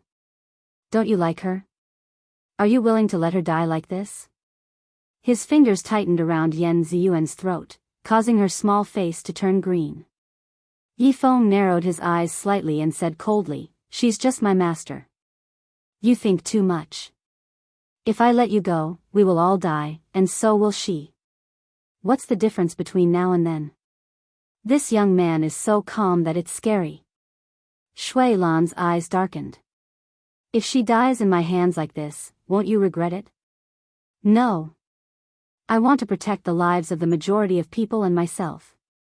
If she dies and I escape with my life, I will report to her father and give her a good coffin. Shui Lan smiled, but the smile did not reach his eyes. So you are even more ruthless than me. I am a fugitive. Being ruthless is my nature. Yifeng's voice was like ice. It was obvious that he was ready to risk everything. A fugitive's patience is limited. Your Excellency, do you agree to this condition of mine? The sword in his hand slightly moved forward, causing more blood to flow out from Ning Shuama's back. It had already begun to drip onto the floor. Good. I like people like you who are ruthless. I agree. Shui Lan suddenly let go of Yen Ziyuan. Yen Ziyuan had been holding her breath for a long time. Her face was already green. Now that she was free, she immediately gasped for air. She staggered a few steps and almost fell. An arm from the side supported her. Ziyuan, are you okay? Yen Ziyuan could only focus on gasping for air. She could not speak for a while. She could only shake her head. Her eyes were fixed on Yifeng's face, as if it was the first time she had met him. Gu Ziyan held her arm. When he saw her expression, his expression changed slightly. It was Gu Ziyan who was supporting her, but her eyes and thoughts were not on him. Once again, he was truly close to this delicate body. Unexpectedly, he felt very touched and a very warm feeling welled up in his heart. In his heart, there was a kind of happiness that he had lost and then regained. Ziyuan, your neck is injured. I have some medicine here. Gu Ziyan helped her sit down. There was a bruise on her neck, and she had to apply some medicine to prevent the bruise from spreading. Ziyan Gij. Rong Yen didn't expect that Gu Ziyan would care about Yen Ziyuan. She was very dissatisfied and couldn't help but call out. Gu Ziyan ignored her. He took out some Jinchuang ointment and applied it on her wound. Yen Ziyuan's soul seemed to have been squeezed out by Shui Lan. Her beautiful face was pale, and she seemed to have lost her soul. On the other side, Shui Lan clapped his hands and looked at Yifeng unkindly. I have already agreed to your conditions. Why are you still not letting her go? Yifeng said, Your Excellency, make an oath in front of the devil ancestor. If I let her go, you will never find trouble with us again and take our lives. Ning Xuema was speechless. It seemed that this Yifeng knew a lot. He also knew that Shui Lan was a demon. Shui Lan's face sank. Yifeng, you have guts. Yifeng didn't say anything, but his expression showed that he wasn't willing to take a step back. Shui Lan's gaze turned to Ning Xuema's small face. Ning Xuema's small face was pale, and she was also looking at him. When their eyes met, Ning Xuema actually smiled. Shui Lan didn't know what she was smiling about, but he faintly felt that she was up to no good. Chapter 503. Shui Lan squinted his eyes and smiled. Isn't it just swearing in front of the devil ancestor? It's not difficult at all. He swore. After he finished, Yifeng apologized and let go of Ning Xuema. Shui Lan's sleeves shook, rolling Ning Xuema into his embrace. His left arm wrapped around her, and he gritted his teeth beside her ear. You little bastard who only cares about outsiders. Aren't you afraid that he will kill you? Ning Xuema's acupuncture points were still sealed. She just blinked her eyes and couldn't speak. She didn't have any other reaction. She knew that Yifeng wouldn't really kill her. As for Yifeng taking her as a hostage, it was also her who secretly hinted him with her eyes. However, she didn't expect Shui Lan to agree so quickly. It seemed like he was really afraid that she would die. Yifeng finally heaved a sigh of relief. He had taken a risk to block her. Not bad, he had won. He had finally won a chance to live for all the survivors. His gaze fell on Yen Ziyuan again. He saw that she was half leaning in Gu Ziyan's arms. Her face was still pale, and her eyes were dark and unfocused. It seemed like she hadn't come back to her senses. His eyes showed a hint of guilt. When he was about to go forward to take a look, he suddenly heard Shui Lan chuckling. You are lucky this time. Even if I don't kill you, do you think you can escape alive? Before his laughter stopped, he had already floated up like a red cloud and smashed the roof of the ship. Everyone was shocked. Before they could react, they suddenly heard Yifeng let out a muffled groan. He staggered 2 steps and fell on the floor with a plop. Shui Lan's laughter came from above the hole in the cabin. I hate being threatened the most. Let me teach you a lesson. His laughter faded and he was already far away. Yifeng lay there. He felt that his internal organs were in so much pain that they were about to flip over. Cold sweat dripped down from his forehead. He couldn't get up and could only lie there gasping for breath. A pair of embroidered shoes stopped in front of his eyes. His body stiffened, and he slowly raised his head to meet Yen Ziyuan's ink-black eyes. She looked down at him. How are you? Yifeng lowered his eyes and said in a cold voice, It's just a small injury. He won't die. Won't die? Huh, how can a person like you die? Yen Ziyuan sneered. She slowly squatted down and looked into his eyes. She stubbornly wanted an answer. Did you really not care about my safety just now? If I die, will you really only prepare a coffin for me? Ziyuan, now that we're out of danger, don't ask any more. He was also in a hurry and had no other choice. After all, we're out of danger, aren't we? Someone tried to persuade him. Shut up. Yen Ziyuan fiercely replied to that person. She turned her head to look at Yifeng as if she wouldn't give up until she got a clear answer. Answer me. Yifeng's body stiffened. He lowered his eyes and only replied with one word, yes. Pa. His face received a fierce slap. Yifeng, you're only a hidden guard. I'm the master and you're the servant. What right do you have to decide my life or death? Half of Yifeng's face was burning. He lowered his eyes and pursed his lips without replying. Yifeng, I've always hated you. Do you know that? Yan Ziyuan's large eyes seemed to be burning with fire. I know. Yifeng slightly closed his eyes. Huh, it's good that you know. Let me tell you, I hate you even more now. When we get home, I'll tell father to remove you from your position as a hidden guard. Yifeng's face became even paler. After pausing for a moment, he replied with 2 words, do as you wish. Yan Ziyuan, she felt an inexplicable fire in her chest rush up. She couldn't help reaching out to push Yifeng, go die. I don't want you anymore. Chapter 504. She was quite strong, but she couldn't move Yifeng at all. She got up in a fit of anger and walked out of the cabin. When she reached the cabin door, she tripped over the high threshold and almost fell out. Be careful.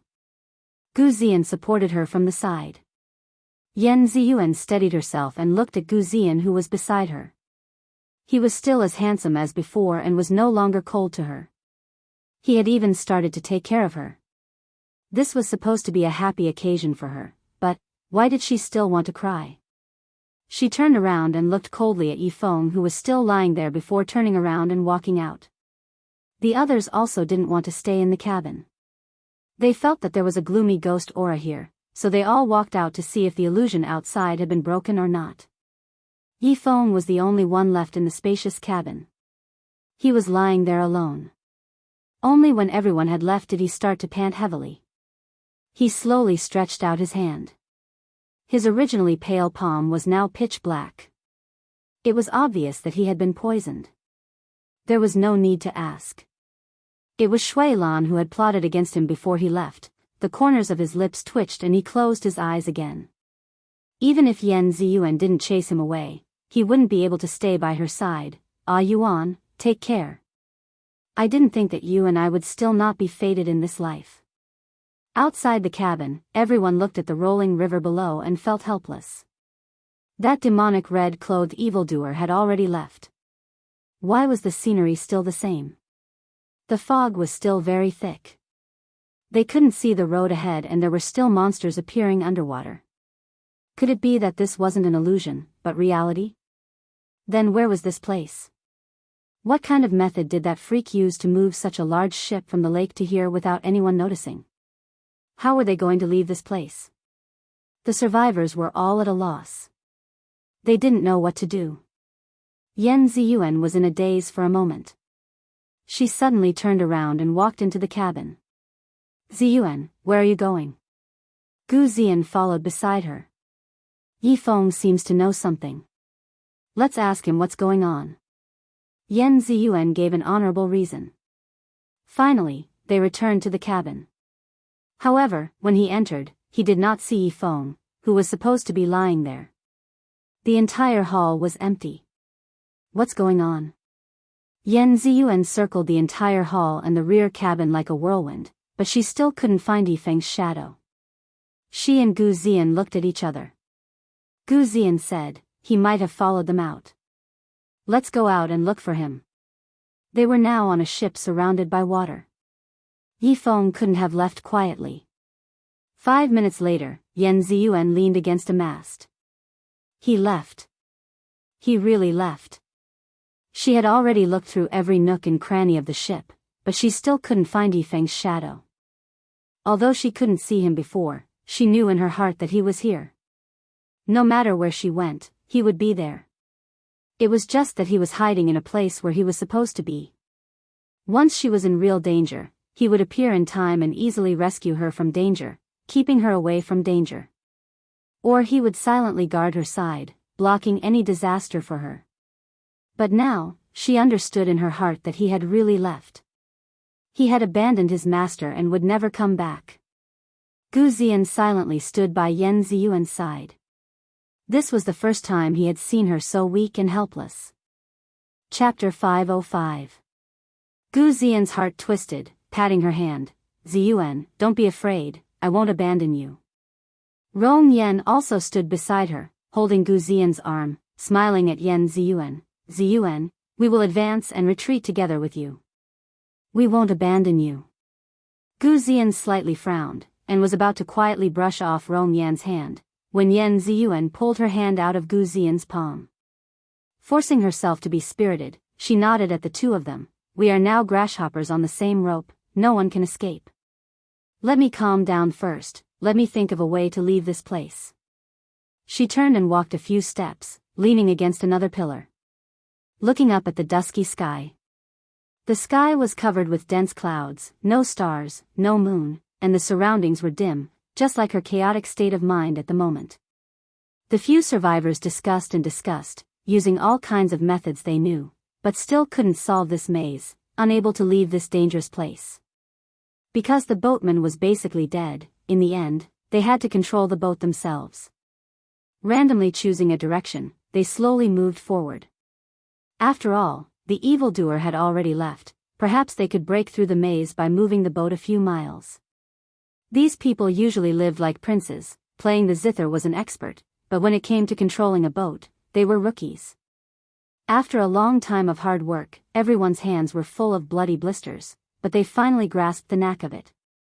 Finally, the boat started to move after swaying from side to side. About 10 minutes later, the crowd suddenly heard a cracking sound from the bottom of the boat. It was like the sound of wood cracking. Yan Ziyuan was numbly paddling the oars, her thoughts drifting away, so when she heard the strange cracking sound, she didn't think much about it. Until she heard someone shout, "Not good, the bottom of the boat is cracking. Water is entering." In a rush, panic, everyone tried to think of a way to stop the boat from cracking. Seeing the water crazily rushing in, they were afraid of being swept into the water, so they could only choose to jump off the boat. Yan Ziyuan's swimming skill was average, but fortunately she jumped into the water in time, desperately swimming away from the boat, and then watched the boat capsize, slowly sinking to the bottom. Yan Ziyuan looked around. Like her, there were only 3 people floating on the water, Gu Ziyan, Rong Yan, and Master Luo. The others were nowhere to be seen. She didn't know if they were swept into the water or eaten by some monster. Gu Ziyan's martial arts is quite good. Rong's can't swim, her whole body almost hanging on his arm, but he's still swimming not slow. Seeing Yan Ziyuan, he heaved a sigh of relief and swam over with Rong Yan. "Ziyuan, are you all right?" Yan Ziyuan shook her head. "I'm fine." She couldn't help but look around. She was already in such a dangerous situation, yet Yi Feng still had no intention of appearing. "Humph, if you don't want to come out, then don't come out. I don't care about you. When I go back, I'll ask my father to send me a better shadow guard. I don't want you anymore." Yan Ziyuan's heart was ruthless. "But why does my heart always hurt so much?" The 4 of them gathered together and had a simple discussion. Then, they chose a direction and swam forward together. The fog was boundless, the sky was filled with dark clouds, and the water under them was yellow and dirty. The waves came one after another, hitting their body. It was very cold. At this moment, they were sure that they were not in the lake. How can the lake be so turbid? Chapter 506. Behind them came the faint roar of the aquatic monster, which made everyone's heart skip a beat. They were no stranger to this kind of roar. After all, they had heard it for most of the night. They had also seen with their own eyes several experts who fell into the water and were directly torn apart by this kind of monster. But it was strange, although they had heard this kind of monsters roar several times, they did not see them chasing after them. It seemed that they were blocked by something. Not far behind them came the sound of fierce splashing of water, as if in that place, the monsters were fighting with something. Yan Ziyuan's heart slightly moved. She could not help but look back, but the sky was dark, she could not see anything clearly. Could it be Yi Feng who was blocking the monsters behind them? Yan Ziyuan almost could not help but swim back to take a look. Ka! Suddenly, a flash of lightning appeared in the horizon, illuminating the surroundings in a flash. Almost at the same time, Yan Ziyuan heard a strange muffled cry. She saw a huge fishtail not far behind her. Its scales were sparkling, and there was a huge wound on the fishtail. Blood was flowing out from the wound, the lightning flashed and disappeared, the surroundings fell into darkness, and there was a loud sound of something falling into the water. Ziyuan, don't look. Quickly go. Gu Ziyan grabbed her arm and swam forward with her. Did you see that fishtail? Yan Ziyuan's heart was beating wildly. She felt that the fishtail was vaguely familiar, but she could not remember where she had seen it. I saw it. It should also be a monster. Quickly go. Quickly go. Behind them, the splashing of water became more violent. It was obvious that the battle between the monsters was more intense. The four of them did not dare to look back. They could only desperately swim forward. Woo. Behind them came a long mournful cry. Although the sound was mournful, it was not unpleasant to hear. It echoed in everyone's ears. Caw. Another flash of lightning struck. Yan Ziyuan could not help but look back again. She did not see the beautiful fishtail, but saw two black dorsal fins rushing towards their direction like arrows. The monster is coming. Rong Yan screamed, Brother Ziyan, I don't want to die. I don't want to die. Wah. She broke down and burst into tears. Shut up. If you cry again, I'll leave you behind. Gu Ziyan was already nervous. Now that she was crying, he had a headache. He was actually very good at swimming, but now that he was dragging two people, his speed was more than half of his usual speed. Seeing the ink-black dorsal fin getting closer and closer, Rong Yan was scared out of her wits.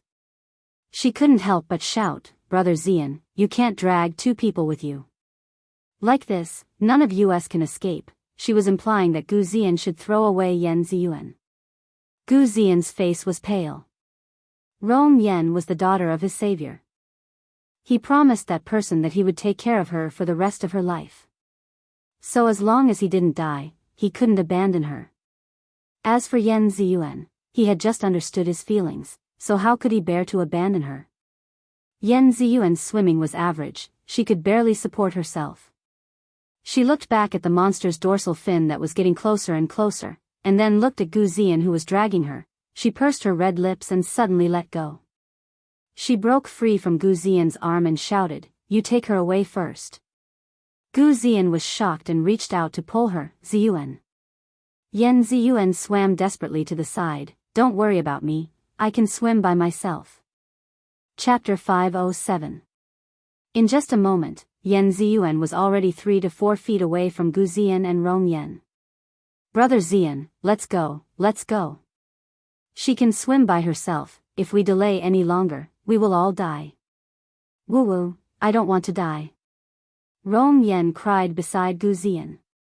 Gu Ziyan choked. If he tried to pull Yan Ziyuan, he was afraid that it would be too late. While he was distracted, Yan Ziyuan had already disappeared into the darkness and could no longer be seen. Ziyuan. Ziyuan. He couldn't help but shout. At this moment, Gu Ziyan seemed to have lost his soul. Gu Ziyan wanted to chase after her, but he lost sight of her. For a moment, he didn't know which direction to go. The monster is coming. Rong Yan's voice changed. Let's go, Gu Ziyan sighed. He could only swim forward with all his might. Yan Ziyuan swam forward aimlessly. The lightning in the sky was getting denser and denser. One after another, it lit up the surroundings. She saw that Gu Ziyan and Rong Yan were only 2 black dots. She also saw that the monster first caught up with young Master Zhao.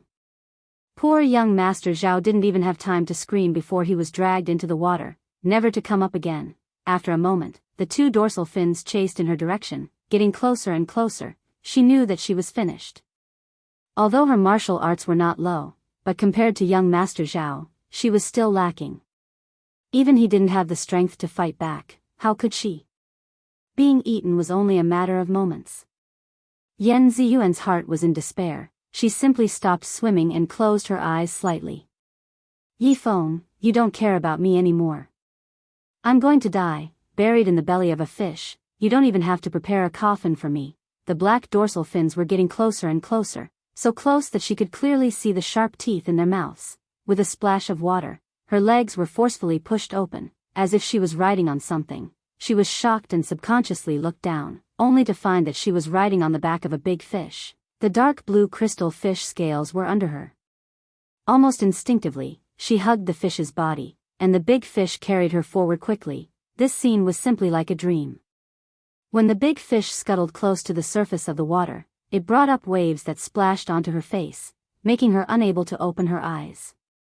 She could only desperately lie on its body, tightly hugging the fins on its back. In a daze, only one thought flashed through her mind: there was actually a fish that came to save her. She had actually encountered a plot that would only appear in a legendary novel. The sound of water was deafening. She couldn't hear or see anything. She just hugged it with all her might. She didn't notice that the dark clouds in the originally dark sky above her head had dispersed, and she didn't notice that the big fish below her had slowed down and finally stopped. "Master, there is really a Charmin. I didn't expect that there would be a Charmin in the chaotic river." "Ah, it's carrying a person on its back." A voice suddenly sounded in front of her. The voice was crisp and pleasant, but very unfamiliar. Yan Ziyuan slowly raised her eyes dizzily. When she saw the person in front of her, she couldn't help but raise her hand to rub her eyes. Not far in front of her, there was a big bird suspended in the air, with blue satin feathers, a long vermilion beak, a phoenix feather crown, and a long tail feathers. Qing Wan. The legendary Qing Wan. On the back of Qing Wan stood two people. Chapter 508. One of the two was a 15 or 16-year-old girl with a delicate and pretty face. She should be the disciple. The other looked like a 20-year-old woman, but her dress was a bit strange. Ordinary women wore skirts, but she wore a white robe, an extremely wide white robe like snow. This white-robed woman's long hair was loose and flying behind her. The corners of her eyes were slightly raised, and her eyebrows were elegant and beautiful. However, she looked cold and unapproachable. She was very beautiful, as if she was a beauty carved out of snow. On this continent, there was no one else who could ride such an eye-catching divine bird, only the leader of bright reverence religion, Yi Qingwan. Yan Ziyuan stared at her for a moment. Her heart was so nervous that it almost jumped out. She hurriedly saluted, "Senior Yi." Yi Qingwan looked at her from above. To be exact, she was looking at the big fish under her body. Her eyes moved slightly. Sure enough, it's shark men. Soon after, Yan Ziyuan felt her body was as light as a feather, and she fell on the riverbank. The big fish under her body automatically left the water and flew towards Yi Qingwan's back. It was only at this moment that Yan Ziyuan saw clearly what the big fish that had been carrying her looked like. How was this a big fish? It was clearly a merman. It was the size of two adults. Its whole body was dark blue. Above its chest, it had the streamlined shape of a fish. Above its chest, it was a human. Its long blue algae-like hair was scattered all over its body, making Yan Ziyuan unable to see its face. There was a long wound on its tail, which was still dripping blood. A merman. A legendary merman. She didn't expect that the one who saved her life this time was actually such a beautiful merman. Her heart began to thump wildly. She turned over and was about to get up, put him down. She always felt that this merman was the most important person to her. Unfortunately, she had seriously overdrawn her strength in the water. Just as she stood up, she fell down with a plop. There were sharp stones beneath her, and her leg was also injured. Yi Qingwan lightly glanced at her, raised her sleeve, and threw down a medicine bottle. "Eat it. It can increase your power by 10 years. Consider it your reward." Her voice was also cold, with a chill like ice and snow. It made Yan Ziyuan's heart shrink. Yi Qingwan was obviously the kind of person who didn't talk to mortals. After she finished speaking, she patted the head of the blue Wan phoenix. The blue Wan phoenix flapped its wings and turned into a black dot in the sky. Her savior, no, her savior fish. Yan Ziyuan staggered 2 steps forward, then stopped dejectedly. Looking around, there were piles of rocks and gravel everywhere. Chaos River? 1,000 li away. She had heard of the chaotic river before. It was more than 1,000 miles away from Daliang City where she lived. She didn't expect that the merman would bring her here after a night of flying, thinking of Ning Shuama who was kidnapped by the red-clothed evildoer, thinking of Yifeng, and then thinking of the merman who was taken away by Yi Qingwan. Yan Ziyuan only felt like a fire was burning in her heart. Ning Shuama would suffer greatly if she fell into the hands of the red-clothed pervert. Yi Feng's life and death were unknown. As for the mermaid, no one knew what fate it would have if it fell into Yi Qingwan's hands. After all, the legendary mermaid's entire body was a treasure. The mermaid's tears were even rarer, and the mermaid's skin was said to be able to make people glow with youth and moisturize their skin. Yi Qingwan didn't take the merman away to skin it, right? Chapter 509. Yan Ziyuan quivered and shivered in fear. She kicked the bottle of medicine that Yi Qingwan had thrown far away. That shark man had saved her life and was already her friend. She would not accept this bottle of medicine and would not betray her friend. She picked a direction and ran. She wanted to get help. She wanted to find that Han Shangyue. However, the chaotic river was 2,000 miles away from the capital of Changkong country. It would take her at least 3 days to get there.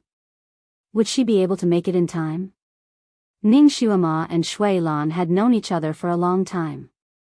She had finally seen how he displayed his martial arts. She only had a few words to comment on this. Damn it, he was indeed not human. This bastard carried her away from the ship and glided on the surface of the water. His sleeves fluttered like a fire lotus blooming in the dark night. From time to time, the heads of monsters would pop out from the turbid water, but the moment they saw him, they would avoid him. Shui Lan's speed was too fast, and the surroundings were too dark. Ning Shuama, who was in his embrace, felt as if she was dancing on the edge of a cliff in the middle of the night. She was on tenterhooks, afraid that in the next moment, she would fall into an abyss or hit a huge rock, causing her to crash and die. His speed was at least 200 miles per hour, right? Even if they were on the highway, it was still seriously over the speed limit. Once they hit something, they would be smashed into pieces. What was worse was that he did not have any shelter. The hurricane in front of him made it hard for him to open his eyes. Even though Ning Shuama was nestled in his arms, the hurricane blew so hard that her skin felt like it was being torn apart. It was very painful. Especially her injured back, which happened to be leaning against the wind. When the hurricane blew on her wound, it was as if there was a knife cutting into her body inch by inch. She was in so much pain that her face turned pale. Where the hell was this bastard taking her? Were the people on the ship really out of danger? This bastard didn't kill Yifeng in the end, right? Where did that little Qilin who always dropped the ball at the most crucial moment run off to? She originally had a telepathic connection with the little Qilin and could roughly sense the other party's mood and distance. But ever since this red-clothed evildoer appeared, the telepathic connection between her and the little Qilin seemed to have been cut off. She could no longer sense it. Presumably, Kirin couldn't sense her presence either. Her acupoints were sealed and she couldn't even speak. He could only grit his teeth and bear with it. Shui Lan seemed to have sensed the stiffness of her body. He looked down at her and asked, "Are you afraid?" His voice sounded ethereal in the hurricane. At this moment, she could no longer be afraid. Ning Shuama had also thrown caution to the wind. At worst, she would die. What was there to be afraid of? She ignored him. Meow, she was not afraid of death, but the living torture was hard to bear. The wound on her back was so painful that she was scratching her heart and liver. Before the cold sweat could seep out, it was blown dry by the wind. Shui Lan glanced at the wound on her back and a touch of anger rose from the bottom of his eyes. Suddenly, he sneered. Not only did he not slow down, he even sped up. In an instant, he reached 300 miles per hour. The hurricane was like a knife. Ning Shuama couldn't even breathe. Her vision turned black and she finally succeeded in passing out. Kirin was about to go crazy. It had only been separated from its master for a short while. It had only run to the kitchen of the largest restaurant in Daliang City to have a feast. Suddenly, it lost contact with its master. The chef in the restaurant was really good to this blue cat. He fed it many specialty snacks. It ate until its little belly was round and it forgot about everything else. Chapter 5:10. When Kiran thought of its master and wanted to sense her, it couldn't sense her anymore. It was so shocked that it didn't have time to wait for the lotus root pink meatballs that were about to be taken out of the pot by the chef. It ran away as fast as it could. It remembered that the last time it sensed its master, she was on a boat. However, Daliang City was a city on the water. There were many lakes and even more boats. Which boat was she on? Due to the broken connection, it couldn't sense how far away she was.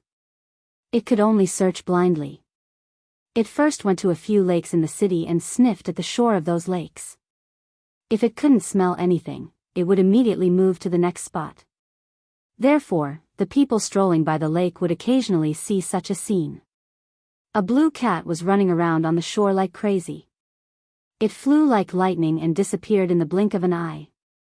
It was so fast that those who saw it felt like they had seen a ghost. Or they thought they were seeing things. It was a water Kiran and was naturally sensitive to water. Therefore, it didn't need to ask for directions and could find the next lake by instinct. After searching 3 or 4 lakes with this method, it finally remembered that the last time it contacted its master, there seemed to be the sound of a zither next to her. What kind of boat would have the sound of a zither? Kiran had too little social experience and couldn't remember at the moment. However, it had a solution. It stopped an elegant young man by the lakeside, stood upright, and asked, "Excuse me, what ship would have the sound of a zither?" The gentleman thought that the little blue cat with smooth fur was cute. Seeing that it was stopping him, he thought it was funny and bent down to pick it up. The moment it opened its mouth, the young master was so scared that he fell over. He sat on the ground and said, "Grandpa, cats can talk." "I'm not a cat." Kiran was angry and wanted to slap him with its paw. However, it thought that it wasn't the time to be calculative, so it held back and said, "Tell me, what kind of boat would have the sound of a zither?" Although the gentleman was not brave, he was a frequent visitor to brothels. He tried to hold back his shivering and answered, "Usually, the girls on the flower boats would play the zither often." Flower boats? Boats that transport flowers? Kiran didn't quite understand. No, it's a place for men to have fun. There are many beautiful girls on the ship. Kiran's eyes lit up. Although it didn't know what a place for men was, it felt that the beautiful girl, whose owner was the beautiful girl, must be on some kind of flower boat. So it humbly asked what kind of boat was called a flower boat and what were its characteristics.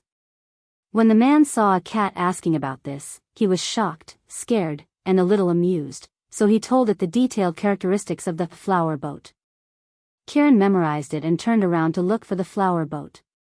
The so-called flower boats were actually those beautiful pleasure boats. There were usually colorful gauze fluttering outside and red lanterns hanging at the bow of the boat. Sure enough, the sound of a zither could often be heard from these ships. Kiran first wandered around the lake, sniffing for the scent of its master. As long as Ning Shuama stayed by the lake, it would be able to find her. Its search speed was not slow, but there were too many lakes in and outside the city. By the time it finally found Thousand Bright Lake, nearly 4 hours had passed. It finally smelled Ning Shuama's scent and immediately began to search for the flower boat on the lake. Chapter 5:11. Sure enough, there were many beautiful girls on the boat, but none of them was its owner. Moreover, these girls were dressed more boldly than their owners. They walked awkwardly with their butts swaying. Some of them even exposed their snow-white bellies. These girls were also more open than their owners.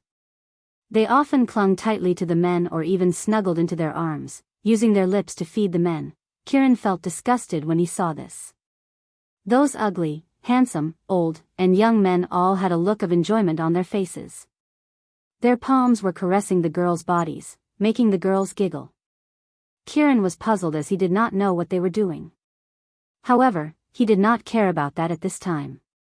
Every time he got on a boat, he would search the entire boat. No one paid special attention to him as he scurried around the boat.